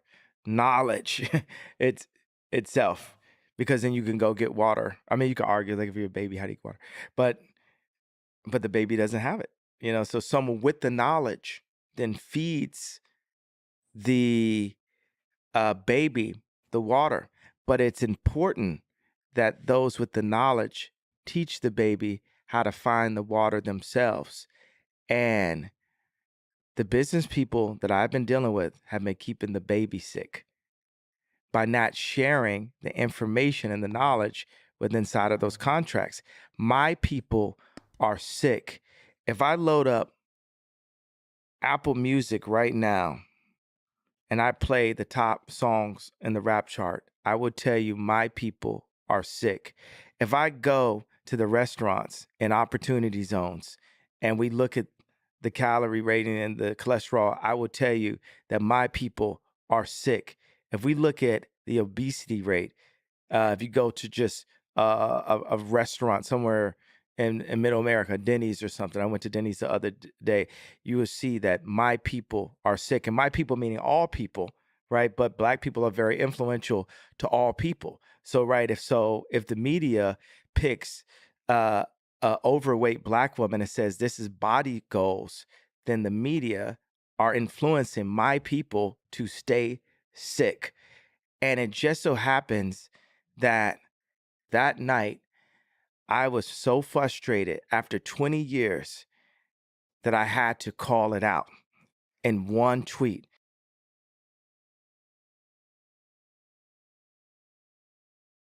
Dude, what the fuck? Again, when he talks about like super high calorie, not exactly nutrient dense foods, or food deserts, or whatever the fuck, there's a legitimate reason to critique that, right? It's a structural issue. It's about poverty. How the fuck do you go back to the media colluding with Jewish people, like the Jewish media doing that to Black people? How the fuck do you go to Lizzo? Lizzo's like anti-fat shaming movement is just simply to stop harming fat people. Because fat shaming doesn't actually, cause people to lose weight. It's just not. It's just demonstrably proven not to. Okay, that's it. No one is like, hey, you should not be healthy. But you also recognize why people aren't healthy.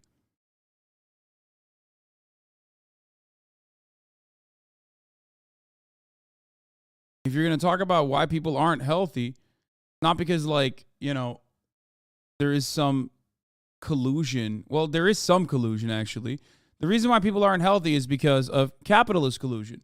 Collusion between food producers, government subsidies that they get, and how much they market unhealthy foods to people, and how they present unhealthy food options, and sometimes even limit healthier food options. Okay? That part is the capitalist collusion. All for the profit motive in general.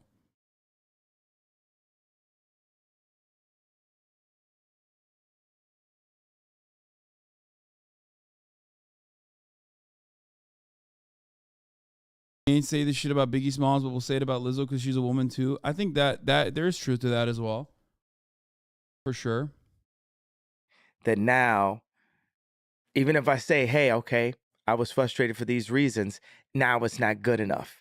You've literally tried to make me re-apologize 10 times in this meeting, re-say this, re-say that, but it doesn't change the fact that my people are sick, and I'm the only person in my position that will say that my people are sick.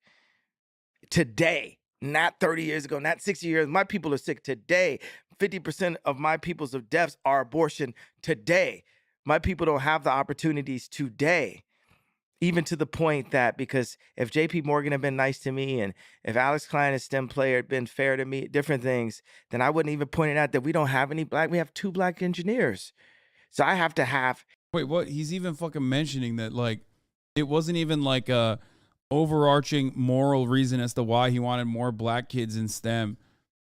Is that the people that he talked to were literally mean to him. That's crazy.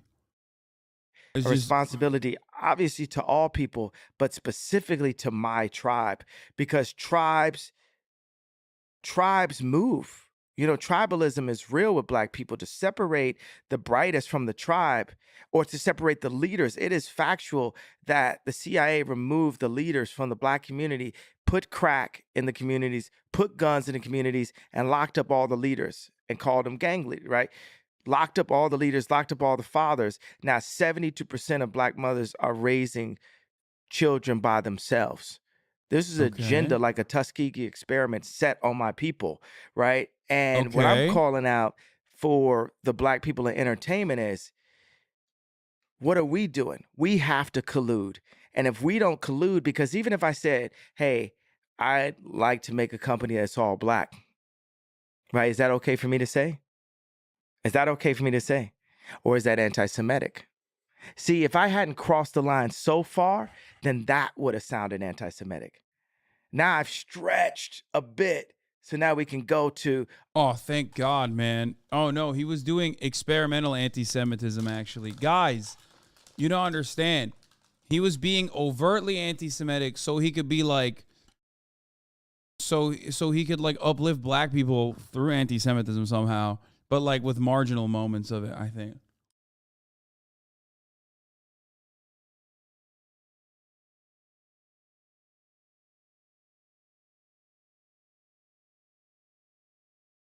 He was doing tactical anti-Semitism. Brilliant. Okay, let's make an all-black company.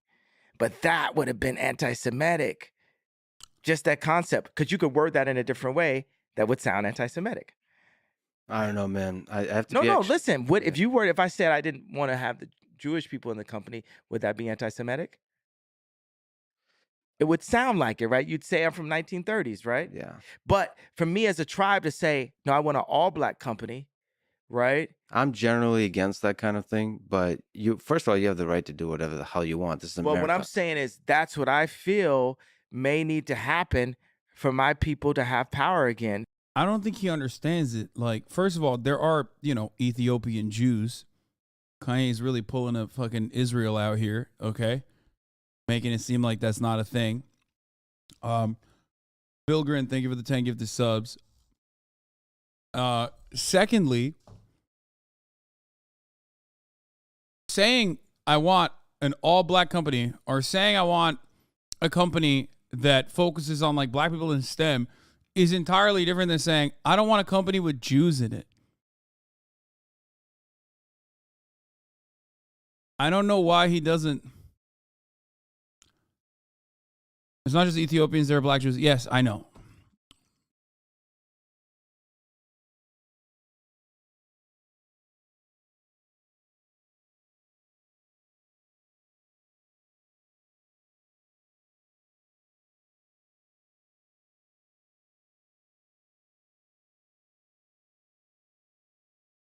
Because when my people have been left under the media's control, we've been made sick. We've been allowed to be sick. We've been we're promoting sickness. I think. Yeah, like, great example.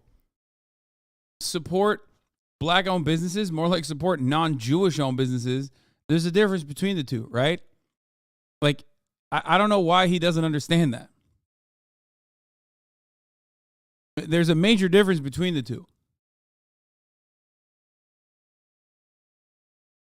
Especially when, like, support black-owned businesses doesn't mean don't support any other businesses either. I think at least in the engineering realm, I haven't met an engineer who happens to be black who would like to be called a black engineer. And when you have a company of all black people that are engineers, I don't know the creative arts, I apologize, but engineering, they really try to look at each other as humans and look at the problem.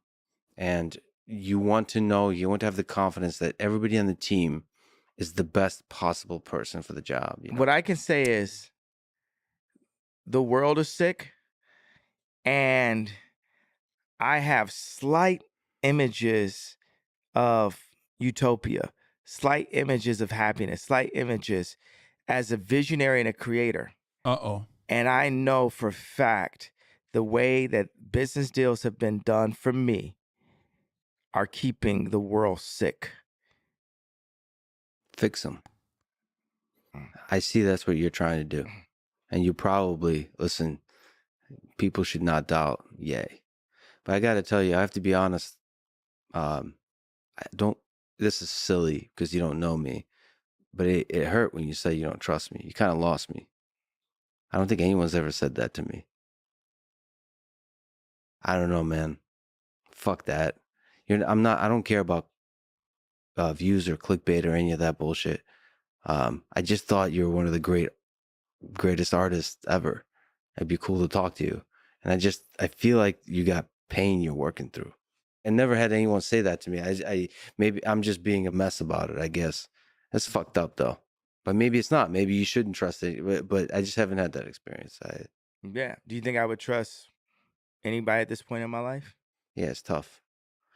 It's tough. I hear you. And it's also kind of good to see how much strength you got. You're not broken by any of this. You're under a lot of attack by a lot of people. You have a vision and you're trying to feel your way through it. And you might get destroyed for it. That's the human, that's the risk you take. It's a wonderful life, though. What do you hope your legacy is? To be forgotten. Do you think that's bullshit? He does not want that. Okay, I'm done. I can't do the rest of this, bro. This fucking sucks. He like kind of shameful.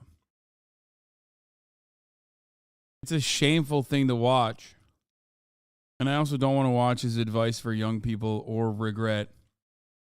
I want to do things that I will regret, except I never regret war crimes. Okay? Right. You will regret not subscribing at the top of the hour because an ad break is coming. At the top of the hour. Shameful on the host or Ye's side? No, it's even shameful on the host side for like getting fucking hosed down by Kanye, saying like insanely anti-Semitic shit, trying to push back at it, him refusing to fucking recognize it. Like, and then literally Kanye West openly fucking said to him, to his face, like, bro, I don't trust you. Saxy Panda Bear, thank you for the fucking 100 gifted subs. That was hard as fuck to watch, man. That's crazy. I don't think he would have done that if it wasn't Kanye West. Let's be real. I don't think he would have done that. He's just, no other person on the planet could just like be openly and agitatingly anti-Semitic to a Jewish man like that on their own fucking podcast. That's crazy to me. You know? Here's the 1 minute ad break now, by the way, boys. It's war crime time. I can't believe Kanye West made me feel bad about Lex. Yeah, no, I felt icky watching that. I felt bad for Lex Friedman, straight up.